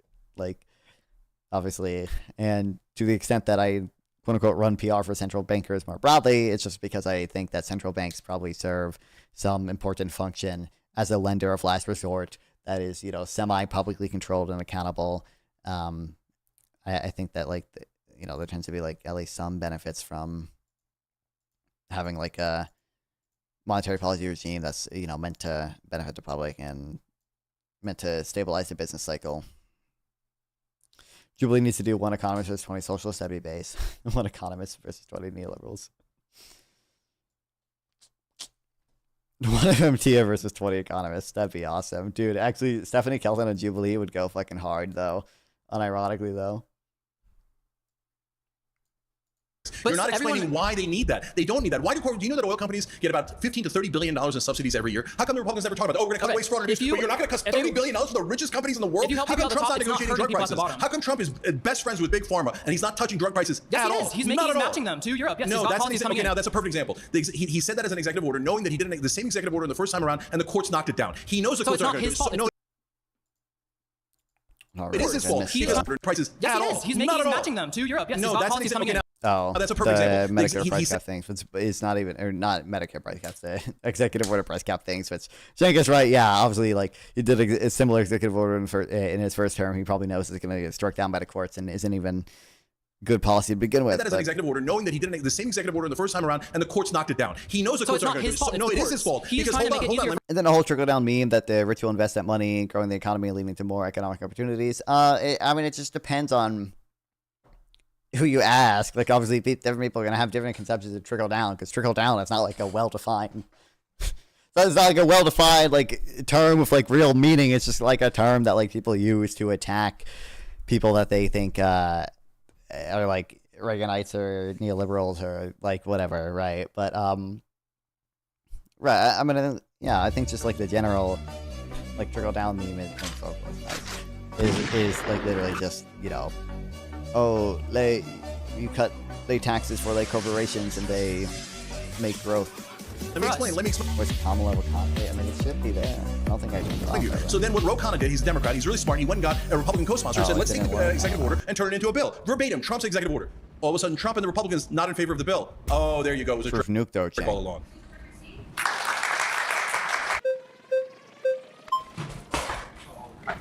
Good. How you doing? I work in Republican politics. One of the first jobs I took was in a small district, but it was in Lucas County, Ohio, and it was a poor district. And I was representing a Republican. When my candidate would go and we'd be knocking doors together talking about how he wanted to improve their lives, is he an anomaly, or are you only talking about federal? Yeah. So like, where do we draw the line here? So first of all, are there some good guys in politics? Very rare, but yes, I think Bernie Sanders is a good guy. I think Ro Khanna is a good guy. By the way, I think Thomas Massey is honest, and he's a Republican, right? Fair. I don't agree with his policies, but I think he's honest. But there again, it's an exception. So if you tell me, no, trust me, the politician I worked with was great. Were you there when he was talking to the donors? Can a MMT Fed chair prevent the next Great Depression? I doubt it. He didn't have any. Okay, well, I think I don't think we're gonna have another Great Depression, essentially, regardless of who the Fed chair is, unless they're like actually legitimately like insane, and also somehow the rest of the FOMC is insane along with them. Well, that's the problem, is when we go down the ladder, where 90% of the elections that take place in this country, they're not at the federal level. They're not with politicians that are receiving hundreds of thousands, millions of dollars. Yeah, they get bought for cheaper. They get bought for $5,000, $10,000. Or is it possible that they want to step in and govern? So, brother, I hear what you're saying. You're saying the closer you get to the voters, the more honest they are. That's actually true. Look. Okay, I appreciate that. So number one. So you're saying some Republicans do. Can I just explain? Yeah, so if you're doing a small seat as a city council, you actually knock on doors. That's why progressives win a lot of the city council seats, because the election is with such a small number of people. You don't need can I just let me finish? So that way you don't need as much money. You don't need donors. They're more responsive to their actual voters. The larger you get, once you get to a congressional district with 750,000, the donor money decides how much ads you can take and whether you're going to win or not. So then they become completely beholden to the donors. What about so when you're talking about, hey, Cenk, I mean, I've seen like Cenk cite things about this before. Like I said, like money in politics is not like something I have done like the most reading on, but like I think all these things are way more complicated than people make it out to be. Like the effect of like money in politics is at the very least more nuanced than people like Cenk give it credit for, right? Like it's absolutely not as simple as like whoever the corporations impacts back is gonna win 95% of the time, or whatever bullshit he says. Like if you actually like look at the evidence, like it seems like there are things that that say like, oh, the effect doesn't actually tend to be like that big. You don't think a U.S. debt crisis caused another Great Depression? If they got to like 250% debt to GDP or something, you don't think that? Oh, well, I mean, maybe Monty House, but I don't. First of all, that'd be a while out, I guess. But I don't know, because I like truthfully, like I think it would just depend on like how corrupted American institutions are. Like,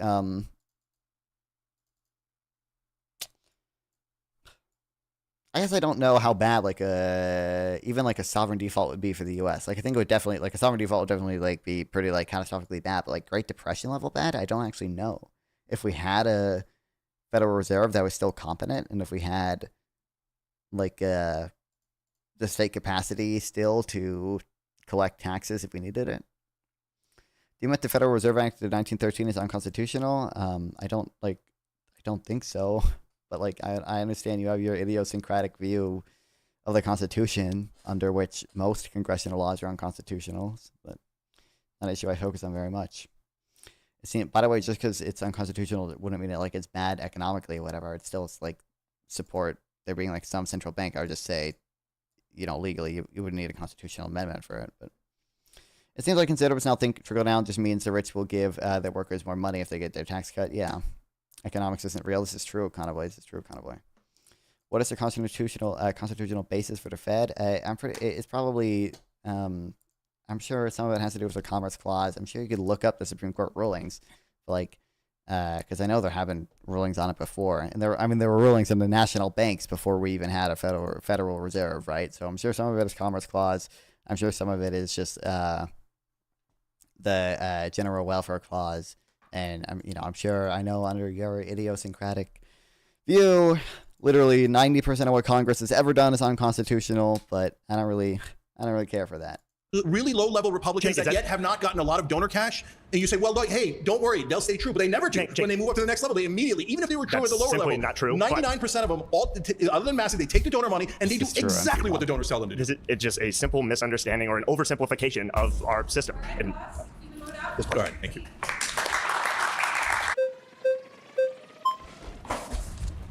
Hey, good to meet you, brother. Oh no, they finally got I know this guy's an actual conservative. They got the. All right, so I'm glad you clarified already. You're talking about Republican politicians, and you brought up donor money, and I know that's a big issue with you. But I think that's just not really how it works. I think you have a lot of politicians that start off, as you said, kind of in those lower levels. They do an office here, they do a job here, and then they slowly rise up. And if you can track their views, you see that their views don't actually really change a whole lot over time. When the donor money comes in, it's not like they suddenly change their views and they're a completely new person. They've had the views that they've had for a very, very long time. This is true as well. Like, obviously, one of the issues with all the statistics that Cenk cites, this is probably, most of them aren't accounting for the fact that, like, donors might just be selecting for people who they think are going to win anyways, or who like already support their views. Like, the fact that 95% of the time, like the most funded person wins the fucking primary or whatever. It's like, okay, well, maybe people are just donating for the candidate they think is likely to win anyway, because they think they might be able to influence them once they do get elected, or maybe and maybe to some extent also corporations or whatever PACs are just donating to people who have similar views to what they want to get passed to begin with, right? Like the time. So have not seen Cenk cite stuff that really accounts for that. But like I said, not my most well-read issue or anything. How can you sit here, Cenk, and look in your crystal ball and say, I know I can look into the souls of Republicans and say, oh, well, they're not actually genuine in some of these proposals. Yeah. So let's take an example of a person who doesn't have a soul, Ted Cruz. You know that? Yeah, okay, I'm kidding. Okay, I think. Okay, so listen, he says to Tucker Carlson recently, yes, I'm taking millions from AIPAC, but I just happen to have that position. I had it earlier. I know that AIPAC would give me millions of dollars if I say, let's give billions. Care about this YouTube short, Malibu, it's not going to really back from the American taxpayer to AIPAC. Let's make sure we support all their wars. Let's fight all their wars for them. Oh, look at that. I happen to agree with my donors. Hey, listen, when I started out, I really wanted to give $30 billion of subsidies to oil companies, and I still want to give $30 billion. How do you know Ted Cruz lying? How do you know that? Okay, but even in that scenario, think about it, bro.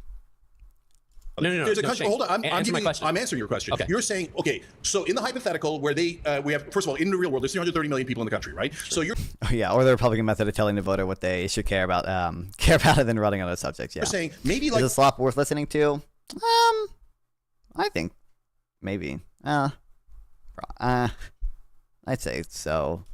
The oil subsidy loving guys, or all Republicans to begin with, and the Republicans all love oil subsidies, so it's just organic. No, brother, they're finding just a handful of people in the country that'll raise their hand and go, yes, I will do whatever corporate donors want, I will do whatever the rich want, and they go, there's a guy who agrees with me. Let's give him money. Let's give him $5,000 in the beginning, then $50,000 later, then $500,000 later. String them along. What is the question? So how do you know that Ted Cruz is being disingenuous about his views on Israel? You still haven't answered the question. That's the easiest question in the world. If it's so easy, then answer it for me. Okay, so you're saying your hypothesis, my hypothesis is Ted Cruz and the politicians take millions of dollars from donors and do exactly as they're ordered. And how do I know that? Because their voting record matches with their donors perfectly. You're saying genuinely though with Israel, it probably is at least a little bit just because a lot of Just because I do think it is true that like Ted Cruz like is just kind of like an evangelical like Christian who like genuinely believes that like Christians ought to support Israel and like ought to support Israel controlling the Holy Land, like. But genuinely. maybe there's a hypothetical 1 to 2% chance that Ted Cruz just was born out of the womb loving Israel's wars, and he's like, I can't wait to give money to Israel. Whereas, oh look at that, what a coincidence! AIPAC is giving me millions of dollars. I actually in politics try to assume good intentions on both sides.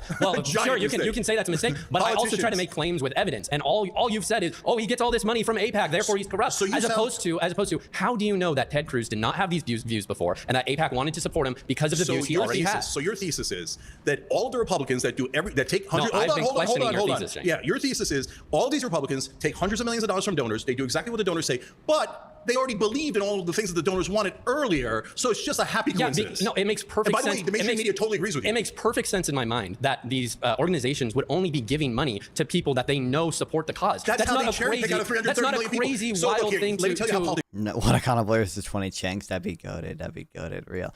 Also noticed like.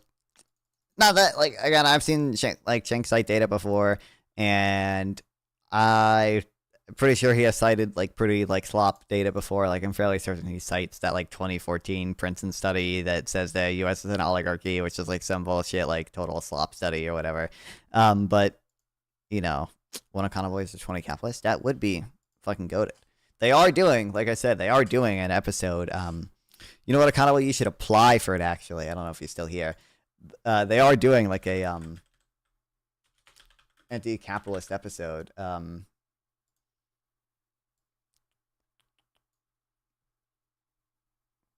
Where it's one capitalist surrounded by a bunch of anti-capitalists. So you know what, Economy, if you want to go on Jubilee, you want to make your Jubilee debut, who knows? Sunday, August 10th. Might be a little late now that I'm thinking about it, but yeah, they filmed it on the 9th, actually, so you can get there. You can actually works. No. Can you please answer my question? So, what evidence do you have? PPG watched Jubilee with one billionaire. Oh yeah, I saw that, but it didn't seem that interesting to me. Evidence of Ted. I can't read Ted Cruz's mind. Yes, you okay, can. So brother, by your thesis, you can't read Joe Biden's mind. You can't read Kamala Harris's mind. So they're all innocent. Based, true.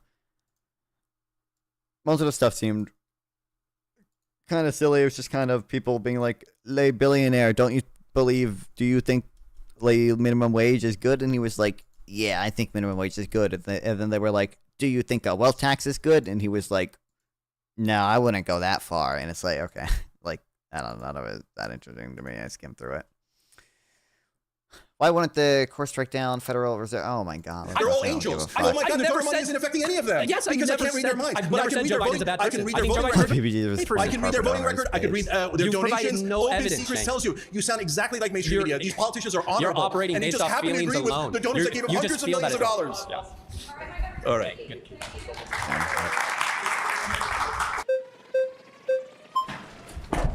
What consequences would nullifying the Federal Reserve have non-fat? It depends exactly like what replaces it. What do you think is gonna I think if you just like auctioned off it would crash the entire system. Real. Like I think in theory like you could like privatize the Federal Reserve. Like I guess you could auction off like the sort of remaining. Thank you, Adrian Clare, for the sub on YouTube. I appreciate it. Welcome. Like the Federal Reserve, and I think you could have like some type of free banking system. I guess in this, assuming that only the Federal Reserve Act was nullified and the other, the other banking regulations stayed in place, like you'd probably just see sort of, I think the business cycle would probably be a little bit more exacerbated, and I think you wouldn't see the same type of stabilizing effect the Federal Reserve often has. Do free banking system stream? Truthfully, I don't know enough about it to comment on it that much. And then I think you probably, you probably see more bank failures, right? That weren't as readily resolved because you would just want to have the Federal Reserve to act as a lender of last resort. Hey, Cenk, good to see you again. Good to see you. Also, localists, no offense, you have no understanding of how it actually. You localists, you only base your opinions off the stupid ass money and the gold silver dude, and like that dude is like literally just a guy that scaremongers you in order to buy his gold, right? And he's been predicting hyperinflation for the last 50 years, and the hyperinflation has yet to come. So, you know, I don't. So you are claiming, I don't really care for anything you have to say. I mean that Republicans only care about the rich. When Donald Trump and both Elon Musk lost money while they were in office, and then whoa, let's go. I don't even know if that's true for Elon Musk. When are we saying Elon Musk was quote unquote in office? Bank runs on my passion based. Made $100K off his gold. Wow. How about you? I don't I don't invest in gold. I don't really invest much, but Ron Paul is right. True. On top of it, my point is that like the videos that you linked me are all like flashy videos, not made by an like that guy does not have an econ degree. He's not a serious economist. No economist like actually respects that dude. It's made with the express purpose of fear mongering you into buying his gold. And 3, like they're just kind of like wrong. Like they just don't have like an actual factual basis. Appeal to authority, appeal to you shake your head no. On top of it, why would you say that when currently we have? I know you keep saying it's a pressure valve, but we have them actually fighting for working class people by giving them less taxes on tips, less taxes on overtime. Yes, this is the fight for working classes. We need the no tax on tips. Thank God. The 2.5% of federal workers are fucking or workers don't pay federal tax on tips anymore. They can deduct $25,000 max from their income. Dude, let's go. Dude, poverty solved. Oh my God, man.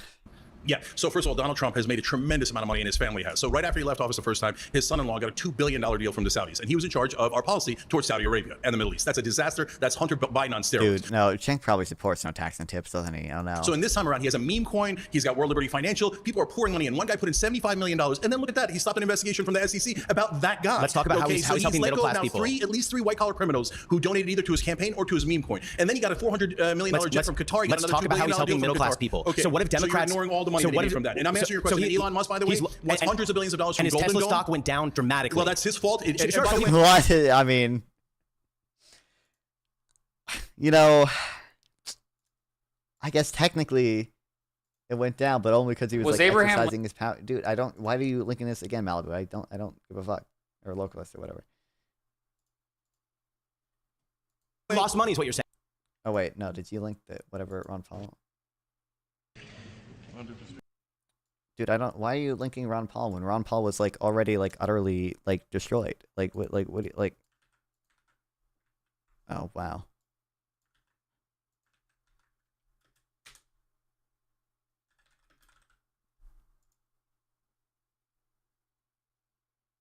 Like.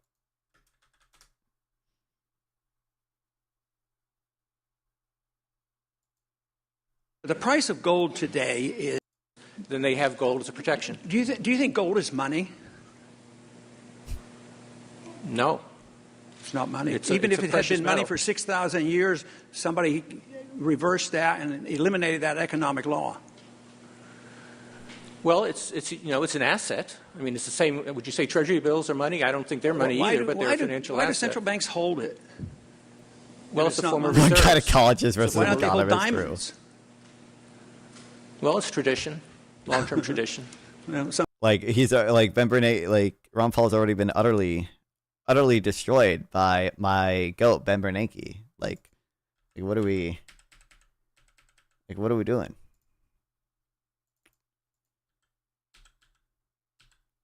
Hold on, where is just my?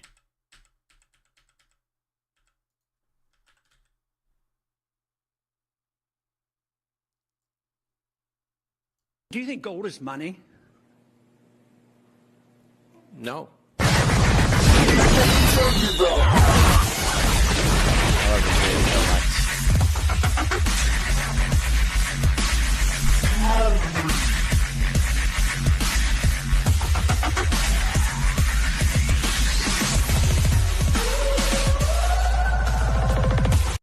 incredible. No. But remember, why did Musk and Trump get into a fight? Because Trump did not put in the electric vehicle mandate and the subsidy that Elon wanted. Sure. Elon's like, Elon lost money. So Elon gave $300 million, and he's like, now I want that subsidy. That's going to get me billions back. Now I want Golden Dome. That's going to get me hundreds of billions of dollars back. And Trump said, I'm going to give you Golden Dome, but I'm not going to give you the subsidies. What have Democrats done to help the middle class with taxes? That was a really smart marketing strategy by Donald Trump, and part of the reason that he won the election. So I remember we talked to somebody on the Young Turks, and he said he was down in Western Virginia, and he said, listen, Hillary Clinton tells us that all of our jobs are going to be gone. Donald Trump comes in and lies and tells us that he's going to bring back the jobs. But he's at least got the decency to lie to us. Is it a lie, or is it what he's trying to do and just hasn't done it? So 50%. What have Democrats done to help me? To be fair to the Democrats, as someone earlier said, in this case, they would at least protect Medicaid and SNAP cuts. Okay, and so that goes to the bottom third. At least, I mean, this guy should have been paying attention earlier when Cenk was hating on all the Democrats for giving the people crumbs, giving the people 5% of what they need. So it's okay to give free stuff. I mean, but not give working people reduction in taxes. Free stuff. It's okay to give the rich tons of free tax cuts, tons of subsidies, but when you give it to someone who's starving, oh no, that's a real problem. I didn't say that. Okay. I said it's okay. What do you even mean? Dollar isn't money as currency. What does that mean? What's the difference? People like.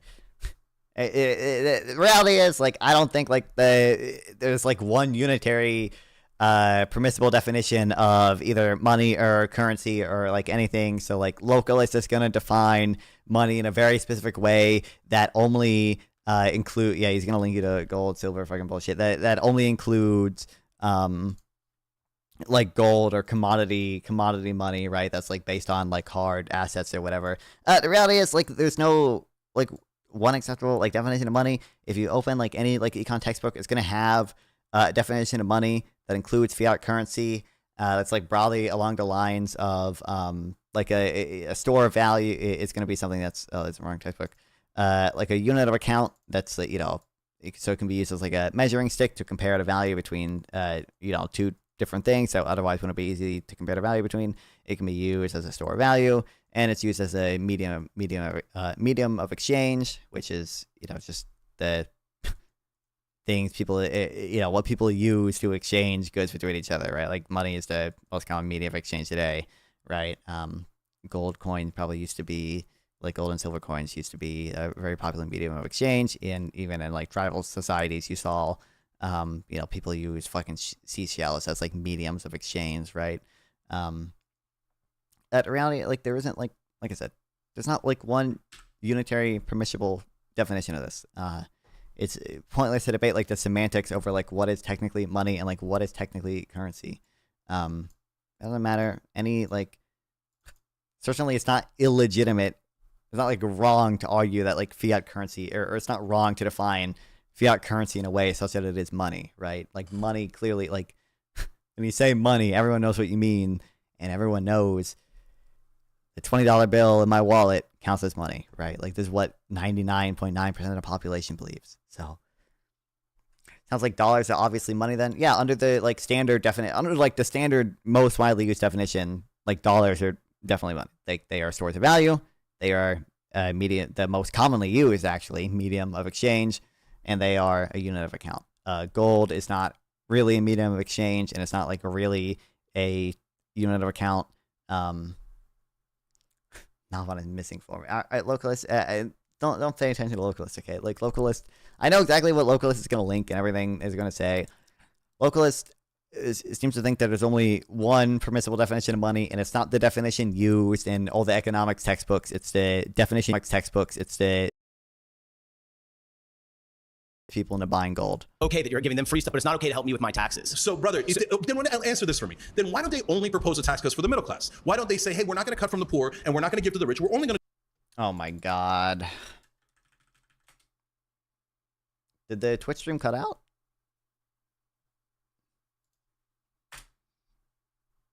Do for the middle class? Why don't they ever do that? From what I understand, they're not cutting out the good parts of Medicaid. They're only cutting out the corruption and fraud. So true. No, yeah. I mean, obviously they're doing. It's back. Okay, we're good. Okay, woohoo. Gotcha. I don't know why that's happening. It didn't. It happened. That happened a little bit more often. Before I had Ethernet directly like plugged into my router instead of plugged into my Google Wi-Fi, which is like a mesh network or whatever. And then it stopped for a little bit, but then I don't know. It's like happening again more often now, and I don't know why. But like obviously, For one, like most of the like fraud or whatever that happens in like Medicaid, it's like on the side of the provider, right? So like the type of like work requirements they're adding are not even going to address that issue of, you know, fraud or overcharging on behalf of the providers. But, you know, secondly, work requirements obviously don't only affect the people who are committing fraud by being on Medicaid without working or whatever. It's going to affect everyone. And we have evidence from this from states that have done work requirements in the past. The majority of people who get kicked off these programs aren't actually people who are ineligible. It's instead people who Mr. Delphine, I don't feel so good. Oh no, it's instead people who you know, don't like don't just fill out the paperwork or don't realize they have to or fill it out wrongly or whatever. Have the free will. Oh, they're still doing a like 2v2. It's not even an open panel yet. I was just curious. Like when you talk about. Well, you laugh at that. Is that okay? Can we agree that we should cut out fraud from Medicaid? That is not what this is at all. What do you mean it's not? There's tons of fraud in it. No, here's the trick, okay? There's tons of fraud at the Pentagon. You're right. Hundreds of We can billions agree of on dollars that. of fraud at the Pentagon, and they added to the fraud. But it's not only Republicans helping the Medicaid, rich. here's what happened on Medicaid, okay? They say, okay, we need a work requirement, so we're going to cut 10 million people off of Medicaid. But Medicaid is for poor people. So if they've been on it for 20 and 30 years. The minute they get a job, they actually it's not a permanent thing. Hold on. They've not been on for 20 and 30 years. They make enough money to get out of Medicaid. They don't. So they stay on it set forever. So that it's a trick that it eviscerates Medicaid. But they haven't. There are people that stay on it for 10 years at a time. You know that if you need Medicaid, like the vast majority of people who stay on it for 10 years at a time or whatever are people who are like disabled or people who are like children, like are retired, right? You know, most of the people who are on Medicaid, like it's only like 3% of people are not working like long term, right? Like it's a very, very small percent of people. And those are not the people consuming Medicaid benefits. Those are like the healthy people. Like those are not the ones using all the medical resources Medicaid has. I don't care. Random Telegram. And you don't have healthcare through a job. And your kid gets cancer, we're going to let them die. Why? I hope because God the that top never 1%, happens. it's going to happen, brother. According to estimates, happen every day. According to estimates, 70,000 people are going to die because. Let's go. Horrible things happen every day. Therefore, it's just you know, it's okay to do my those Medicaid evil plan. Did you believe everything you hear? Tax cuts for the rich. Just you believe everything you hear. I don't know how accurate that estimate is, but you know, I think it's dumb to try to like just strictly estimate the death count, but like. Going to have negative effects either way. Larger and larger. 1.1 so what you're telling me is you're okay with fraud as long as people get the help they need. I'm not okay with it, but they're not cutting fraud. They're cutting the entire Medicaid. Hey. All right. My last claim is media and money control all of politics. Oh my God. Hey, nice to see you again. Good to see you. Okay, so we disagree on the framing. We might not disagree on the substance. So when you say they control all of politics, I feel like that breeds a lot of cynicism, which is kind of my issue with populism. Is you tell these people like it's hopeless, corporations, media control all of it, but it's kind of implied in your premise. Like media, for example, media is effective because it influences the people who actually vote and have a lot of power. Same thing with super PACs. They're spending on advertisements a lot of the time. So I think when you paint this narrative that they control all of it, disproportionate, yes, a lot more than they should, yes, we agree. Campaign finance reform, yes. I feel like a lot of people, especially in my generation, just check out of politics. Like the corporations are going to do what they want to do, the media's going to do what they want to do. I'm just going to scroll on TikTok, and I feel like it's very damaging to our society. Yeah. So why you need to unionize and do collective action. Blah, blah, blah, blah. I'm a huge believer. I mean, to be fair, he's probably going to mention primaries, right? I would hope he'd. So I would never say don't get involved in politics. In fact, that's why I started Justice Democrats to bring progressives in the Congress. I started Wolf PAC to take money out of politics, and Rebellion PAC is saying no, get involved. And that 2028 primary on the Democratic side is maybe the most important election of our lifetimes. We have to pick a populist so that we'll actually deliver for the American people. So if you deliver for the American people, if you stop lying to them and say you're going to do things and then never do it, if you actually do those things that are very, very popular, then you'll re-energize the entire voting base. base. When you say we need to pick a populist, is your definition of populism just like when good things happen, that's populism? Like, no. Is it conceivable for there to be a candidate who is a great president, for example, but they're not necessarily a populist, or is that like necessitated? So all populism means is serving the average guys as opposed to serving the corporate donors. So I'll give you no. It's not a marketing technique. It's very no. You're asking if it's vague or specific, and it couldn't be more specific. There's literally a populist plank on tyt.com, and that's the core of what our candidates run on Rebellion PAC. And those are 6 policies: money out of politics, anti-war, lower drug prices by negotiating at Medicare. By the way, lower housing prices by banning private equity from buying residential real estate. They're robbing us of our wealth creation in this country. That's going to destroy the middle class. So paid family leave. Again, these are very easy to pass. If you say you can't pass at 84%, then you can't pass anything. But we don't pass and things yes, through public higher opinion wages. polls. We don't pass things through public opinion polls. You need people to get involved on a very granular level sometimes. Like, Wait, for example, hold on, just real quick. McMonty House is not his definition of money. He is quoting verbatim from a guy who's not an economist. Okay, to be clear, not an economist, has no econ training at all, and whose sole purpose is with his channel is to scaremonger people into buying gold with flashy videos. Okay,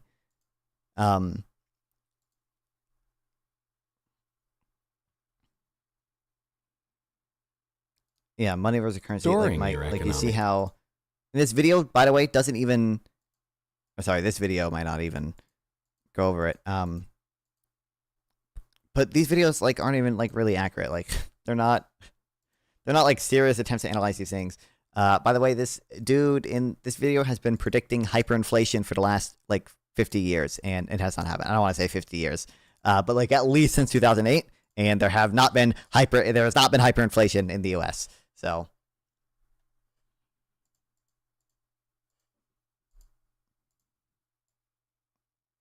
You know, there's no reason to, and also like this guy's definition is not like 100% like necessarily wrong. There's just not one unitary permissible definition of it. Like there's no reason that the word money should have one single permissible definition. That's obviously fucking stupid.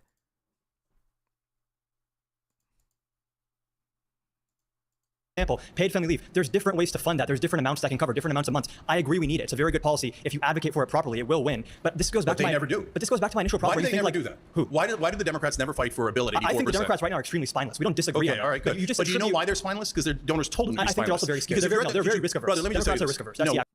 Yeah, obviously, I think I don't know. Oh, Democrats is spineless because their donor and told them to be spineless. Like even like there are obviously things Trump is doing right now, which is not even good for their corporate fucking donors, right? Like tariffs are not good for the corporate fucking donors, right? But like I think Democrats are like scared to like hardcore message against the tariffs because I think they're like you said, I think they're like risk adverse, right? Like the actual problem. No, I think the real problem is when you're at the top, you don't want anything to change. You want the status quo to remain the same. That is why mainstream media and establishment Democrats and Republicans say civility is the most important thing. Because if you're civil, you don't rock the boat. Why don't they want you to rock the boat? Because it's their boat. Okay. This is just such an oversimplification. It is not an oversimplification. There's the good guys I and the can bad show you guys. the donors and the results every single time. Do you know that in legislation on the Young Turks, we predict ahead of time what's going to happen? We have nearly 100% track record. You know why? Not because we're geniuses, but because it's super easy. Look at where most of the money is, and that side wins 100% of the time. Passing legislation that's like very paradigm changing is just super easy. Is that your position? So things like paid family leave, but again, anything that falls over 70%. You agree that's complicated, right? No, I don't think it's complicated at all. Where's the funding coming from? How many months are covered? Yeah, I get it. There's different issues you have to adjudicate. Yes. Hold on. Let me answer this. Okay. So the earlier guy asked, would I bully the politicians? Absolutely. Why? Because I want to bully them and it makes me feel good? No, it's for a purpose. Although it's kind of fun. Okay, but it's for a purpose. Brother, if you're voting against 84% of Americans, you're a traitor. You're a traitor to your voters. So why are you? I'm asking a question of them. Why are you voting against 84% of the voters? If you're a Democrat, you're voting against 90% of your voters. If you're a Republican, you're voting against 74% of your voters. I know why you're voting against them because the donors told you vote against the American people. It is that simple. But you want to defend politicians for no reason. Malibu, I haven't, but like, it's not just. I don't think it's like a horrible idea if you just did progressive benefits. Friends, like, I mean, a VAT is like a flat tax technically. Like it's at a flat rate. It's not progressive. I don't support like a flat income tax, but your allies. It's not just I think you could do a flat consumption tax and just do progressive benefits. Piece of paper that says paid family leave. There's stuff that goes into it that's complicated. Appreciate it.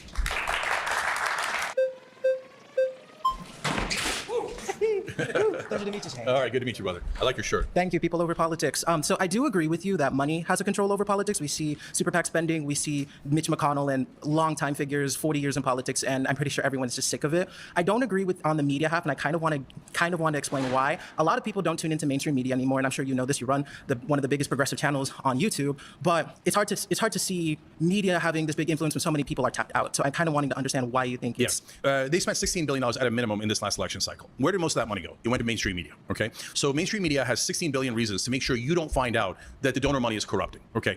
Wait. When he says they went to mainstream media, does he mean like went to ads on mainstream media networks? So now, what is the effect of that? So when that probably makes sense just because voter, like that's probably just the people most likely to vote are probably people watching those mainstream media news networks, right? You see in the 2016 race, for example, Donald Trump, Hillary Clinton, Bernie Sanders, right? Now, Donald Trump eventually got about $5 billion in free media. And now, to be fair to him, he did a lot of interviews and Hillary decided not to do a lot of interviews. But a part of that was the media's decision. You know how much, before the primaries ended, Trump had already gotten $2 billion in free media, right? Do you know how much Bernie Sanders had gotten? $28 million. About what, I think 1%? of what Trump had gotten? Because mainstream media thinks that Bernie Sanders would actually do change, and they don't want change. They're all at the top. Almost all the anchors are millionaires. And the last thing they want is a left-wing populist who's actually going to make a difference. Oh, fake populists like Trump, no problem. Send in the clowns. Establishment Democrats and Republicans, Mitch McConnell, Nancy Pelosi, both raised $1 billion from corporate donors and have done exactly what the corporate donors want. They're like, that's great. Let's pump them up. But whenever you got a real challenge to power, mainstream media attacks. Speaking on the terms of left-wing media, if you consider your networks like, I guess MSNBC, if we're going to classify that as left, CNN kinda, I don't think these are the type of networks that would completely destroy and eviscerate a liberal candidate. Think about someone like Alexandria Ocasio-Cortez. Think about somebody like Jamie Raskin. If they were going to be in a primary, I don't think that you're going to see a whole smorgasbord just go after them right now. I'm pretty sure you would have seen CNN or MSNBC's coverage tilt favorably towards them compared to someone like Donald Trump if it would have been nominated in this type of election. That's actually not true. MSNBC is the biggest opponent of progressive populists in the Democratic Party. Whenever, like when Bernie was about to win after he won the first 3 states in 2020, then they sent out Chuck Todd, Chris Matthews, and others to say if Bernie wins, he's a communist that'll start executions in Central Park. That's what Chris. Nuke. I don't know. I don't know if that's true. I wasn't watching mainstream media back then. I don't watch mainstream media that much mainstream media now. But I really just don't think like Bernie was like ever like as popular as Cenk thinks he is. Even though like I think he was like I think Bernie like had an energizing effect on the on his voter base. But I truthfully like I don't know. I don't think that base was ever as big as Cenk thinks it was. Matthew said. Chuck Todd talked about his followers being brown shirts. I said in the beginning of that campaign, the people in power. Wait, localists, you are obviously retarded. You should join VC after we watch this video. But if you had a 1K 100 years ago and saved it until today, it would be worth way more 100 years ago than today. Granted, obviously, localists like wages and stuff has got up with inflation too. Like inflation doesn't only affect prices, it affects compensation. So like obviously we get like the value of a single dollar doesn't matter so much as the inflation adjusted income does, right? Like obviously we can imagine a world where the value of the dollar falls 90%, but inflation adjusted income is higher compared to a world where the value of the dollar doesn't fall at all, but income actually like remains even inflation adjusted income remains the same in the entire time. Like meaning you can only buy the same basket of goods over time. But okay. Will be so opposed to Bernie that by the end they'll call him anti-Semitic, and they called him anti-Semitic. Okay, even though he's Jewish. So on AOC, no one covered her in mainstream media before her historic primary win. We covered her 34 times. So the reason for that is because yes, some parts of media now are better. To your original point, independent media is better for all its problems and warts and etc. It's at least opening up the discussion to more free thought and getting people thinking. But mainstream media has you inside these tiny guardrails, and the minute you step outside of it, and populist left always steps out of it and says, "Why don't we deliver for the American people?" I'll give you one last example. Those guys attack. So when Biden went to do student debt relief, Stephanie Ruhle did so Fox News did segments on it against it. CNN did segments against it, and then Stephanie Ruhle on MSNBC did a segment against it because that's an economic issue. The minute it's an economic issue, they all circle the wagons and they play good cop, bad cop, and they all say no. Pleasure to talk with you. Thank you, brother. I don't know. I don't think like just having segments against it is like really. Presumably, I would imagine these media networks are big enough where they had plenty of people who were like for it too, right? But there are plenty of segments where they had at least people on who are pro it. Hi, Preston. Nice to meet you. Nice to meet you. So I think I really want to focus a lot on the media part with you, just because mainly for the fact that I think we can all unbiasedly agree that, let's be honest, Trump during his whole election campaign, it was very anti-Trump, very pro-Democrat, and how he was the absolute most terrible thing that could happen if he gets voted in as. Well, he's gonna say, "Oh, that was all just free advertising." For basically, Trump. threat to our democracy. And so when it comes to that and everything, let's be honest, very high percentage was very negative towards him. How can you explain the outcome if the media controls everything when it comes to elections and politics? Yeah. So that's a great question, and so I want to get asked often. So when you talk about money in politics, it controls almost all the races, but the ones that are the smallest, it controls the most, because there's almost no media coverage of a Montana congressional race. So whoever has more money wins. In fact, in congressional races, whoever has more money wins 95% of the time. But the one giant exception is presidential races, because there's let's go, Cenk. Yes, causal inference is my so much free media in passion. presidential races, and everyone is paying attention. So you can actually go the route of going into media yourself and making your own argument. That's why I thought Trump would win in 2016. That's why I was really worried about it in 2024, because Democrats have become like corporate talking point robots, the establishment Democratic politicians. So they don't like to engage with Joe Rogan or these other folks. And I'm like, what are you doing? You're giving away billions of dollars in free media. Trump had the right strategy. But at the end of the day, because he was all over media and he got billions of dollars in extra media coverage, that is part of the reason why he won. While media has influence and everything else, it still comes down to the individuals to vote. So whenever it comes down to that, then how can you explain they still have control, even though at the end of the day, it's still the individual's right and the individual's ability to go vote? vote and make because their how votes does anything ever get into your head? So like when you go into a voting booth, you see names, right? But if you never saw that person and you never heard their name because they didn't have enough money for ads and the media didn't cover it, that person has no chance of winning. It's like there's a mythology in mainstream media that two people go into an octagon and then people decide which one is better, right? That's not how it actually works. To be able to see all of these things. Nice and cheap.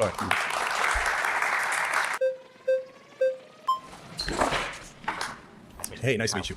Kyle? Yeah, so I think money doesn't necessarily have a mind, so I'd like to kind of take it to who's making the decisions on how to allocate the capital. And so does party loyalty here play at all, right? Like, at the end of the day, you're going to have politicians who can influence where that capital is coming from, and if you're towing the party line, saying what they want you to say, that to me seems more impactful than, right, the ability to go and find... This is true. I mean, Cenk is going to say it's money in politics anyway, but... Find donors yourself to raise a significant capital to win a race.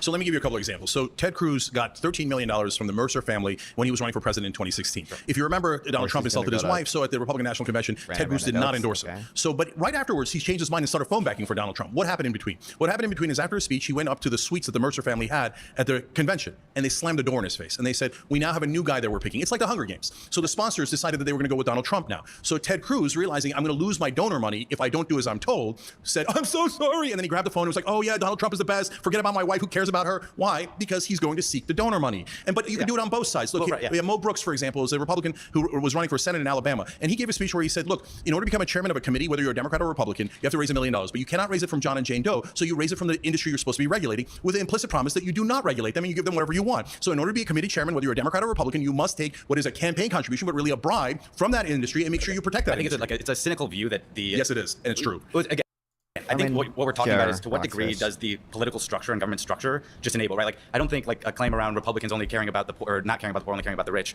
Are they just acknowledging the practical reality of in order to facilitate a successful race, you have to raise capital, so you have to please donors. So they're not So when evil, do we ever get pleased? Like, they don't need to be evil. They don't need to be evil. They could just be like, hey, I want status. I want to be a senator. So I'm going to take 13 million here, 10 million there, et cetera, and then I'm going to serve the donors. Yeah, you could say it's necessary, but that's why the system sucks. That's why we need to change it and get money out of politics. If you get money out of politics, then they have to serve the voters and be our representatives instead of the representatives of the donors. In terms of the solutions here, though, money will always play a role in politics. Is there a practical reality where you think money is not going to play a role in? So between 1938 and 1978, bribery was illegal. And in that 40 years, we built the greatest middle class the world has ever seen. Was our Drew, let's talk about the top tax rate, Cenk. I know you want to say it. I know you want to say 92% top marginal rate. I know you want to say it. I know you want to say it. This is a perfect no, but productivity went way up, and so did wages. In 1978, the Supreme Court doesn't have to come in the form of bribery. Yeah, campaign contributions when they're coming from corporate donors, the Fed board. This is true. They can still pour money into media campaigns to influence the outcomes of the elections. So, like money, practically speaking, I just don't see how you ever get to a point where money is not at all influential in a political race. Yeah, so don't give up hope. So can you do it? Of course you can, because we had it. We had it between 38 and 78. We did, and it led to the greatest middle class. It led to the best economy. You know what happened in that period of time? So no, but social media is better than mainstream media. But you're taking a historical period where today. So you're saying just give up. Don't even try to take donor money. I'm saying there are things that you can make progress on today, but I'm saying practically speaking, I think you can get a constitutional amendment. You know why I think you can get a constitutional amendment to get money out of politics? Because 93% of Americans believe that politicians represent their donors and not their voters. All right, thank you. No. Cenk likes Erdogan inflation. Yeah, I was going to say, you look familiar. So on the local level, right?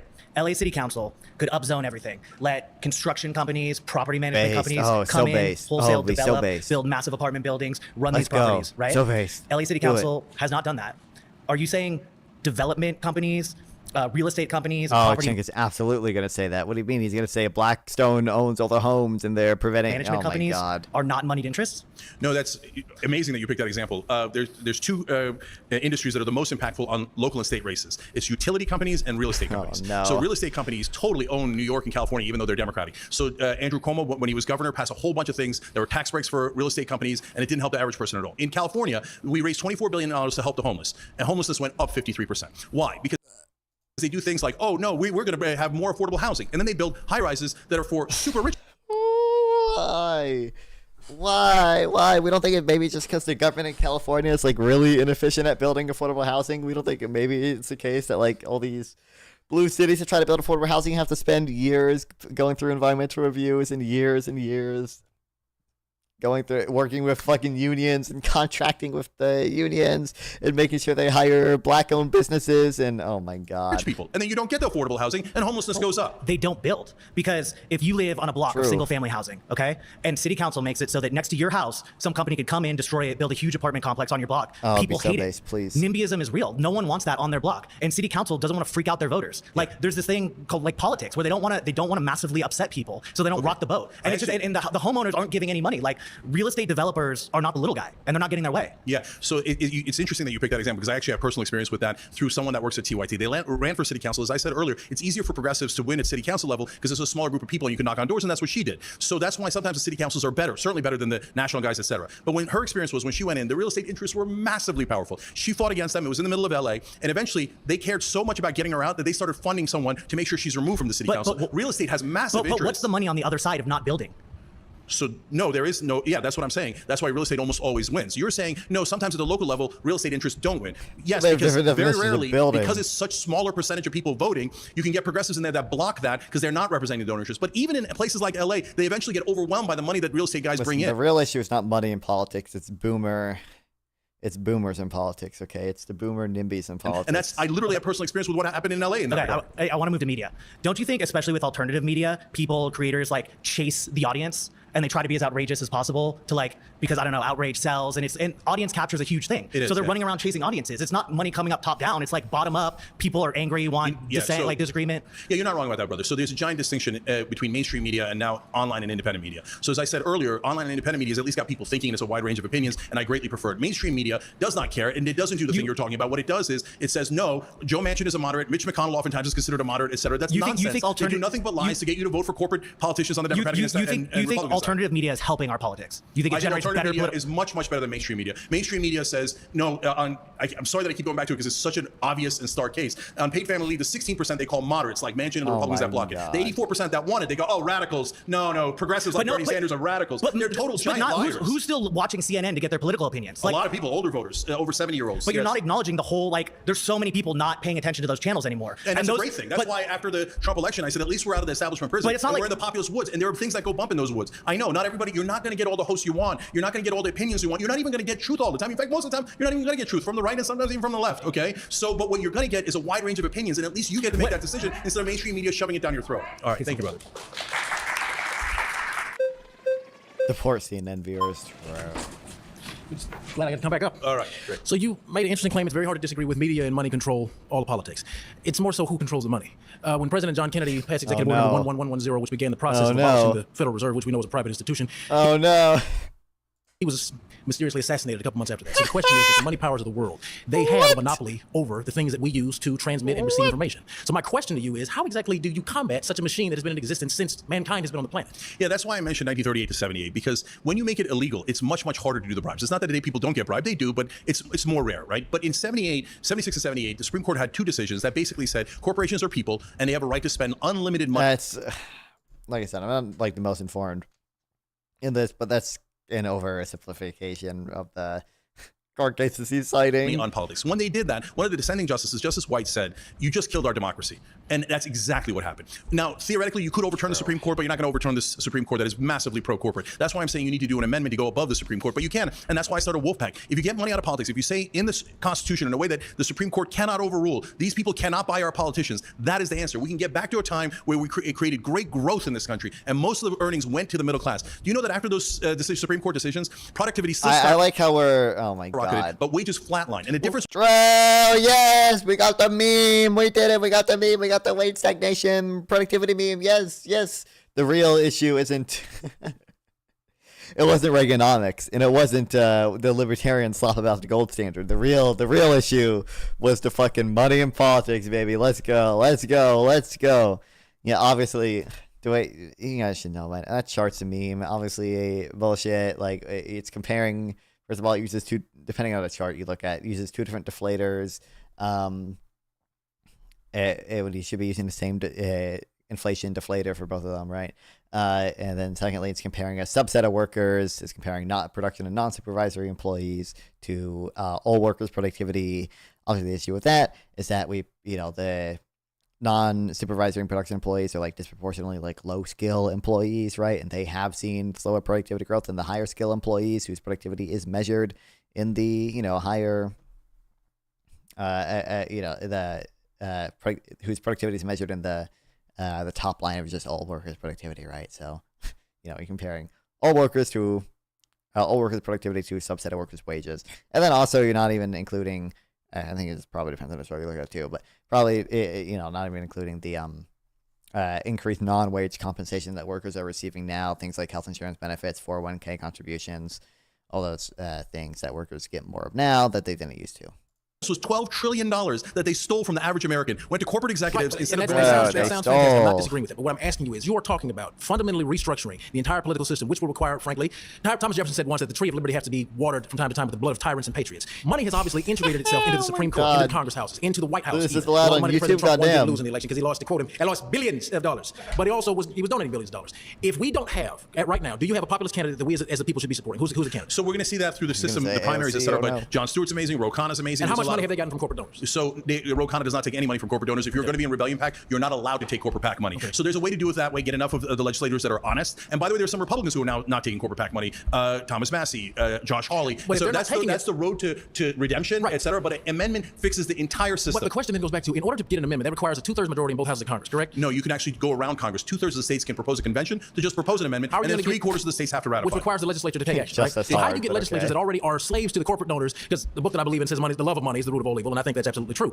A lot of these brothers love money. A lot of these sisters love money. So how do you then work, because what this actually is more of a moral issue. So how do you then re-establish proper functioning morality within the hearts of politicians who have already demonstrated they've been bought by this thing called the US dollar? Because that's what this is. Yeah, two ways to do that, brother. So number one, what Wolfpack does is it pressures state legislatures. The Republican guy or the conservative guy I was talking to earlier, remember we said when you get to the lower and local levels, it gets better and better. The national level is the worst because that involves the most amount of money. So state legislatures, you can move. In fact, Jamie Raskin was opposed to our legislation when he was a state representative in Maryland. And then we talked to him and we convinced him. And he said, you guys are right. Now I'm going to support the constitutional amendment. So you do get some really good people at the state level. So that's a much better path because they have less money. But even so, brother, the bigger right. State is right, but here's just a quick question. State is fantastic. But we need changes that impact all Americans to take place at the national level. So it's fine for you to focus on state. I understand that. The lower ranking an elected official is, the easier it is probably to change them. How do you change the person that's sitting currently at 1600 Pennsylvania Avenue or the 9 Supreme Court justices that are currently on Capitol Hill? So that's the great thing about the Wolfpack plan. It doesn't require the president at all, and it goes above the Supreme Court. So it doesn't require Congress, the president, or the Supreme Court. It's a total end run of the American people against Washington, D.C. And by the way, that's why the founding fathers put it in there, to make sure that if Washington got too corrupt, you can actually call for conventions at the state level and get it done. And how do you do that on a national scale? You need one incredible leader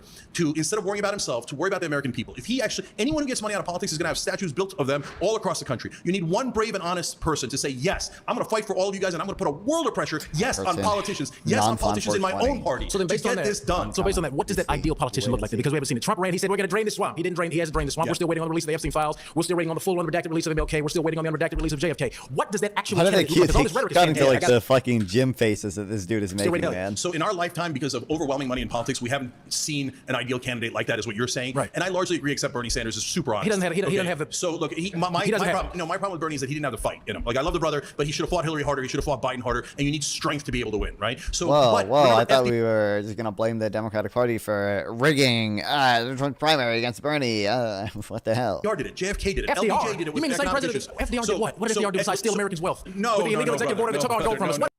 Oh my God! FDR stole the last real wealth we had. He stole it when he forced Americans to turn in gold to the Treasury at a rate of $20 an ounce. No. Let's go. I'm glad we're bringing this conversation back to the gold standard. God damn. Let's go. Wow. Incredible. Most space thing FDR ever did. It's totally possible. You've got to believe and you've got to have hope. No, I'm going to run for office one day. I do believe it. I mean, if I may, just this really quick point. You're talking to somebody that's going to run for president in 15 years. Okay, I've already started this. I'm running for Congress in 2030. Let's go. So it's not that I don't believe, but what I'm asking is, you are talking about the fundamental moral restructuring of America. Right now, 2025, there is no politician on Capitol Hill in the White House that has the sort of fire that you're describing. And what you're saying is again, it's great rhetoric. But if we don't even know what that ideal candidate looks like. So the reason I mentioned somebody like Jon Stewart is you can't know ahead of time who the ideal candidate is. Okay. They got to come through the primary. Cenk is a massive bias. Dude just hates anything to do with anything slightly right-leaning, including centrist, I swear. Dude, I don't even think that's true. I don't think he hates anything to do with anything right-leaning, because he sucks up to like right-wing populists all the time. Like, he doesn't hate like Doge is obviously like right-leaning, but he was like saying, "Oh, I want to work with Doge and cut Pentagon spending." Like, and win, right? But the reason I mention him is because he can get past the Praetorian Guard of the mainstream media because he's a celebrity. So that gets him into the Trump land where they cover him because, oh my God, he's famous, right? Okay. So that allows him to get past the media, get past money in politics. And if one person like that, whether it's him or someone else, then raises their hand and goes, "Hey, I'm with the 90% of Americans that want to get money out of politics." My side chick turned right-leaning. You like me. Yeah, I know that. Fight like hell, and I'm going to make sure that we end this problem, this scourge of money in politics. He will be intensely popular. He will win. He can execute that, and we can get the amendment. We've gotten so many amendments. They are definitely possible. They want you to give up hope. Don't give up hope. Wolfpack has a plan to do that. Rebellion Pack has a plan to elect a president that can do that. Let's go execute those. Let's go fight for populism and win. I got a lot more to say, but that was great. Okay, thank you, brother. Very good. I'm I'm hoping he picks that like the dude he like talked to twice. The I can't. Oh, this dude on the left here. I hope he chooses this dude. I kind of doubt he will. I'm torn on this because there's a couple people who didn't talk, but everybody made or IRI good points and was certainly sufficiently aggressive. But Oliver, was it? Yeah, you made good points and you didn't come up a second time, so I'll go with you. Yeah, no look forward to this opportunity. So my general claim is that Cenk Uyghur's populism fails because it treats social issues as a distraction rather than it's essential to achieving economic justice. So kind of my claim here is that there are a lot of social issues that are really important and also really popular with American people, as you're talking about, with a lot of economic issues that are just as popular. If we look at something like the public opinion polling regarding Roe v. Wade, like 70% of Americans were against that, the overturning of that. And I think also what's important in this conversation is to say that the line between social and economic issues is not like very clear cut. If we look at something like abortion and reproductive rights, it is the case that if someone gives birth in this country, a woman gives birth, it's upwards of $18,000, which is a huge economic hit to her. And the Turnaway study found that when women get abortions, or if they're actually denied abortions, they follow up with them about 5 years later, they're 4 times as likely to either remain or have fallen below the federal poverty line. So I think just in general, I'm with you on the claim that we should focus on issues that Americans largely agree about. I just kind of have an issue with, I mean, I saw a recent appearance of yours that, culture war issues as it's framed just totally divide. I think there's a bit of a grain of truth to that, and we should focus on what unites us, but there are some cultural issues that really do unite us, even if that's not immediately clear in our media landscape. Yeah, so let me agree and disagree in parts. So first of all, if you say, hey, here's a social issue that polls at 70%, should we lean into it? Of course. Okay. I'm saying don't lean into the social issues where we're in a great disadvantage. Okay, so this is simple logic and strategy. So for example, Trump again did the travel ban. Originally it was a Muslim ban. You remember that's what he promised on the campaign trail in 2016. For sure. And so he's done some variation of that. Yeah. Would I tell Democrats, because it affects me and it affects vulnerable communities, you should focus on that first? No, do not focus on that first. Focus on the things that unite us first. And then you come in. I don't get that abortion thing being such a big deal in the U.S. Aussie to clarify, we don't argue it as much. Seems like it seems like a necessary. I mean, it kind of became a big deal in the U.S. just because we had like a long-standing like court case about it, and once that got overturned, it kind of became a more debated issue as to whether we should basically pass a law to codify that court case that would protect abortion. Like that's why it became a big issue in the U.S. again. And you pass a public option or a paid family leave or higher wages. Sure. What you do is you earn credibility with the average American. And we pass higher wages. Why don't we just pass a law that says higher wages? And they go, okay, now I'm willing to listen. You delivered for me. I now have higher wages or lower drug prices. So what were you saying about the Muslim ban, or what were you saying about transports, or whatever issues that we care about and need people protected on? Yeah, and I'm really sympathetic to a lot of that. I guess my major issue is a lot of the political revolutions that we see are founded on social issues. So let's take a look at something like ultimately gentleman Forder here. Like, what is a Roe v. Wade? That's just a court case I was talking about. That's just we had a court case that it was called Roe v. Wade. That just basically said your right to like get an abortion is like constitutionally protected, and you eventually that court case got like 3 years ago now, I think that court case got overturned, and after that it became a big debate as to like whether we should basically introduce a law to protect that right. Like the Civil Rights Movement, which was followed up by the Voting Rights Act and other things like that, that drastically improved people's economic standing because they were able to participate in the labor force without discrimination. We see that they go hand in hand. So I guess I'm just wondering, if we're fighting for women to have reproductive autonomy, which allows them to be full participants in the labor force and not be hamstrung by the fact that they're being forced to carry a pregnancy against their will, it seems like that will actually allow women to be more economically productive and contribute to our economy in ways that benefit all of us and are popular. So can we walk and chew gum at the same time? Like you talked about, like I think let's do both, right? Yeah, I literally said that earlier as you just referenced. And so, brother, you're not wrong that they're intertwined, oftentimes, right? So, for example, while they were doing the civil rights campaign, one of the things that they were pushing forward was something called the freedom budget, which Nina Turner is trying to bring back now. And so if you notice, by the way, Martin Luther King Jr. got assassinated once he started doing the poor people's campaign, right? When he got into issues of class. And Fred Hampton got assassinated when he tried to bring the different groups together, when he tried to unite the country, unite different races and different economic classes. So what really puts the powerful back on their heels, what they're really worried about, is if we all unite. That's why I'm trying to tell all you guys here, please let go of the Republican politicians and the Democratic politicians that have been driving us apart. So if they use social issues to bring us back together, great. But they almost always use the social issues to divide us, so that we're so at loggerheads that we don't go, hey, maybe we should raise our wages. I think it depends on the issue, and I think you can definitely speak to both things. I guess I'm just wondering then if we like barely disagree here. Oh my God, kill me. It's just like, it's literally, Cenk is literally just saying like, hey, maybe Democrats shouldn't take like the, like if there's a social issue that's like 80-20 against the Democrats, like we shouldn't be hardcore in favor of the 20. Use that type of reasoning. What would be your advice during around the civil rights movement? Because, for example, racial integration was very unpopular before the Civil Rights Act was passed and the Brown v. Board of Education decision. Would you say that politicians don't lean into it? It's too controversial. You're going to alienate people. Just focus on economic issues. And if they did that, where would we be today? Yeah, so you're right. There has to be a moral exception from time to time. Sure. So then the question is, wait, is it a giant moral exception, or is it a relatively small issue on a hill we're choosing to die on? So let me give you the distinction. Okay. So gay marriage, I thought, was a core constitutional right. Sure. So even when it was very unpopular, I fought for it. Good. And we fought and fought and fought until we won, and we convinced the majority majority of the American people. And only after we convinced the majority did we convince Democratic politicians like Obama and Biden to move. If we had just gone after the politicians, we would not have succeeded in the beginning. Okay, so now when you get to trans women have the right, or they must be He's holding in tears allowed to go into sports leagues like the WNBA, we're not at a core constitutional league. Cenk not fighting for the core constitutional right of trans women in sports. And I'm not even addressing that issue. I'm talking directly. You talk about a moral issue, and I think abortion is a moral issue, and everyone in this circle will agree with that, regardless of what side they fall on it. And I think that we fight super aggressively on that. So I guess just then I'm worried that when your messaging is so much cultural war issues distract, cultural issues divide. What it sounds like to me is women's bodily autonomy isn't a core moral issue that is worth fighting for in the same way that gay marriage is to you. That's what it sounds like. No, I love correct the right. Cenk also blamed Democrats for bills they couldn't get pushed through that weren't popular. No, I love that you're clarifying. Sorry, wasn't he blaming? I'm pretty sure all the bills he mentioned in this debate he at least claimed were popular. I don't know what bills, at least in this debate, he was talking about that like weren't popular. He kept citing, oh, paid family leave, so popular, minimum wage, so popular. Okay. No, that's a core constitutional right. Okay. That's your liberty that's being taken away. No, you want to talk about cancel culture? You know, that's when you say, hey, you don't have the right to control your own body. We're canceling that right. We're taking that freedom away from you. Look, when you look at transgender issues, for example, so should they be allowed to serve in the military? And I know a lot of right wing will disagree with me, but yes, that's a core constitutional issue. Yes, they should have the same rights. But I don't have a right to play in the NBA. They don't have a right to play in the WNBA. That's not a constitutional right. My problem is sometimes the extreme left, they say, okay, no, you should do the maximalist approach, and that is a better strategy. We're going to die on that hill, basically. Yeah, and I'm saying don't die on that hill. And I'll give you an example again from my own community. I'm desperate to get the Palestinians peace. I'm desperate to get Israel to stop the genocide and their attacking, etc. So they do a protest in Washington, D.C. They burn the American flag and write Hamas on a statue. No, don't do that. I'm going to agree with you. Right? Because if you burn the American flag, you're saying you want to drive Americans away from it. No, invite Americans. Bring American flags to that protest. Could not agree more. I think then I just don't see then how that comes back to the claim that culture wars kind of divide us. And if they do, does that mean did you not see the trans? Random thought by an Aussie, seeing how y'all are shrimp connected. Can y'all get word through to the folks using throw a shrimp on your barbie, saying we call them prawns? Issue divide the hell out of us. 100%. You are using. I guess I do still have the donation thing connected to Twitch for the Shrimp Welfare Project. To describe all of the culture. But then you got DEI. Okay, well we can talk about that. But you would then have to specify and be a bit more clear because look, I understand that we're on YouTube and the goal is to get clicks. And when you make kind of very absolute statements like all Democrats and Republicans are the same. Yeah, Locals, I know you are. But you see what I'm saying? I see what I'm saying, and I probably agree a lot with you on a lot of stuff. I think that when you sideline social issues and make it seem like social issues are secondary, to me, I think that there are some things that shouldn't be secondary. All I'm trying to get people to realize is that, first of all, in my opinion, the right wing is the one that brings up all these issues. They went looking for a fight on critical race theory. They went looking for a fight on DEI. They went looking for a fight on trans sports. When they get you in a situation where they've got you on an unpopular policy, stop, fight.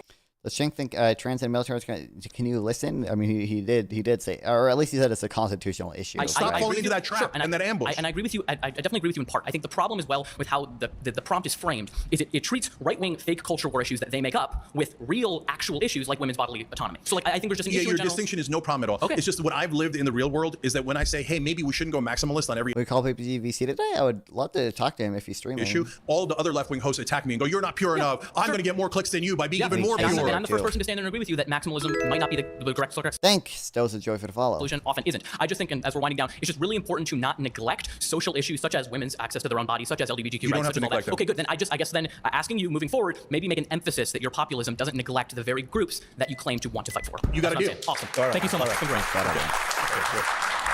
First of all, 20 against 1, I was born for it. I'm a populist like Jake, and I was familiar with the Young Turks. His debate style was very, very good. I think he gave both the opposing speaker and himself ample opportunity to have an actual conversation, which is a rarity on a show like this, I have to say. I've seen Cenk move a little bit. You know, the 2018 Cenk of Justice Democrats did really focus on these issues like he was sitting here today doing. And I would love to see a return of that Cenk. I think in my conversation, he kind of dodged a little bit. I would have loved to have a little bit more. Do we get a trans military is not a constitutional issue? I honestly don't really know enough. I mean, I think it would probably just depend on how you interpret the 14th Amendment, right? Of an open discussion. I don't have a strong opinion on how that should be interpreted. On kind of how he aims to reconcile racial differences in this country. I don't want him to lean away from social issues and not put emphasis on them because they're hard. Shying away from it because it might lose you some people isn't the way that progress is made. In a lot of online debates, people are really playing to the audience at home. They're not really trying to convince the person they're talking to reconsider their assumptions. And Oliver was able to successfully get Cenk to realize, no, actually, social issues are important. Z did absolutely amazing. I'm actually a follower of hers on TikTok, and I've seen a lot of her content. And we do disagree. We're on completely opposite sides of the political spectrum. But oh, wait, hold on. I know I recognize that Z from. That's the Z from the Unfuck America thing. I totally,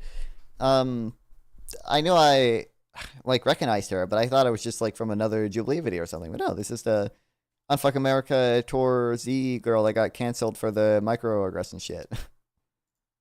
She spoke with clarity. She spoke concise points. She made Jay backtrack just a little bit, which is always fun to watch, especially to get in a show like this. So one of the people who was right-wing said it to me at the end, after we wrapped. He said, I was really surprised at how much we all agreed on. Exactly. But you got to get past the media, the money in politics, and the politicians to get to the places where we agree. Wow. Is it a law you got to state if you're gay in the army? I don't think so. Maybe I'm uninformed, but I don't believe you have to. It doesn't cause a harm, so it's needless discrimination against a group of people. No state shall. Yeah, I know. Crazy localist. I understand. Wait, localist, can you join VC? Are you willing to do that for a little bit, buddy?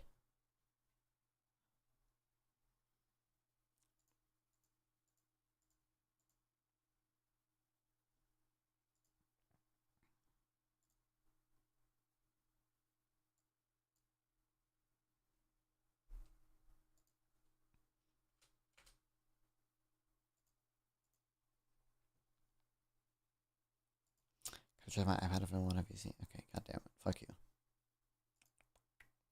Then you What are these people up to? And frankly, that's why abortion is moral. Is not an arbiter of like human. Oh, I think they're talking about abortion.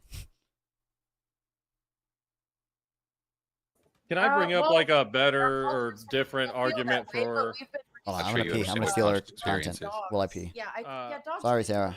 No, they don't. They can just react to stimuli. Well. Oh, they're talking about abortion. As long as we're talking about this, where do you think that humanity begins? When the fetus can survive outside of the womb. You know that goes against like even elementary school textbooks, right? That a fetus is a human. It's a human fetus.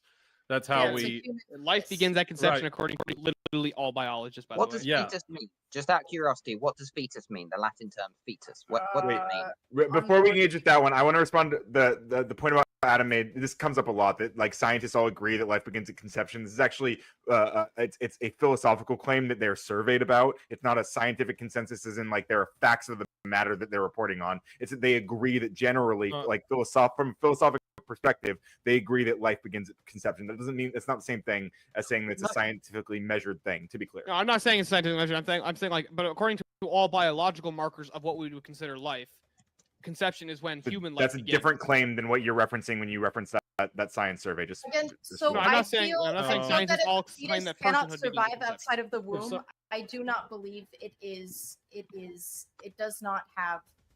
When biologists want to study human life from beginning to end, so that we can agree what the definition of life is. Yeah, and we start with the egg and the sperm, and then they join together, create an embryo. No, specifically at conception, because that's when the unique DNA is. Conception, man. It does. It literally does. It really does. Here's the definition of life: the property or quality that distinguishes living organisms from dead organisms and inanimate matter, manifested in functions such as metabolism, growth, reproduction, and response to stimuli or adaptations to the environment, originating from within the organism. Now, plants fall into this. Fetus meets this. Someone with hydrocephaly meets this. Yeah, I agree. Plants are alive also, so this doesn't really tell us much, right? It tells us they're alive. I'm more than happy to. Yeah, I step on grass. Pretty sure that you'd be You're willing. a monster, Ryan. I know. What? Well, I didn't hear the British guy. Make fun of him for his accent. I do it constantly. Go ahead, Steven. Sorry, sorry. I've been drinking. That's okay. You're not doing it right if you're not drinking. Oh, what's up, Salty? We get friends that contract to build from us. We switch it. What are we talking about now? Bible says baby is born. Oh, sorry, baby is a baby when born. Real. Uranium is our #1 export. I just started drinking, so. Oh, for I was sober during the debate. Say, this is the best time for it. But last time I got overstimulated. I was too stressed out. I guess what we're trying to say is that if a biologist wants to study human life from beginning to end, they're going to start at conception, like of an individual. If they're like, okay, we want to empirically study this individual's entire life, they're going to start at the moment of conception. That's right. So there's. They don't even have the fucking link or whatever. But not really that interested. PPG is not streaming, right? Yeah. I mean, if he starts streaming, more willing to chat to him, but Casey isn't streaming, is he? Nope. Or if he just wants to join VC whenever, like you can tell him. I told him earlier today, if he wanted to. American jobs are. We could, both him and Casey.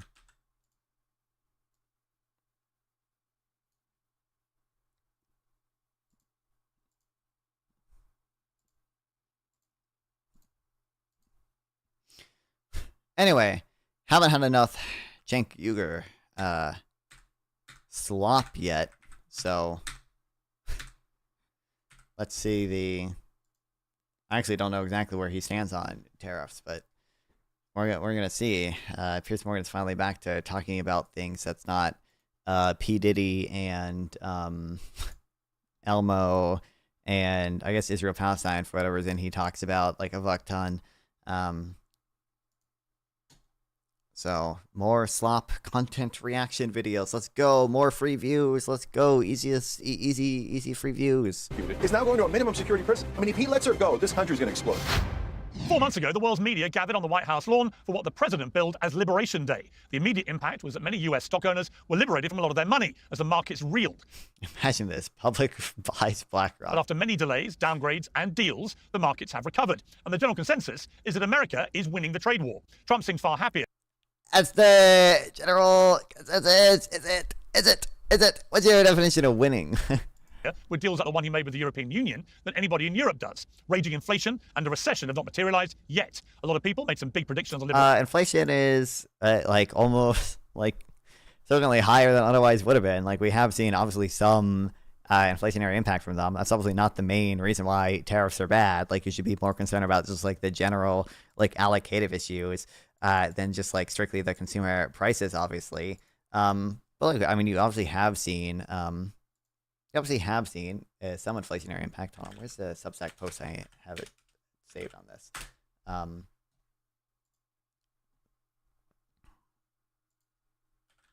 And to the extent like markets have quote unquote recovered, like part of that is because Trump backed down from his tariffs, and part of that is because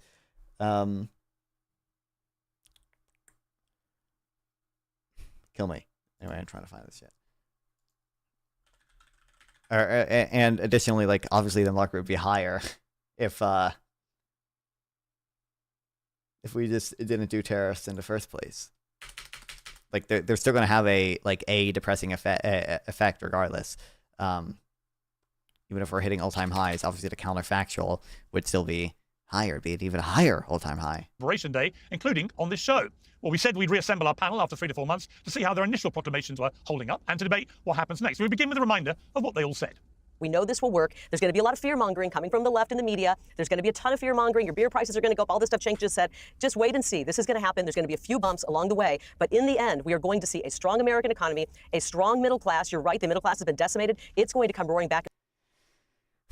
Kill me. I forgot also Cenk's going to buy into the like decimated middle class stuff. Like obviously you haven't seen, in fairness, like it hasn't probably, even if tariffs did work, you like would not see like broadly the middle class be doing super well it within this amount of time because of the tariffs. But you know we have seen negative effects for the middle class from these tariffs. Like you have seen some prices increase. Like there's no reason to believe, just in theory and based on historical evidence, that they would be helpful to the middle class. And like despite what Cenk and this lady all say, the middle class is just not hollowed out. They're just wrong. They're just reciting a lot of mistaken data. If we don't have a middle class, our economy will never be strong again. Wow. So, Piers, take note of this show. I want to bring it back in 3 months and 3 years. You'll see they will magically have a booming economy. What I've been struck by. None of these tests will be around in 2 years. Well, what I've been struck by is the absolute certainty that all 4 of you have. All 4 of you are completely certain, but only 2 of you can be right. Right? So in 3 or 4 months, this is all going to play out, and 2 of you will look ridiculous. Well, to debate all this, I'm rejoined by 2 of the 3 panelists you saw there, and a 4th panelist who had just Yeah, here we go. Like, you can obviously see, like, somebody's chart. Like, you can see, like, the price of, actually, I have a few saved on this, I think. Like, that price of, like, imported goods has obviously, it's, like, obviously gone up.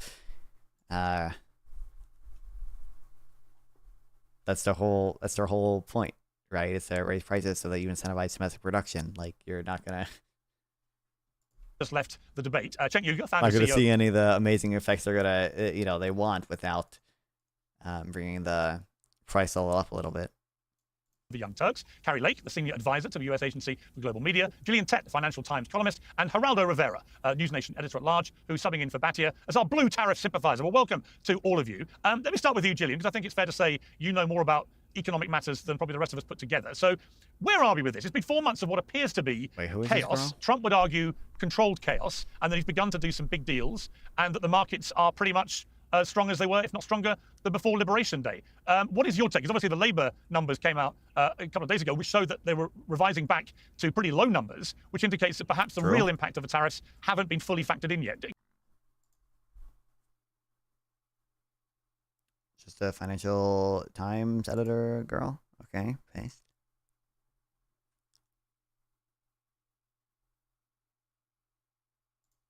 Give me your expert assessment. Okay, bottom line is we just don't know yet. It's too early to make a judgment. And I'll say 2 key points. Firstly, Goldman Sachs used to teach its new recruits to distinguish between goal, strategy, and tactics. I think it's critical to do that with the Trump administration because the goal in general is to make America great and make the Trump family wealthy, I'd argue. The strategy is to reorganize or reorientate the world's global financial, economic, and trading system. And the tactics are all the tariffs, the drama, the threats, the bullying, etc., etc. And it's important. I don't know. I don't even know why we're... I don't know why are we assuming this much complex thought behind this. I mean, like in fairness, sure, like I'm sure like most of that, like technically, like I mean, at least she's saying, at least we acknowledge the enrich himself part a lot in the goal part, but obviously, like the way Trump has acted and the way we see his advisors acting is not indicative of some there's some like master goal with some good strategy behind it. It's indicative of a bunch of people who don't know what the fuck they're doing, right? That's why the formula that they use for reciprocal tariffs was so fucked up. That's why they do constant flip-flops back and forth on pauses and unpausing and exemptions and on exemptions based on who Trump like rubbed his shoulders with last. Like, yeah. Not to confuse the tactics. That's why we see advisors being informed of the new tariff policy literally while they're in meetings in front of Congress, like from the strategy, let alone the goal. Now, if you're asking, has Trump team managed to reorientate the wider global financial and trading system? Well, the answer is yes, absolutely. They are en route to doing that in a way that's very shocking for many people who grew up in the neoliberal order or the post-World War II Keynesian order. If you're asking, has this helped the economy to boom or not? We just simply do not know yet because thus far, the tariffs have not had nearly as damaging an impact on the economy as people had feared on Liberation Day. That may be because Trump was right and the economists were wrong. Well, in fairness, he backed off of the most extreme may versions, also be because we're seeing a massive time lag effect because massive companies have stockpiled lots and lots of goods and they're still basically using up their stockpiles, and so we won't know for several months. Or there's another explanation, which is that the markets are betting on the taco phenomenon, Trump always chickens out, and that most investors are assuming that sooner or later Trump will simply water down the tariffs. We just don't know which of those explanations is correct right now. People also probably expect courts to just strike a lot of them down. But also, like, nobody... To be clear, like, if you asked me, Mr. Tariff hater since day one, all right? Like, before the election, and you can definitely find clips of me saying this. Like, I would have never thought tariffs would cause a recession, even if it was like 20% universal tariffs, right? And even if you asked me, like, do you think Q1 GDP would be negative primarily because of like the tariffs and uncertainty around them? Like, I would have said no. Like, I didn't even predict it would be this bad. Like, it's been pretty bad for no real gains, right? Like, fascinating. Okay, well, I want to play a clip check before I come to you. Bill Maher. This is Bill Maher making a stunning confession. I know not everybody lives by the stock market, but I also drive around. I don't see a country in a depression at all. I see people out there just living their lives. And I would have thought, and I got to own it, that these tariffs were going to fucking sink this economy by this time, and they didn't. So, how do we deal with that fact? Now, Cenk, would you like to make a similar admission that you were completely wrong in painting your apocalyptic warnings? Are you insane? I was completely right. So let's break it down. So there was 2 parts of that conversation. One was I said, Trump's putting 145% tariffs. These will never last. They're maniacal. There's no chance that he follows through on them. Who was right and who was wrong? There's literally something named taco. Trump always chickens out. That's how right I was. They made a name for it. And I'd like to serve some tacos to Carrie Lake today. So on that portion, indisputably correct. Okay. So now the second portion is, are the tariffs going to hurt the economy? Our conversation wasn't. Now, Bill Maher, I don't know why he does that. Look, I like that Bill talks to people on the other side. I like that Bill's reasonable about what Trump got right or wrong, right? But nobody said there was going to be an apocalyptic depression, especially when he pulled back most of the tariffs. So people thought if he really does 145% tariffs, then yeah, that's maniacal. That'll, it can't possibly work. It'll destroy the economy. Any reasonable projection, by the way, from the tariffs, even the most extreme, 20% universal tariffs and everything. It's negative 0.4% long run GDP, right? It's not catastrophically bad necessarily. The uncertainty, if anything, is going to have more negative effects at least in the short run than the tariffs themselves. Who also agreed with that? Donald Trump. That's why he pulled them back, right? So still, now there's way too many tariffs. So when it's at about 18.3% overall, that's 6 times higher than it used to be. So now it is beginning to have effect. So it's not 145. It didn't kill the whole trade, right? But still, that's beginning to hurt trade. It didn't get applied for a long, long time. It's now being applied. And what's happening? Job numbers are going down. The GDP in the last 6 months, clearly much lower than it was during the last 2 years of Biden. So if you thought the Biden economy below the CBO projection, below the trend line it should have been on, was bad. This one primarily because quarter one GDP was negative. Worse. Now at the same time, like we said, since he pulled almost all the monstrous tariffs back, we haven't really begun to see the effects. And by the way, I don't know how long he's going to go with this, right? So if he stays at around 15 to 20%, that number is still way too high and will start to have significant impacts on our economy, as we're beginning to see now. All right, Carrie Lake, it's still, I think Gillian's right. It's too early to make any clear, firm determination about whether this will all work or not. I certainly think in relation to the 145% tariffs, you and I have known Donald Trump a long time, as have you, Geraldo, and everything with Trump is a negotiation. If you read his book, The Art of the Deal, it's no surprise that he would start very high with these things and negotiate down to a more reasonable level if he felt that people were being reasonable with him. I also think there's no doubt that if you look at the deal he's done with the European Union, which is a massive deal, then the winner of that surely is the United States of America, because the European Union is now paying more in tariffs than it was before. Yes, why is Pierce even doing the terminology that Trump uses? Why are we a bit more disconsolate about the way that deal has played out, certainly other European leaders, than Trump and his team do? So I can see some wins. I can see some interesting plays going. All of these, first of all, all these deals so far are framework agreements, right? They're non-legally binding, frameworks. Maybe eventually we'll get to these things, and that's why Trump in Japan and Trump in the EU have gone back and forth in public statements about what the exact provisions of the bill are. But what were the big issues with our trade with Europe that had to be addressed by this deal? It's okay, technically the tariffs on American products going into Europe have dropped from 2% to 0%. Okay, and they didn't even get rid of the arguably bigger deal, which is the regulations that we feel may unfairly hurt American companies, going into trying to trade with the EU, right? But it's not it's so funny because every single Trump focuses so much on the trade deficit, right? And specifically the trade deficit in goods, to be clear. He doesn't, because we don't give a fuck about services. Why would we give a fuck about what 90% of our economy is in? And they'll be when we run big trade deficits with Europe, what that implies obviously is that we're importing a lot more from Europe than we're exporting to them. So if we have a ton of fucking tariffs on everything we import from Europe, that's going to affect us a lot more than the exporters who are helped by the fact that Europe dropped their tariffs against us simply because we import 10 times more than we fucking export to Europe, right? At least in terms of goods. And yeah, I mean, usually tariffs really only apply to goods anyway. You can kind of have tariff adjacent things that apply to services, right? But going on as we're speaking. For example, just a few minutes ago, Trump posted on his Truth Social, India's not only buying massive amounts of Russian oil, they are then, for much of the oil purchase, selling on the open market for big profits. They don't care how many people in Ukraine are being killed by the Russian war machine. Because of this, I'll be substantially raising the tariff paid by India to the United States. Thank you for your attention to this matter. Now, that is a big statement from Trump, and it's a politically charged statement. He's using the fact that India is propping up Putin's regime in Russia at a time when Trump doesn't want anyone to be doing that as a justification for hiking up the tariffs between the US and India. Are you comfortable with him politicizing these tariffs in this way? And do you believe that he's on the right track with the way the tariff war is playing out? What if you could delay your next two? Whoa, sponsor, what the fuck? Get out of here. 3,300. Amazing. He's using tariffs not only to give the United States a good deal and finally open up markets that we've never been had access to. He's using tariffs. Where? We've never been open to the European market before. Are you kidding me? When they had like a 2% weighted average tariff on us. Tariffs to end wars. Look what he did with Cambodia and Thailand.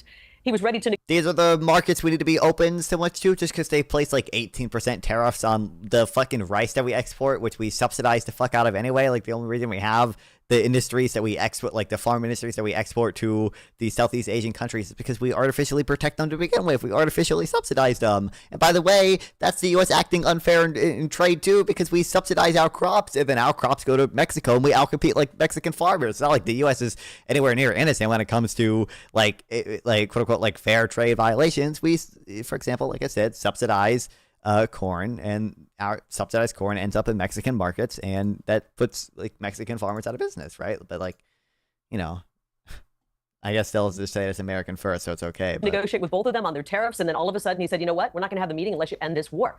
He's ended 5 wars. He's increased the production for America. We're going to what? Huh? What 5 wars are we even? Even if you gave him credit somehow for Ukraine and Gaza and Iran, it's 3. Yemen, I guess it's 4.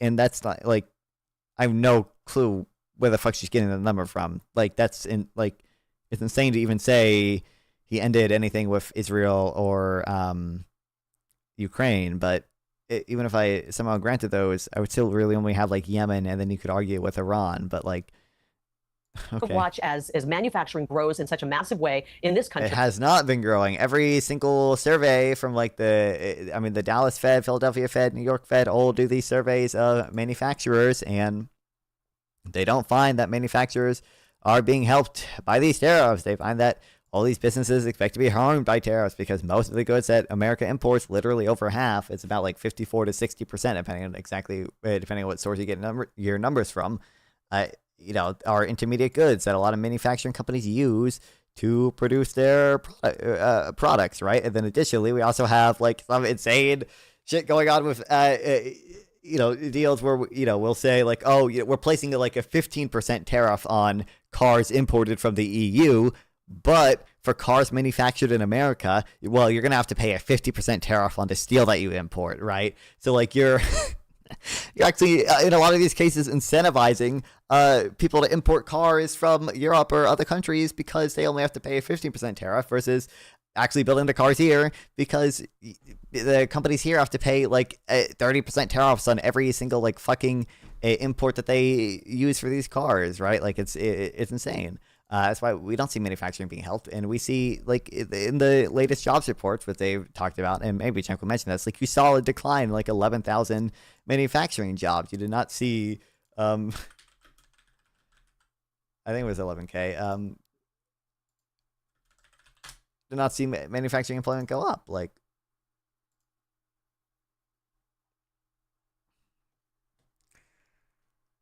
you love this video, Localist. I bet it's so related to what we're talking about. Oh, it's just a clip from the movie that I don't get to watch. Because we're back in business and we've had the world open to us, markets that weren't open to us before. You're going to start seeing American cars in Europe. You're going to see American cars in Japan. And bigger yet, we're watching as these countries are investing in America to the tune of hundreds. Bro, you have a very good understanding of everything. Yes. Here's a fun little fact for you guys. Here's a fun little fact. The opposite of a trade deficit, in fact, the necessary implication of having a trade deficit is that your country has what's called a capital account surplus, meaning other countries are investing money into you. Okay? Just think of it like this. Okay? When we supply dollars to Europe by buying a bunch of goods from them, right? We buy $10 worth of goods from Europe. They can do 2 different things with those US dollars that they now have. Because U.S. dollars aren't good in Europe. U.S. dollars are good for U.S. goods. They can either buy American goods or they can buy American assets. They can invest in America. They can put their money in U.S. bonds or put their money in a U.S. bank or put their money in a U.S. stock. If they buy goods, the trade deficit disappears, right? Because they buy an equal amount of exports as we buy imports from them.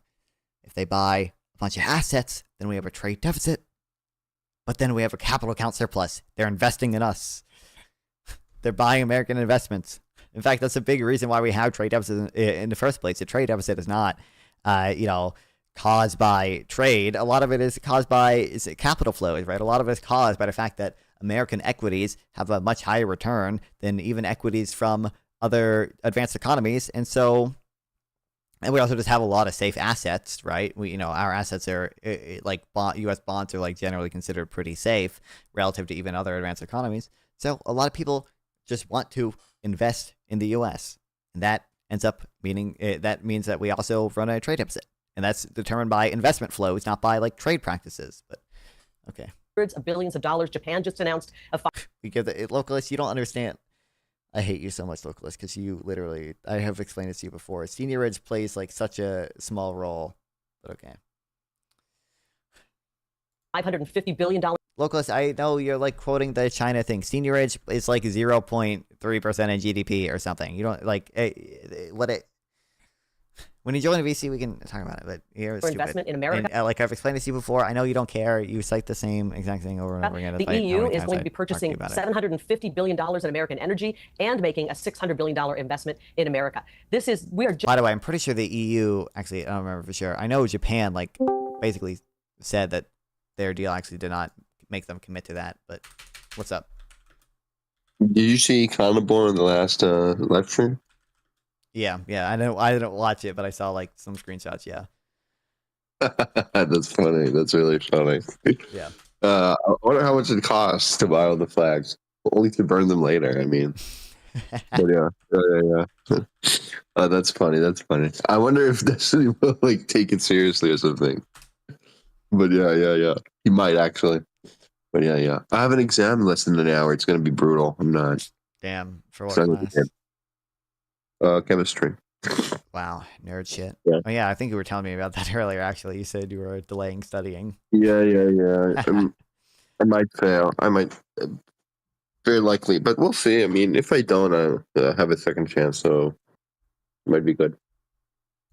I don't know. We'll see. Talk to you later, though. Yeah. Have fun one. Yeah. I just thought it was funny. I woke up to that. Okay. Talk to her, I guess. Talk to her. That's right. Yeah, EU said like it can't actually guarantee the $600 billion that it promised to invest. And Japan basically said something similar.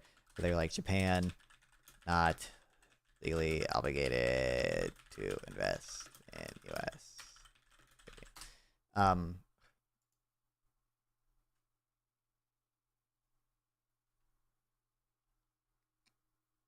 Like all these deals are like framework agreement deals that like don't actually like are not legally binding.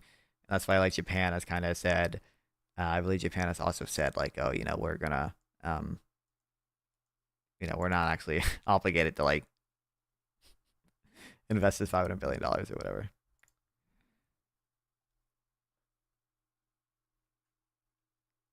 Japanese officials say profit sharing under the agreement isn't set in stone. Financial Times also reports conflicting messages between Washington and Tokyo as to whether $550 is a commitment, as Trump sees it, or a guarantee, or as Japan's negotiator, that guy sees it, an upper limit and not a target or commitment, right? Like none of these deals are even like solid, actual, legally binding, like written, like agreement deals. They're all like bullshit framework agreements. Then people and both sides don't even agree on, whether the investment amount is like a legally binding guarantee or like just a upper limit, right? Just seeing the beginning of this now. When the next step happens, when the Fed. A scale of 1 to 10, how Republican are you? Probably like a 1, maybe a 2. And finally lowers rates, which I believe they will. This thing is going to. Oh my God. Turn into the greatest economy the world has ever seen. We're on the greatest economy the world's ever seen. Version of it right now. If the Fed just cut rates, if we just let Trump play Powell, that's all we need. Well, I'm sorry, Cenk. I know you're upset. Your Canadian beer got a little more expensive, but you know what? The American middle class is coming back, and that might make you sad. It makes. There's no evidence the American middle class is coming back. There's no reason to believe that tariffs would even have that effect, considering all the evidence shows that tariffs on aggregate hurt the middle class, even if they help some specific blue collar workers or whatever. Like you're still gonna have overall net negative effects. Makes me very happy to see the American middle class coming back. Hey, Okay. Karen, it's on Tuesday on Monday. Let me hang on. Okay, Gillian, quick point from you then, and Geraldo. Very quick. Are agreements even binding? As far as I know, literally no agreement so far has actually been binding. There could be some, maybe, but yeah, as far as I know, literally none of them yet have been. Maybe like the fucking one with Laos is binding or some shit, but yeah, as far as I know, none of them have been. Trump method suggests that they are agreement can be instantly resolved. I mean that too. Like obviously, like also who's to say like these trade agreements will even last? Like especially because like Trump is the erratic one that's probably just going to break them anyway. Like he literally like tore up trade agreements we had with countries like South Korea. Like we had a trade deal with South Korea that we negotiated under Trump, and then we broke it by imposing like 25% tariffs on South Korea. Like what the fuck are we doing? And South Korea is our close ally. Like literally, like what the fuck are we doing? Like why? No country even has like an incentive to like sign like a legally binding deal with Trump. And that's why, by the way, like, you know, it's hard to know. I bet they'll talk about this too. It's hard to know also, like, are some of these countries just signing deals like this because they know that the Supreme Court is likely to strike down the tariffs as unconstitutional, and then, you know, Trump is like, you know, we're just going to end up in basically back to where we were originally, where we just have very low tariffs on both sides. That no sooner were the deals announced, I'm putting that in quotation marks, with Japan and the EU, became very unclear even if that they're the signed, yeah, exactly. Well, that they have not agreed to invest in a way that's going to leave all the profits flowing to the American government, nor does the EU. There's actually enormous amounts of uncertainty about what actually has been agreed. So yes, there have been made for TV and tweet deals, left, right, and centre, but they're not actually clear what's actually been agreed at all, least of all in the investment. So I think it's too premature to champion hundreds of billions of dollars of investment coming to America, because EU and Japan do not think they've signed up to that. Also, please, I would just say, please. Say it's going to increase the trade deficit too. Please explain it's going to increase the trade deficit. Okay, Yeah, before I go to Geraldo, hang on. Before I go to Geraldo, Gillian, on that point, is your assessment that America's done better out of the EU tariff deal than the EU has? It's done better in the sense that it's displayed more resolution and force. It's made it clear that the corporate governance model in Europe is no match right now for the White House. So yes, it looks on the face of it as if the US has done better in the short term. However, in the medium to long term, firstly, it's actually not clear what's been agreed to, because the two sides do not agree about that. Secondly, the obvious response of the EU to this is to start trying to channel supply chains elsewhere. So in the medium term, it's not clear who's actually going to end up being the winner here. Also, additionally, like the whole framing us off because exports are not more important than imports. Like imports are a benefit too. Exports are just the way we pay for imports. Like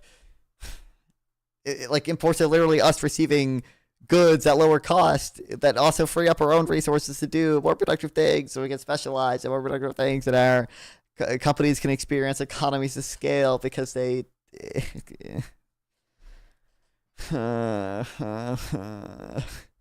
It's not even bad to import stuff. Why are you putting 50% tariffs on imports from the EU, our ally?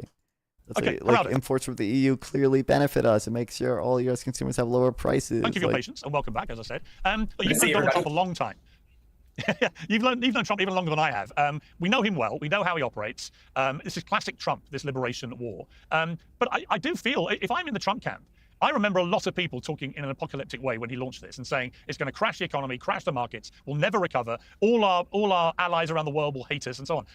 Who said the market's going to crash and never recover? Literally, who was saying this? Any credible person, like I said, has estimates saying 0.4% decrease in long run growth. We're not None of that has materialized so far. In fact, I looked at the stock market before I came in today, and it's yes, thank you, Pierce. You're so intelligent. Yes, did you know the stock market at all-time highs? Did you know?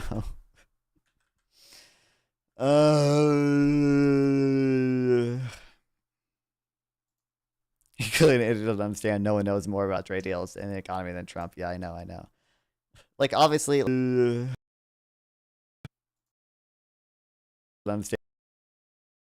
the economy than at the very beginning, but the counterfactual would still have terror. They're literally doing the meme. It's the economy with tariffs versus economy without tariffs. He's literally doing this meme when obviously the counterfactual economy is would still be higher. And we did see whenever there's a new tariff announcement, you do see stock sell-offs. Like you do see the stock market freak out whenever there's new tariffs announced. Absolutely roaring again. Even today, it spikes up, despite this news coming in the last few days. So the market seems remarkably relaxed about what Trump is doing. How do you feel about it?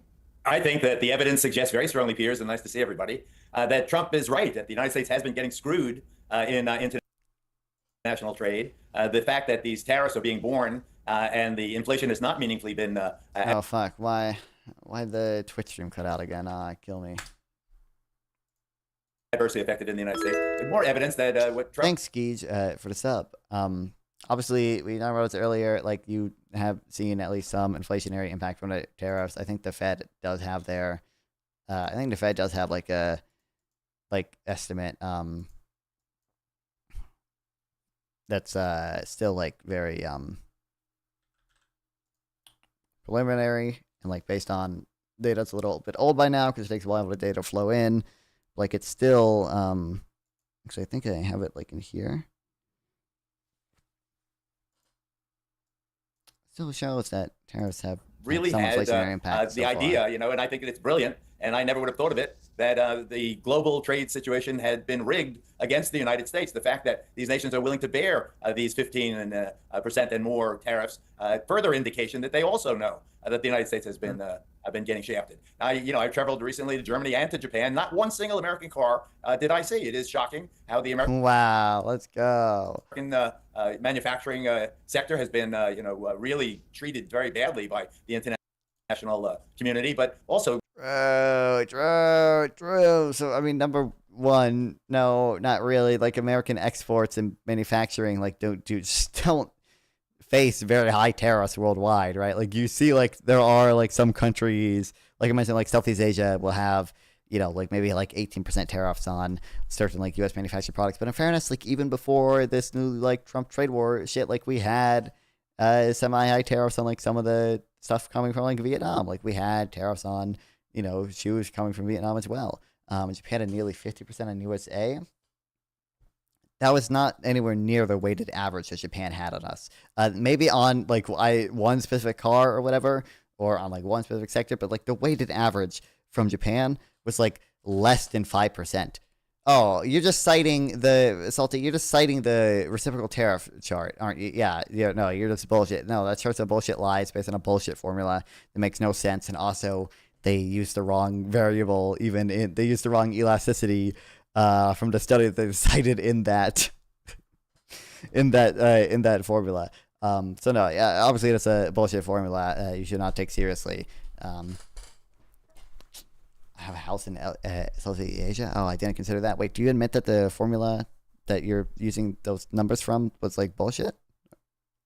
I'm not talking about the formula. Seems like you are, because the formula, from my understanding, did basically imply pretty similar numbers to the ones you're talking about. Like, if I just look at, like, Trump reciprocal tariff. Oops.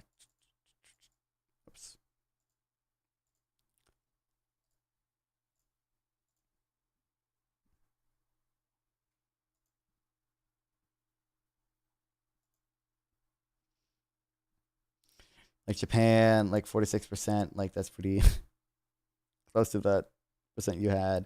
I know Vietnam and Cambodia are both pretty close to, like, the 97% that, like, you said. I don't know if they're on this chart, though. I know Vietnam, like, 90%. Like, how did Australia have 10% when we have deficit against USA? I don't know what you mean. We had a trade surplus with Australia, is my understanding.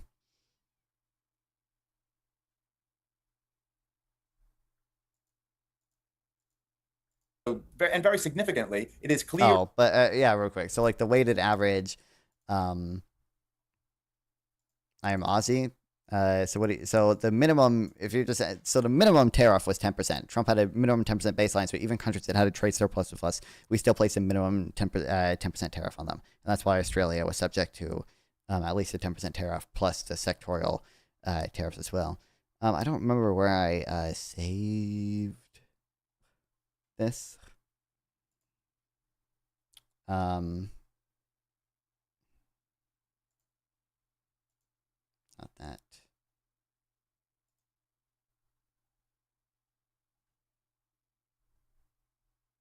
So true. Thanks, ChatGPT, localist. Incredible. You're so smart. You are so intelligent. Wow. But the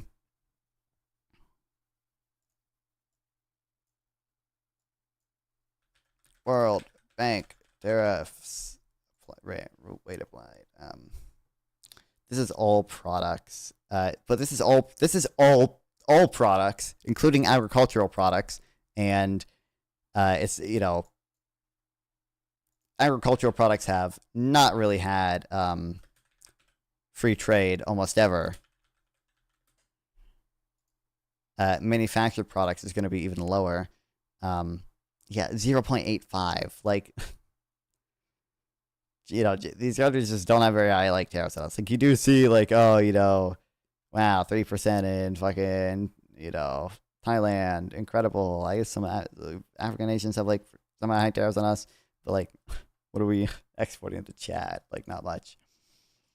To me that if a country can bear these tariffs, and the way the EU has accepted this deal, at least in the preliminary stages, it really is very, very clear that Trump, in his, sometimes you may dislike him intensely politically. There are a lot of things about Trump and his administration, particularly in the area of immigration, that I am absolutely vehemently opposed to. But when I see a deal like this, and knowing him as you suggest, Piers, for so long, it seems to me that he has whatever, maybe it was a sheer luck. But it seems to me that the United States has borne the cost of many of these perks for decades now. And he says basta, he says enough. And it's, to me, when Trump sends... I mean, there's just no good evidence. No good evidence that trade has significantly harmed the U.S. in any way. In fact, most of the evidence points obviously directionally that trade has helped the U.S. Even I mean, also related to the manufacturing stuff, unfairness, whatever that he mentioned earlier. There's not even good evidence of trade what's responsible for a significant portion of the decline in the manufacturing share of employment, right? That's been on a pretty steady trend downward even before we started signing all these free trade deals, right? It has to do more with structural trends and manufacturing productivity growth than it does with trade. You shouldn't just accept that trade is the reason American manufacturing is gutted, especially because it's barely even been gutted. Output in manufacturing was rising until 2008. Real value added in manufacturing is still rising to this day. A signal that he's going to reward the American taxpayer by cutting them checks coming from the bounty that these tariffs have yielded. This is really, I think, a very infinitely more effective ways to raise revenue than tariffs. You could just do a 5% VAT raises as much revenue as a 20% universal tariff. It's insane, and a 5% VAT is a lot less distortionary. Big positive for Trump. I can't see this upending anytime soon, Piers. Okay, Carrie, the one thing I do have a problem with is him firing the head of the Bureau of Labor Statistics because he didn't like the job. At least we have this on Piers Morgan too. Let's go. Can we at least get some condemnations of that? Without producing any evidence whatsoever that she had done anything to rig these numbers. In fact, all the experts I've seen talking about this, including this morning on CNN, a guy who used to do her job, said that actually the person at the top doesn't even see the numbers until right before they announce them, let alone get involved or meddle with them or anything else. I don't like it when Donald Trump does that, because all it shows is that he's prepared to play politics without showing people actually any evidence of wrongdoing, and it makes it look like he is trying to rig the system. No, he makes it look like he wants somebody who knows what they're doing, and the only mistake made there was that this person wasn't fired sooner. The BLS Bureau. So number one, why weren't they fired sooner? Isn't it a little weird that Trump waited until there were bad numbers that came out to fire her? Doesn't that kind of suggest that maybe the thing he cares about is not whether she's good at a job, but whether the numbers are good or bad? Kind of weird that he did complain in 2024 when the benchmark revision came out and it was negative 800,000 jobs or whatever. He did complain that the job numbers were rigged, then or whatever. And he knew that was, the same girl. It's kind of weird that he didn't care when the job numbers are good, but now he does care when the job numbers are bad. It makes you think that maybe he does actually care, or he doesn't care if she's good at a job, but just cares that the job numbers are bad. What are we? Bureau of Labor Statistics has been putting out absolutely bogus numbers for years during the Biden. That's absolutely not true. I'm sure she's gonna go on to mention that benchmark revision 800,000 fucking fake jobs. Blah, blah, blah, blah. The BLS is generally really good at estimating employment. The revisions we've seen have been more negative recently because they've been because that's typically what you see in either a recessionary economy or just an economy with a lot of uncertainty generally, but like the recession or the revisions have not been getting like significantly bigger. In fact, to some extent, they've been getting smaller. Like the absolute value of like the BLS job revisions have been getting have been like on a general downward trend, and now to the extent that they have been getting more volatile. And I mean, like you can see, like there's clearly there's no like political trend here when it comes to like whether job revisions are like super big or large under or super big or small under Republican versus Democrat administrations, and whether they're substantially like upward or downward under the administrations. There's no evidence of political bias. And just give me a second. Also,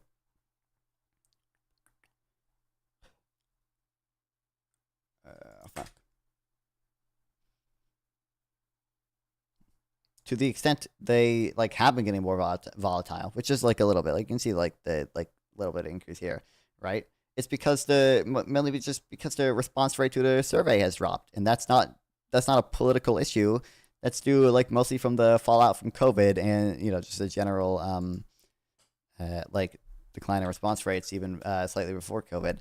And the BLS has already considered this. They have already put together a commission to address this issue, and it's just that no one wants to allocate the money to solve this issue. Like if Trump really had an issue with the job numbers being inaccurate, we would use the fucking Doge money that we've saved and just spend it on the BLS to update the current population survey. But it's obviously not the issue. He just doesn't like that job numbers were negative for him. What's up?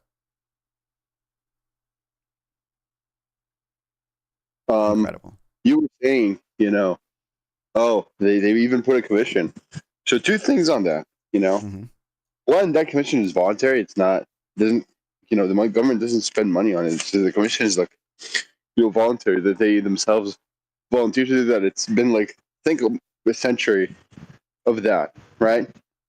And it was recently closed by Lutnick. No, I think So, I know what you're talking about. Yeah, no, I know this is a different thing. This is just like a this is just like a plan that they had to modernize the survey back from like 2016. But yeah, no, you're right. Yeah, there was that commission that Lutnick closed. Like yeah, and I think the voluntary one they also. So I guess maybe two commissions. I guess that one also considered like here's how we improve response, or like this is a problem that we need to work on, the responsiveness to surveys. So yeah. Right. As far as I remember. But yeah. It's so bad, bro. Okay, I gotta fail my exam. But wish you luck. That's right.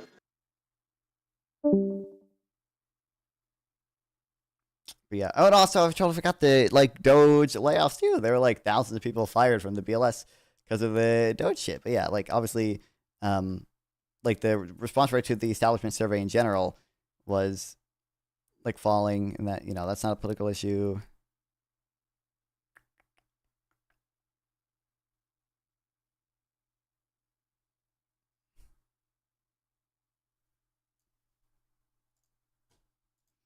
Yeah, it's just a issue with the establishment survey that they already have solutions for, but no one wants to allocate the money. Biden administration in 1 year, she was off. The BLS was off by 1.18 million jobs that they overestimated, and then they whoa, that's not even true. Say, oops, we had too many jobs in that report. They would really. It was 800,000. I don't know. I'm assuming she's talking about the benchmark revision in August 2024. That was 818,000 jobs. Were created. Let us scale it back several months later, and it's these bogus numbers that have been being put out. President Trump wants competency. These bogus numbers that are put out on their regular schedule before they if there's some conspiracy, why are they putting out numbers on their regular schedule before the election? Why wouldn't they delay until after the election at least to put out the revised numbers? What are we doing? The only mistake made was that this person wasn't fired sooner. He wants the truth, transparency, and competency, and we haven't been getting that with the BLS. And now perhaps we'll get somebody in there who knows what the hell they're doing. There's a lot going on with the. Oh wow, another. Let's go. Piers, I presume you don't agree with that assessment. Yeah, no, I don't. Look, all this happy talk is nonsense. So, you guys have found a point when the stock market has not collapsed, and you're like, yay, he didn't collapse the stock market. Congrats, okay? But look, in terms of tariffs, we're having a ridiculous conversation. If you do reciprocal tariffs so that both sides bring the tariffs down, that makes a lot of sense. Then our consumers pay less and we get equality. But that's not what he's doing. He's putting on more tariffs, so they're charging us more and we're charging them more. That hurts both of our economies. And that has already begun to happen. And that is why Trump fired the head of the Bureau of Labor Statistics, because he didn't like the facts. He wants new facts. Now, look, here's the reality. Anyone who's followed this at all knows that they put out certain job numbers. Those are estimates. And later they come back and verify, and they are almost always changed. So because they were estimates. They are, I mean, they're always revised. I mean, sometimes the revision is like not, like pretty minimal or whatever. But yeah, like they are always revised 5 times. They, you know, put up the first estimate of the monthly job number. The next 2 months, they revise that. And then they rely on it. And then, you know, essentially like a year and a half later or whatever, they get the first initial tax data from that month. And they put out what's called a benchmark revision, which is an estimate for what the final revision will be when they get all the tax data in, and then can have the and then the, you know, it's the final estimate from the actual tax data. But you know, it takes like a year and a half. No, I think it takes close to 2 years to get like the full final tax data from, you know, from a month, right? And you can't have the Federal Reserve operating off of data that takes 2 years to get in, right? And you don't want private businesses doing that either, because they rely on the job market data too to make their investment decisions. So we put out an initial estimate and we revise it as time goes on to make it more accurate. It's in the first place. So if Donald Trump is right, and it's all a transparent. It's all a transparent institution. It's a transparent methodology. They've been doing this since 1979. Anyone can go look up the methodology, and anyone can go look up the underlying data. It's all been put out on their regular schedule. There's literally no evidence of political interference. The data has been getting more accurate over time, despite the falling response rate, and they have solutions to the falling response rate. Like, it was up by 1.2 million. 300 million people living in the U.S. Hold on, let me explain. Guys, let me explain. So first of all, so I run a business. I went to Wharton. I understand how this stuff works, okay? So everyone knows that those job numbers are estimates, and then the real numbers come in. If Trump's theory was correct, then that means she inflated Trump's numbers for the last 2 months. If she's out to get Trump, why does she greatly inflate Trump's numbers?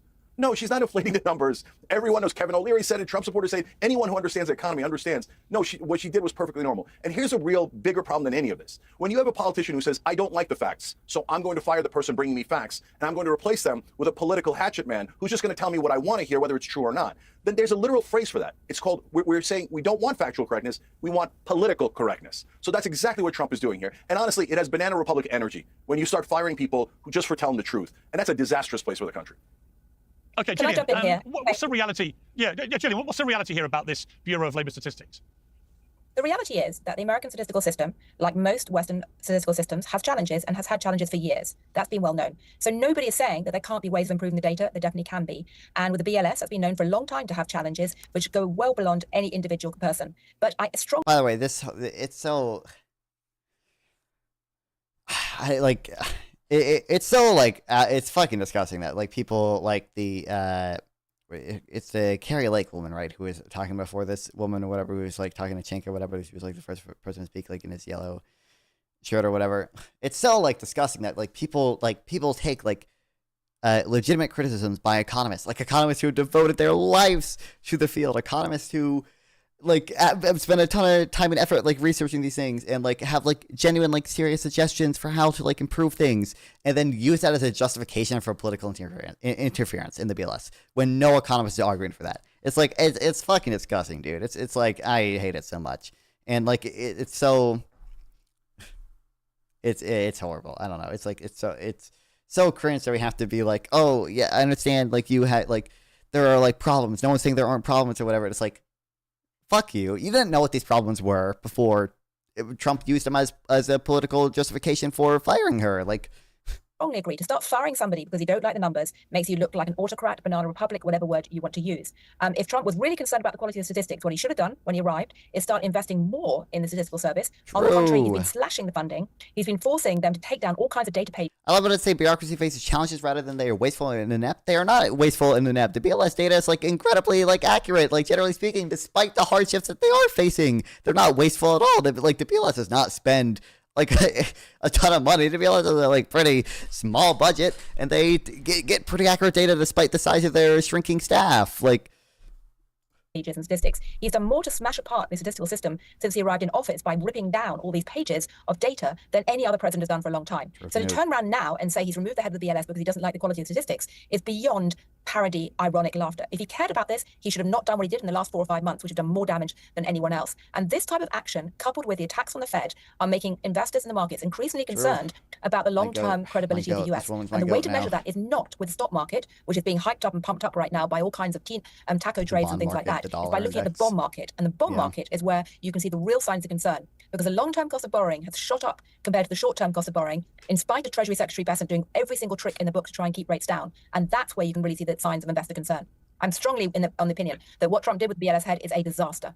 And in relation to Jerome Powell, is this now a time for him to reduce the rates? So normally, when you have GDP data coming... Also, this too, like, BLS is borderline racist and reduces people to economic actors. Okay, Bill from Intercourse, nice one. Nice one, localist. Oh, what's up? Non-pawn. I did some soul searching, okay? And this is the time. I don't know if you can hear the card. This is the time to take a stand with the BLS. We stand for the BLS. We solidarity with the BLS. This is true. Right? The S in BLS stands for solidarity from now on, and until the interference in the BLS stops. Hear me, Donald Trump. Until it stops, I'm gonna use the CPI. Yeah, exactly.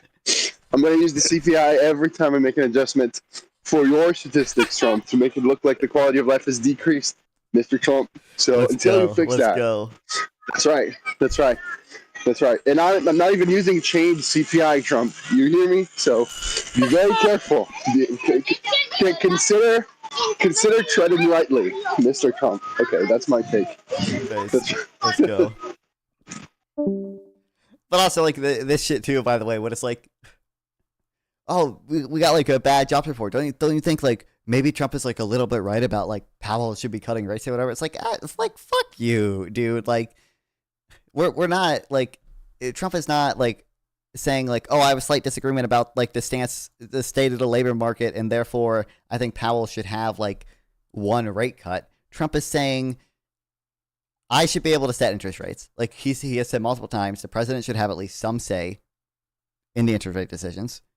And I believe rates should be similar to what they are in Europe. And I want like fucking 14 rate cuts, right? Like he wants to bring rates down to like 1.5% or something. Like fuck you. Like the whole framing is insane. Out stronger than expected, which is what we had last week. That's a time when you don't start slashing rates. Least of all doing what Trump has suggested, which is slashing rates 1%, which would be seriously negative rates. And it'll be like throwing kerosene on a bonfire and creating a massive conflagration and a huge inflationary spike. In reality, I personally think there's a very strong chance we're heading towards stagflation, which is lower growth, higher inflation in the coming months as the impact of the tariffs finally starts to bite. I do not think we've actually seen the feed through from the tariffs whatsoever yet in terms of the proper data.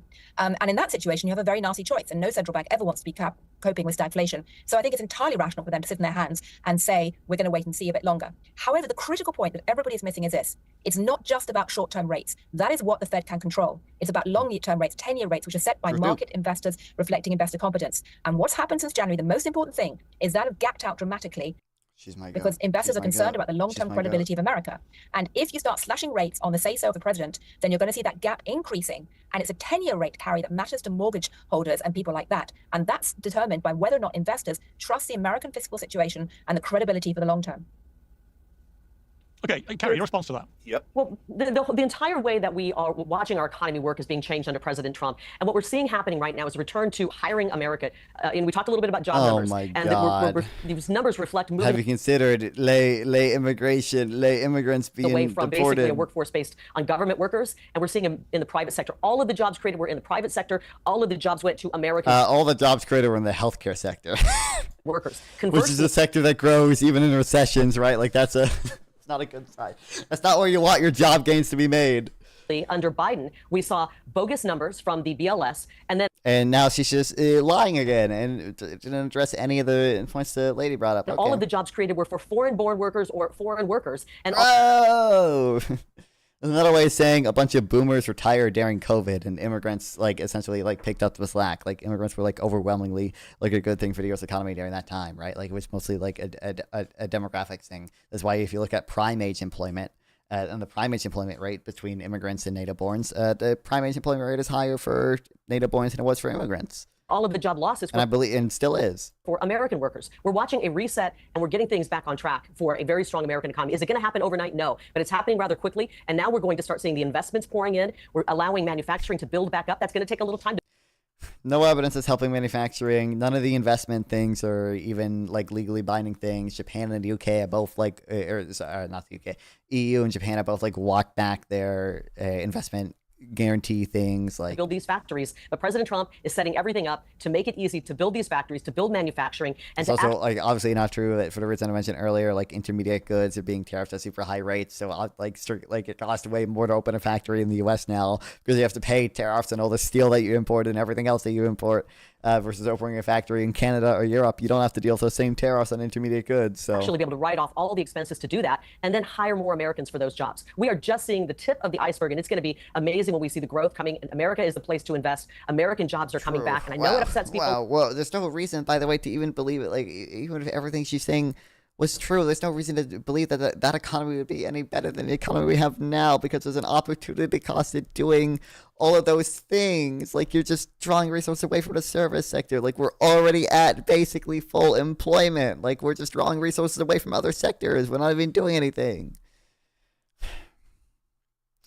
There's a reason I'm not on the show for multiple reasons, but I would go to Carrie. It's amazing how you have time to be on this show. In between blowing Trump constantly. Yeah, I know. Like Cenk, when things start turning the corner, because then he can't complain about stuff on his show. But what we need to do is empower the American worker. President Trump is doing exactly that. Can I just Julian, you want to jump in there? What do you mean full employment? I mean, unemployment is at like about 4.2% right now. Prime age employment is like in the 80% region. That was all higher before all the uncertainty from tariffs happened, right? Capacity utilization is pretty high. I don't know exactly where capacity utilization is at right now. But I believe it's close to 80%, which is typically what we consider pretty close to full employment. It's 77% right now, and that was higher when Trump took office, I believe. So basically the same as it was in February, but in January and February. But what percentage is outsourced as? I have no clue what the fuck that question means. That's a meaningless question. I don't know. I have no clue what you're trying to say. But regardless, like, we're pretty close to full employment, meaning like if we either like do government stimulus or do some type of like program to try to increase jobs in one sector, you're probably not just going to get a bunch of unemployed people out of nowhere to go work this job. You're probably just going to get people who otherwise would have worked another job to work in this job. And there's no reason to believe that the jobs the government is artificially protecting are better than the jobs that the private market would have provided, right? Like, people generally labor generally goes to its most utilized use case, right? And investment usually goes to its most profitable use case. And there's no reason to believe that growth would be any higher or wages would be any higher if everyone went to jobs artificially protected by the government, right? Via tariffs and via subsidies. Like, strictly speaking, there's actually probably a presumption in favor of saying that would be negative for growth, right? Saying that we'd be reallocating people to less productive jobs. If these were more productive jobs and more productive investments to make, you would see the private market doing them already, because investors want to make the highest return and laborers want to get the highest return for their labor. Like, very briefly, I agree with some of that. Okay, I do believe that some of that. You reckon the currently unemployed are happy to remain unemployed? Like I said, we're near full employment. Like, for the unemployment rate, by the way, number one, it's not like a group of like 5% of the U.S. workforce like sitting around all the time, right? It's the unemployment rate represents how long it takes to get a job, because every month or whatever, you have a certain number of people who leave a job and a certain number of people who get a job, and the unemployment rate is basically the time, it's people who are like in between those phases, right? That's what the unemployment rate represents. 4% is a very healthy unemployment rate. Like, that is what is considered near full employment. You're always going to have some level of unemployment, some level of like frictional unemployment, just because it takes time between workers leaving their jobs and getting new jobs. The unemployment rate does not represent a ton of people sitting around doing nothing. I think a 4% unemployment rate is like, that represents like taking like 5 weeks to get a job or like something. I don't know exactly what I would look up to find that. I think I'm like citing Matt Bruneck from that one, but I don't know where it was.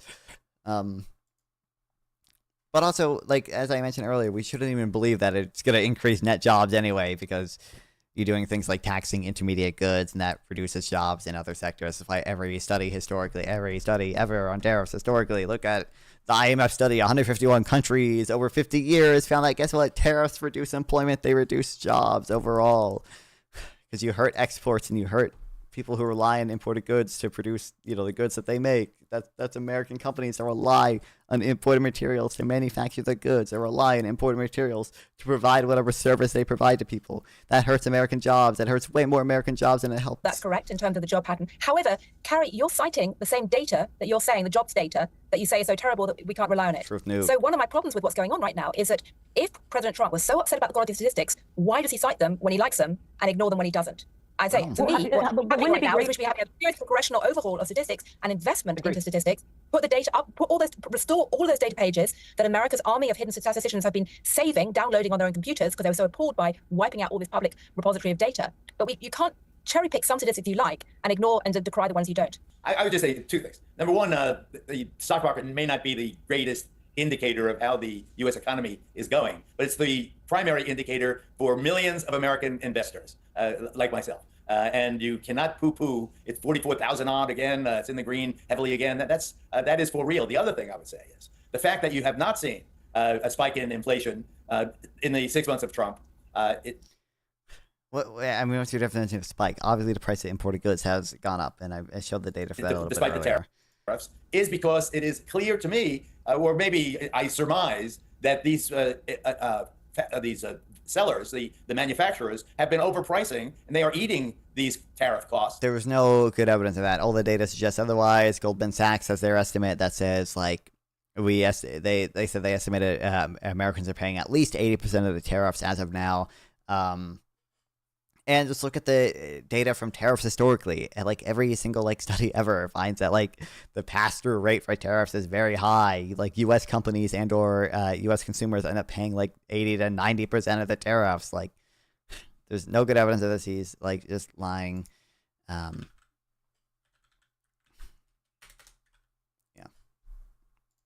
Because they know that they're being watched. And so I think they are not raising the prices of their products because there's plenty of margin for them, and they've been doing quite well, as reflected by their stocks. So that's just the way I see it. Third, sponsorship. Oh my God.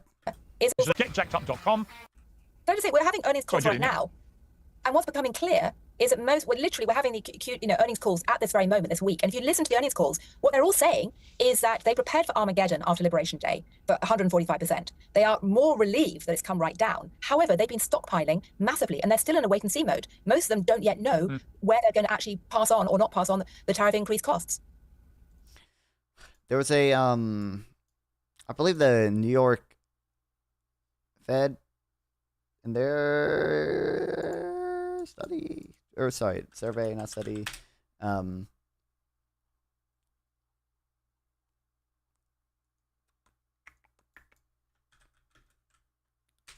that most manufacturers were passing on the price to consumers. Hold on. Yeah, Federal Reserve Bank of New York. I agree with Dustin in the vast majority of things, but it seems like he downplays how rough the job market is. I don't think you can just look at the unemployment rate for the full picture. I don't know if that necessarily gives you the full picture. But that's probably for a single metric, it's probably the most important thing. But I guess wage growth is also probably going to represent roughly how tight the labor market is.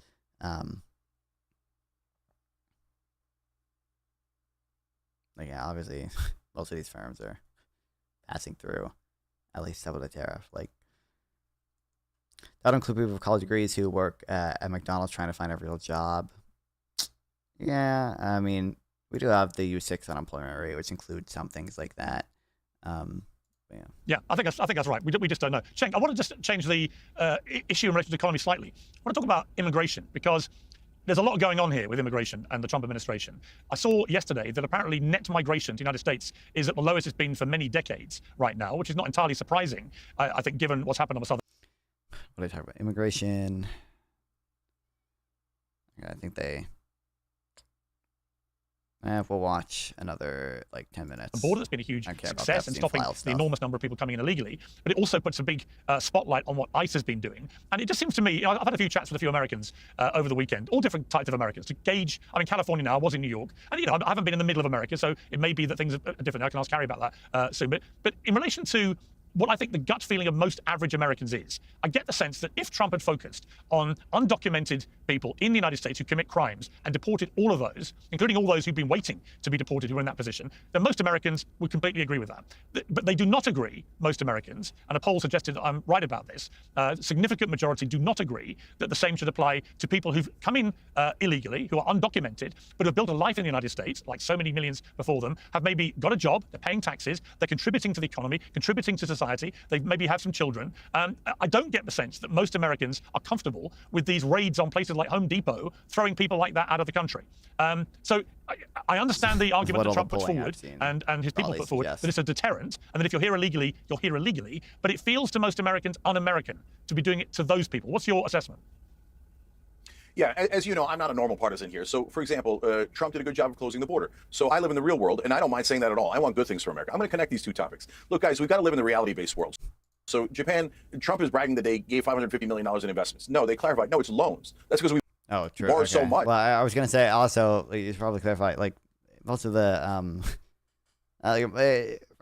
reading I've done, not that I'm the most informed of the legality of immigration stuff, and I know there's court battles about this all the time that are pending.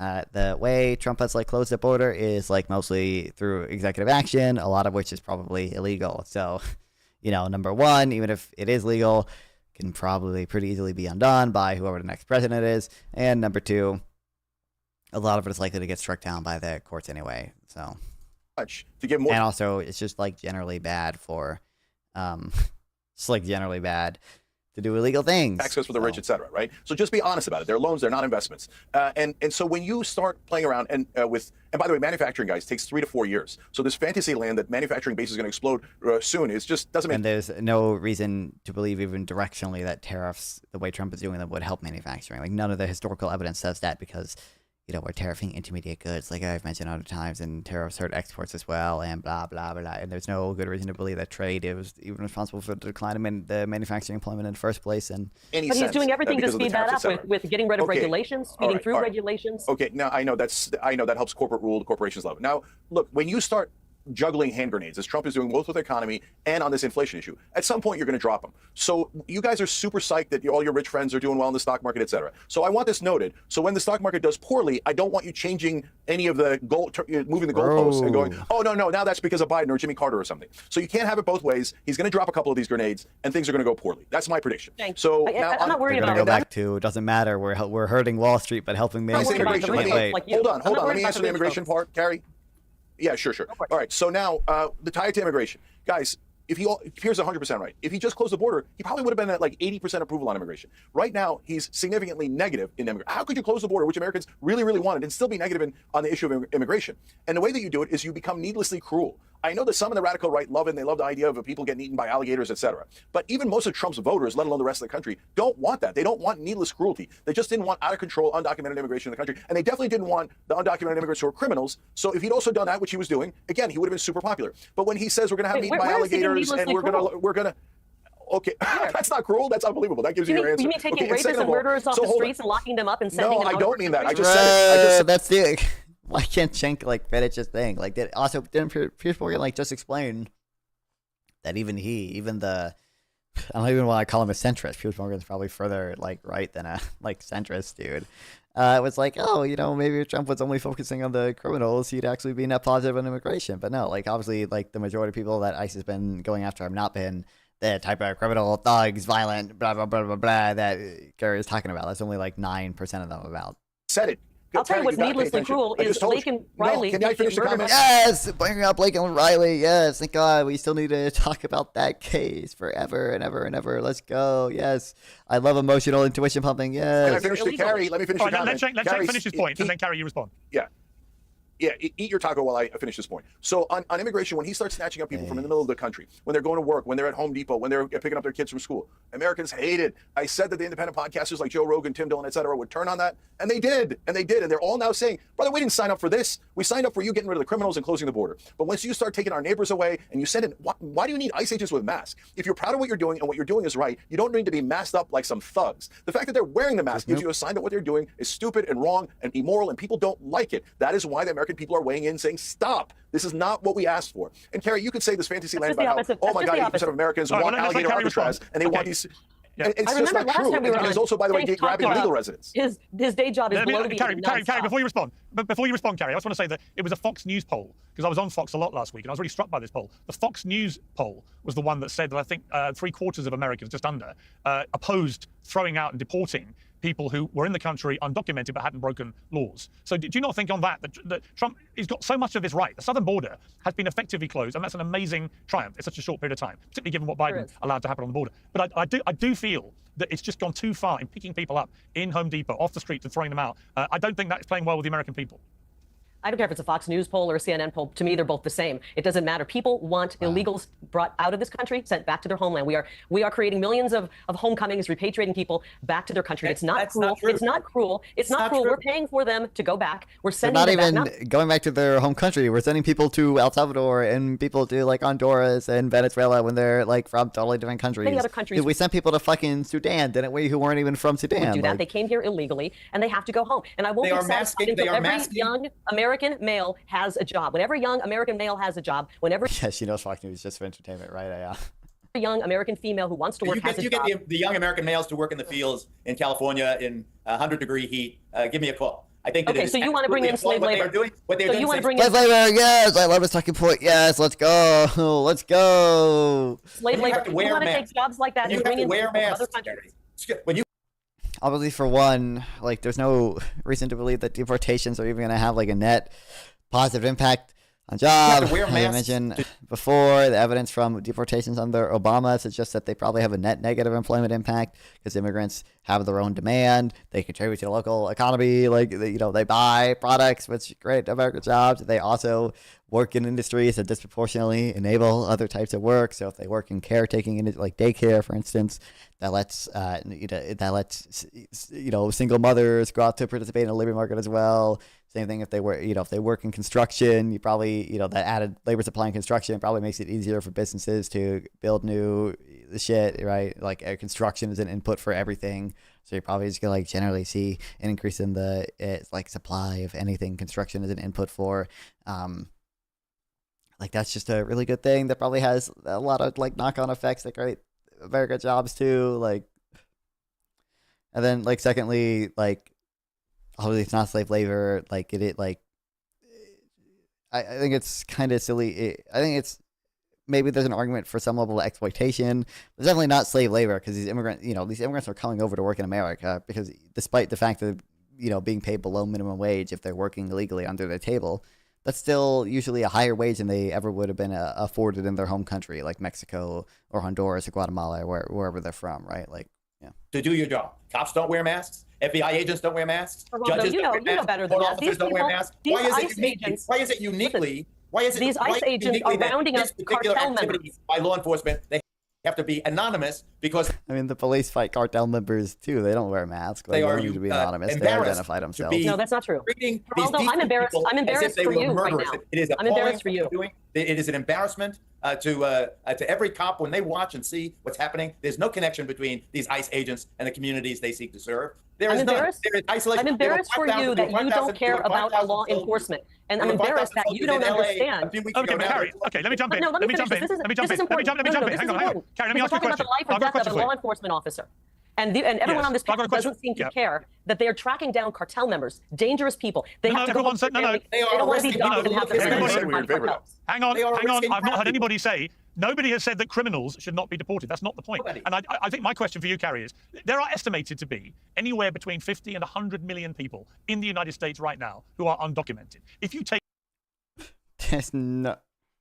your argument, 50 and 100 million people in the United States right now who are undocumented. If you even 50 million, even that is a pretty insane estimate. Oh, what's up, Soy Phil? Look, non-fun. I'm in bed right now. I'm about to fall asleep, but I saw you had a hit tweet, and I have to ask, why does buying in bulk not dispute the concept of supply and demand? Because it's a basic like economies of scale. Like obviously like.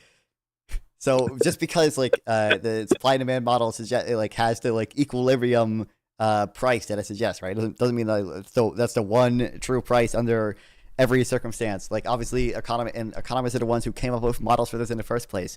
As you produce more of something, there are economies from scale, so your fixed cost, like your average fixed cost falls over time, which means that per unit, like it is cheaper to produce, which means that you can sell for cheaper per unit as you expand production. Like that's Hell yeah. See, I knew it was dumb when I saw his post, but I wanted to hear your smart explanation for it, so thank you. I appreciate it. This I'll take your soothing economic words into bed with me. Hell yeah. Have a good one, buddy. Bye. You too. Appreciate it. Take your argument to its logical extension, then you would destroy the American economy. If you deported every undocumented person in America right now, the American economy would collapse. Is that what you really think is a good move? I don't want the American economy to collapse. I want to deport people who are here illegally, and the American people want that as well. Well, but they don't. Incredible. The polls show that they don't. They want criminals. They want undocumented criminals deported. From a moral perspective, I think snatching people off the street in this way, if they have not committed crimes, and deporting them using deliberate cruelty through things like alligator Alcatraz is appalling. However, on the economic perspective, which I'm sure is what people expect me to talk about, and by the way, Carrie, I'm not disputing for a millisecond the need to deport people who are criminals. But on the economic point of perspective, I do not think the American public understands the potential economic cost of deporting, you know, as you say, all of the undocumented workers, or even part of them, because it's going to create a real impact on the American economy, both in terms of slowing growth, but also in terms of raising wages, and it's actually contributing more to inflation, both of which are stagflationary on top of the tariffs. We have not seen the impact of that yet. And yes, automation, yes, AI can help with some of that, but the modeling that's out there right now about the potential impact of a mass deportation is really very significant. And in some ways, the medium to long-term impact of that will be more significant than tariffs in terms of tipping America towards raising wages. I think she's concerned about like a potential like raise price spiral. Like obviously raising wages is not like all else equal is probably good, but like if you like you could see like negative, obviously like it would not be good to pass like $100 minimum wage, right? Even if that would in theory like raise wages, right? Because you would see potentially stagflationary effects from that. Like that's her point. Stagflation. If I can finish my thought just for 1 second, what we've established here is that higher inflation wants and lower our ICE officers to have their entire lives in turmoil, potentially hurt or murdered by a bunch of gangbangers and cartel members that they are rounding up because he doesn't want their face covered. And Geraldo has said he wants to bring in slave labor to pick crops. Is that what I'm gathering here? I do agree with Carrie. I do agree with Carrie. Well, hang on. I do agree with Carrie about that point. I think they wear masks because they are actually deporting and catching a lot of criminals as well. So there are two types of people. Argument is minimum wage people, right? Yeah, that works perfectly with my analogy, dumbass. Are you stupid? First of all, are you retarded? I don't think you understood what I just said. Obviously, we would expect like $100 minimum wage. I think the concern would be you probably see like disemployment effects. You probably see lower output because companies would just hire less people. They couldn't afford to produce as much. And then additionally, I think I don't think this is a big effect. You said $100 now. It's an analogy. I'm explaining to you why it could be stagflationary. Additionally, I think her concern was like, oh, you could also probably see like wage price spirals, which like I don't think the evidence for this is like that strong. Where you know because people have like higher wages or whatever, you know they buy more products and that has an increase in aggregate demand, which you know increases wages, and that is a vicious like wage price spiral cycle. Right? Like, I'm not convinced the evidence for this is like that great, but yeah, nice straw man. It's not a straw. It's an analogy. You said raising wages. You were like, oh, you think it's bad to raise wages, and I was like, obviously, like all else equal, no, but like there are obviously like her concern was like a stagflationary effect from deportations, and I'm pointing out to you how even with rising wages or whatever, that stagflationary effect could still occur, and obviously.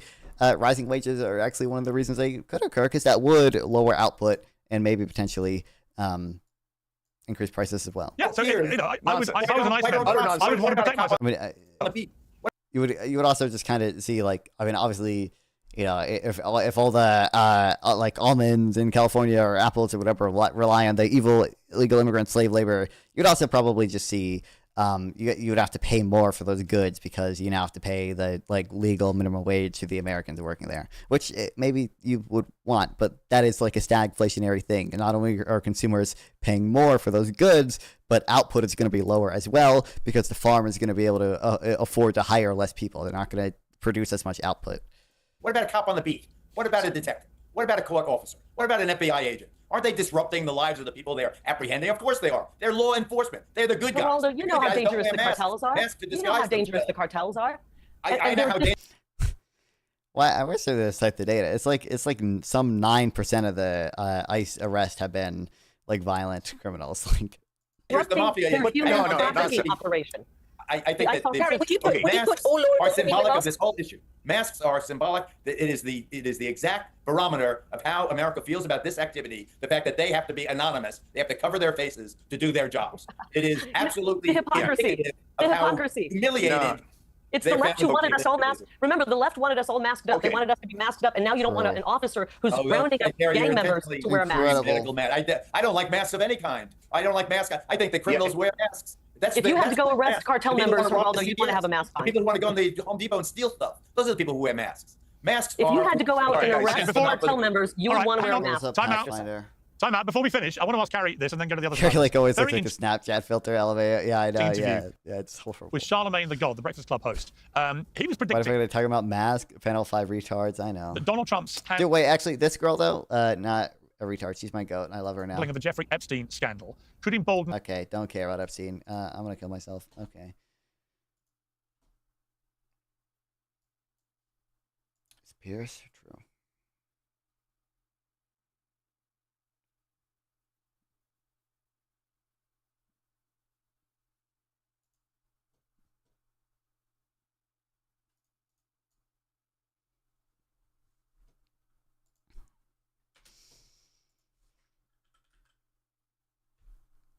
PPG streaming. Does he want to talk yet?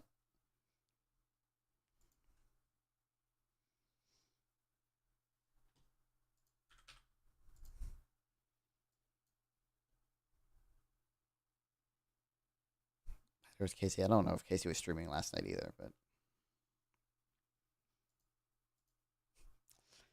Oh, they call me a retard. A retard, I was called. And I wasn't even there to defend myself.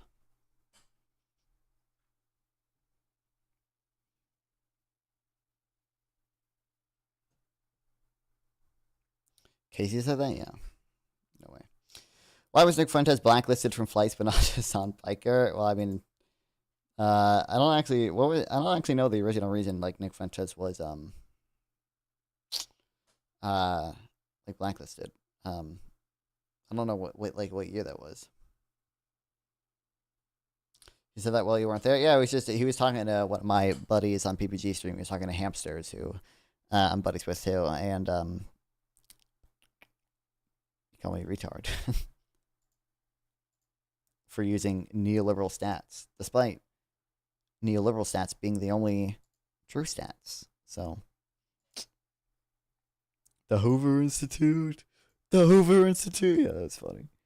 He really does not like the Hoover Institute.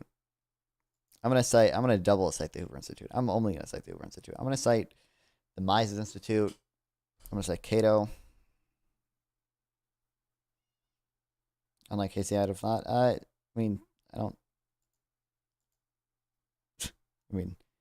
Casey has plenty of disagreements with me. I don't know why. Be like above him or whatever.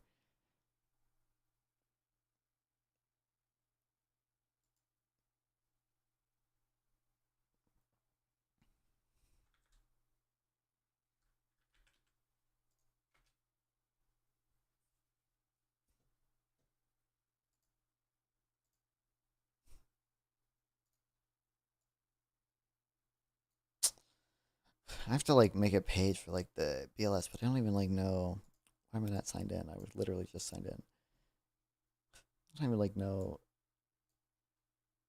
like how far in depth you can go before You just have to like read the like BLS like methodology stuff.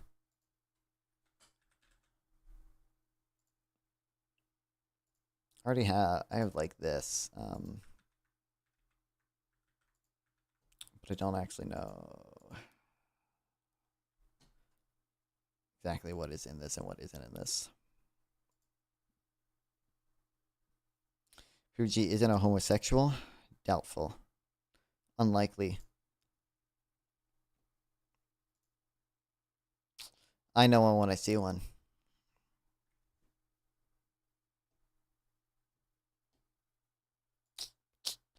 What up? Oh wait, I forgot. PPG, that's you, isn't it?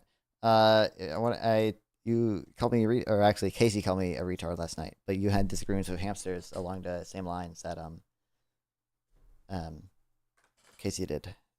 You were co-signing the retardation claims. I need to defend my honor. Okay, so if you want to join VC.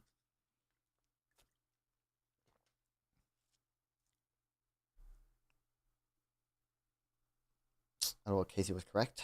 Inaccurate.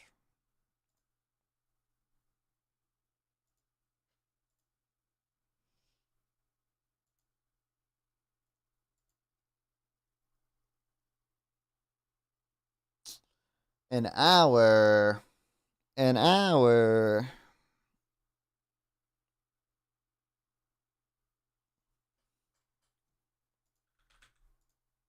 An hour.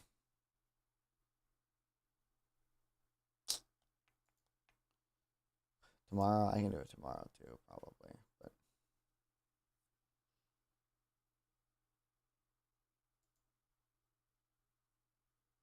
because he's a little lefty, ask him. Yeah, earlier I did. I guess I can ping him again if he wants to.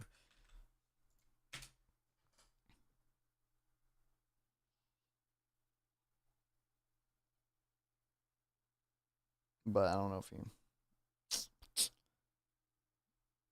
I don't know if he cares to.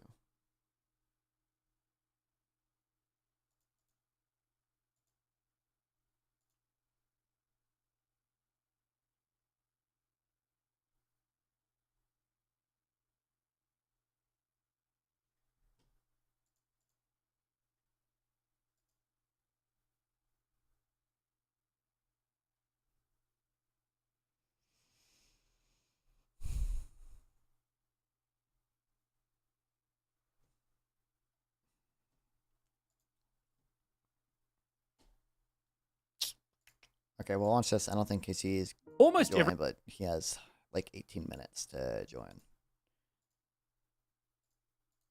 Every country in the world today has a central bank. In fact, there are only 2 countries in the world that have their own currency and do not have a central bank, and those are Tuvalu with a population of just 9,500 people, and Kiribati with 132,000 people. Now, despite being such tiny counterexamples, they Courts are GIMP, but they are arch enemies or some shit. realistically also both generally default to using the Australian dollar for most serious transactions anyway. The reason that central banks have become a nearly universal feature of every economy on Earth is because they work. Especially in our highly integrated global economy with dozens of floating fiat currencies, they have become a check and balance on economic recklessness. They are an emergency backstop in times of crisis, a partially independent regulator on inflation and employment, and beyond that, there are the slightly more boring aspects of central banks as institutions that handle a lot of the administration that goes into keeping a currency functional. These are all jobs that have become significantly more difficult in recent years as the world becomes more integrated, debts continue to balloon, and inequality undermines the tools that these banks have to work with. And of course, to make matters worse, all these responsibilities have been called into question as the US government has tossed up the idea of scrapping the Fed altogether, something that's caught the attention of everybody from global bank executives to conspiracy theorists that think the whole show is run by lizard people. Now, from the get-go, realistically, he's crying about the Hoover Institute. This is very unlikely to actually happen. The Fed is the most powerful financial institution on the planet, and unwinding its place in the global economy would be borderline impossible.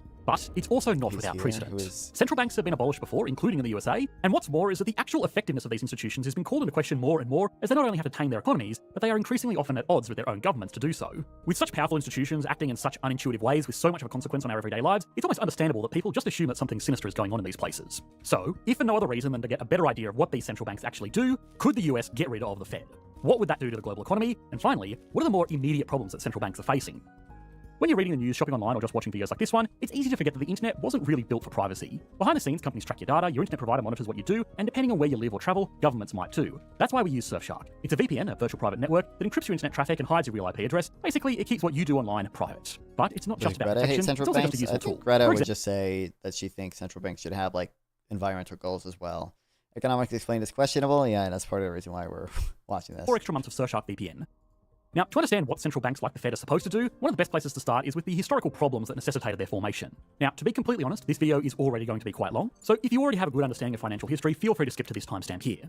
A very brief history of central banks is that they informally started with European banking houses set up by cities to manage their debts and issue coinage to facilitate easy trade. The first formal central banks were the Bank of England, established in 1694, and before that the Sveriges Riksbank of Sweden, which was established in 1688. This is the same institution that awards the Nobel Prize in Economics, as a fun little side note. In these early days, they still hadn't quite grown into their role, but they were still operating as a bank for banks and for the government, as well as managing a universally recognized currency, which made commerce within these countries much smoother. The US actually had a similar kind of early central bank, starting all the way back in 1791. Alexander Hamilton awarded a charter to a bank that was founded partially by the government and a group of private investors to remove frictions in the financial system. It would also distribute and manage a universally recognized currency that people could trade freely with across all of the new United States, confident that private banks would accept these notes because the First Bank of America back in Washington guaranteed them. However, this first bank was abolished in 1811 because its charter was not renewed. But then it was brought back again in 1816 before it was once again abolished in 1836 because the president at the time, Andrew Jackson, did not like how much power the institution had, something that would become a common theme amongst a lot of central banks and presidents into the future.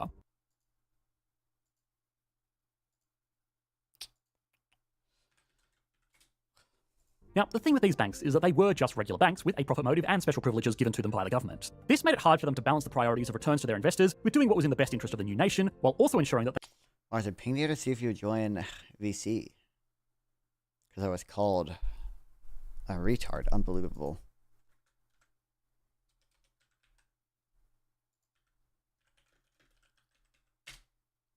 they didn't anger lawmakers who could take away their charter of special privileges. The issue is videos that explain how central banks work, so how can you explain central banks? They were compromised at best. Unfortunately, after they were abolished, I mean, I don't think. Listen, where's the Star Fuse, the Black Fox theory? Okay, you don't even need to understand. What was the context and who's the rat? It was about like living standards and like wages and stuff, and you said and it was just like clipped from PPG. Things didn't get much better, as basically every regional bank started issuing their own depository notes, which made trade difficult because there was no guarantee that one bank would accept another bank's notes, and with so many different pieces of paper circulating around, forgeries were rampant. Now, at this time, it was important to remember that the US dollar technically already existed, but there was no paper notes, and the actual coinage was too limited to be used practically for day-to-day commerce, so private banks made up their own, and people just accepted the numbers they wrote down on those pieces of paper. Realistically, it's not too dissimilar from today. If you really think about it, we don't carry around paper notes anymore. We have electronic bank accounts with numbers that a private banking institution writes down for us. We assume that the numbers in our bank accounts will play nicely with the numbers in other banks, and instead of being secured by designs that are hard to forge, it's secured by electronic systems that are hard to hack. But hold up a bank account on a phone and an old private paper bill, and it'd be very hard to explain the difference to an alien. Either way, these issues all came to a head in 1907 with a run on these independent, over-leveraged and poorly regulated banks, which nearly crashed the entire financial system. A group of financiers led by JP Morgan acted as a lender of last resort to give these failing institutions enough cash to continue their operations, but this showed the clear need for a more formal centralized system to stop the same thing from happening again. This led to the formation of the Federal Reserve Banking System of the United States in 1913. 20 years later, gold convertibility was suspended for citizens, and the paper US dollar as we know it today was truly born. At the time, this new institution only really had one responsibility: to avoid bank runs like what happened in 1907. It did this by being a place for private banks to deposit their cash and then lending money to any member bank if they saw a big spike in withdrawals that they didn't have enough cash on hand to fulfill. This would avoid a situation where a bank had to reject withdrawals, which would cause a panic on the entire system. Now, this admittedly oversimplified history lesson is important because throughout their different incarnations, they were I mean, nothing is that controversial like, trying to do at all so far, seemingly. Create a reliable and flexible medium of exchange. From what I know, distributing, protecting, not that and I know managing what's the read on currency. this Now, some versions of a central bank were more successful than others, but this was still the end goal. Over time, as more and more countries adopted their own central banks, I was just curious what justification was for saying we don't need them anymore. Banks, they could achieve other goals in the economy as well. Presumably. They could control inflation, which was just a function of how much of their currency was needed for a given amount of goods and services, but they could also indirectly control employment, which by extension also meant economic growth. In the USA, these responsibilities were formalized in 1977 as the dual mandate to stabilize prices and maintain maximum employment. Most central banks around the world have similar responsibilities, usually listed on their website if you happen to be interested in looking up what your bank is formally working towards. So, how do they do this? Central banks are very powerful institutions, but they actually don't have that many tools at their disposal to achieve these goals. Unlike, say, the federal government of the USA, which can just go out and employ people through big projects or hiring at government agencies, the Fed can't just hire a whole bunch of people to achieve their goal of maximum employment. Instead, they have two levers to pull, and that's pretty much it. Of course, the first is interest rates. If inflation is too high, the Fed can raise its target rate, which means people can earn more by saving money and will pay more to borrow money. This means that people and businesses are more motivated to context is yet to be explained. I have already save and less encouraged to spend, which will lower aggregate demand in the economy, and if demand falls without a subsequent fall in supply, then prices will also naturally fall as well as businesses try to attract a few people still spending money through sales or generally more competitive prices. The opposite is also true. If interest rates are low, regular people and businesses want a higher interest rate. Economists will often refer to this as the Fed's balance sheet, which is honestly it does this. It actually technically means that the Fed has been making a loss for the last 2 years. Now again, that doesn't really matter. It can make its own money, and any losses are just counted as more money it can take out of circulation in the following years. However, if one was, hypothetically, politically motivated to shake up management, performing their intended role, and one of the biggest of those challenges is losing control of debt and inequality.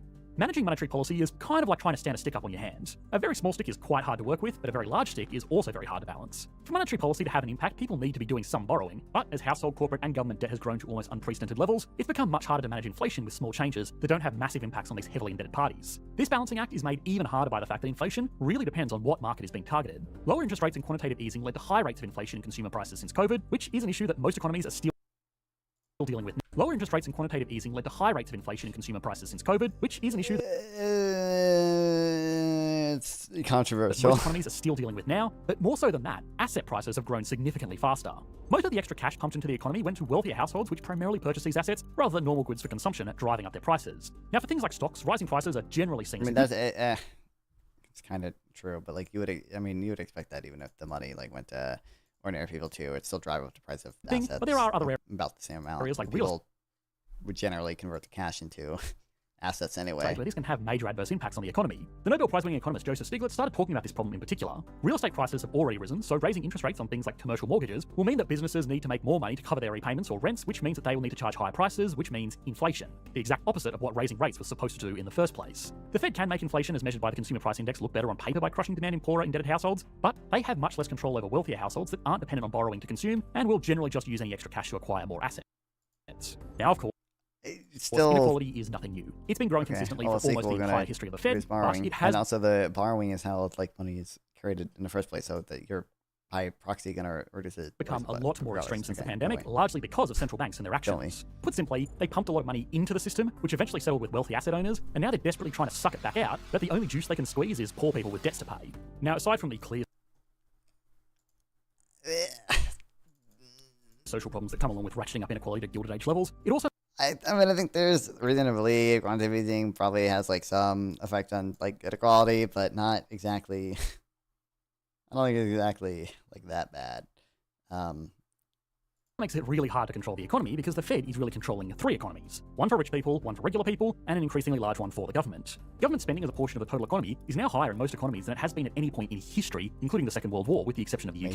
Governments have become an increasingly large employer, both directly and indirectly through continuous contracts. Now, the growing influence of governments by itself has made the role of banks increasingly difficult because they often end up fighting one another. For central banks to function effectively, they need some level of independence from the politicians in power. This is because people running on a 3 to 4 year election cycle expansionary fiscal policy. What fucking is it? This video is pointless. Anyway, because of course, especially in the USA, the government is doing exactly the opposite. Spending has remained extremely high despite some consistent between both parties. Nobody wants to be the politician to rein in the fun. We are also doing what all economists do and assuming ceteris paribus on the supply side as well. Things like an ongoing trade war will of course impact how much steel they... Now this is technically possible. There is nothing magical about the Federal Reserve that couldn't be done by a disciplined Treasury Department which absorbs its responsibilities. The problem is that discipline. I feel like this could have been an AI central banks video, that can't make unpopular decisions have almost always ended in disaster because no politician wants to raise rates to intentionally slow down their own economy. We made an entire video 2 years ago about Turkey inducing hyperinflation in its own economy because the president insisted on keeping interest rates low and would fire any central bank leader who dared raise them. The belief was that the country would grow its way out of problems, but predictably it just ended in disaster that the country is still dealing with to this day. Now the good news is that the chairman of the Fed doesn't have absolute discretion over the bank anyway. Also, the Federal Reserve Bank is actually 12 banks, each with their own leadership, responsibilities, and shareholders of sorts. Now the actual... What a awesome video. Never answered the title, solely pointless. Should I do anyway? Okay, well, that's awesome. That's good bank for real. I'll probably read more about central banks, central like banking stuff later on. Like I said, I've been reading Scott Sumner a little bit, but I need to read more Charles Goodhart. Offset some of the market monetarism stuff. Okay, and wait, fuck you, Kate. I'm not, okay, we can chat tomorrow with PPG as well, okay? I got places to fucking, be, oh my god. Head over to Good Night Ken, I guess, on Twitch, and then on YouTube, do I know anyone's streaming?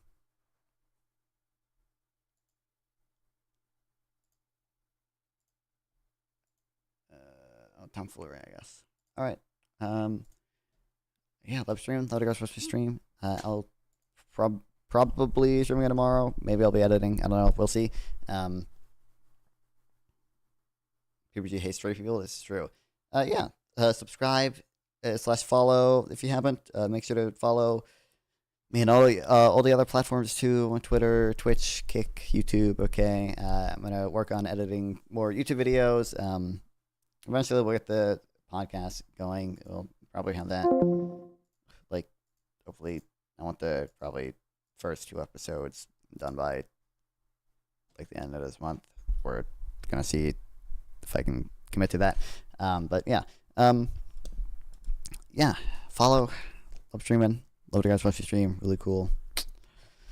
How long have you identified as a bird? I don't know, Romp Kitty. I've known since the day I was born, obviously. Yeah, anyway. You're going to Kanakin on Twitch. You're going to Tomfoolery on YouTube. I'm a cat. I could infer that from the name. Yeah. Go join the Discord if you haven't. I think we working on, like I've said this before, working on setting up a debate with one of the Jubilee people. I think I have a debate coming up on next Monday. Probably gonna have more debates in between then. Like, for example, probably gonna be talking to Casey and PPG about wage stagnation pretty soon. Right, so there's that. Yeah, see you guys either tomorrow or the day after, depending on if I'm editing. And again, if I do edit, go on the YouTube channel, subscribe to the YouTube channel. See you guys, love you guys. Follow, subscribe, follow, subscribe, follow, subscribe.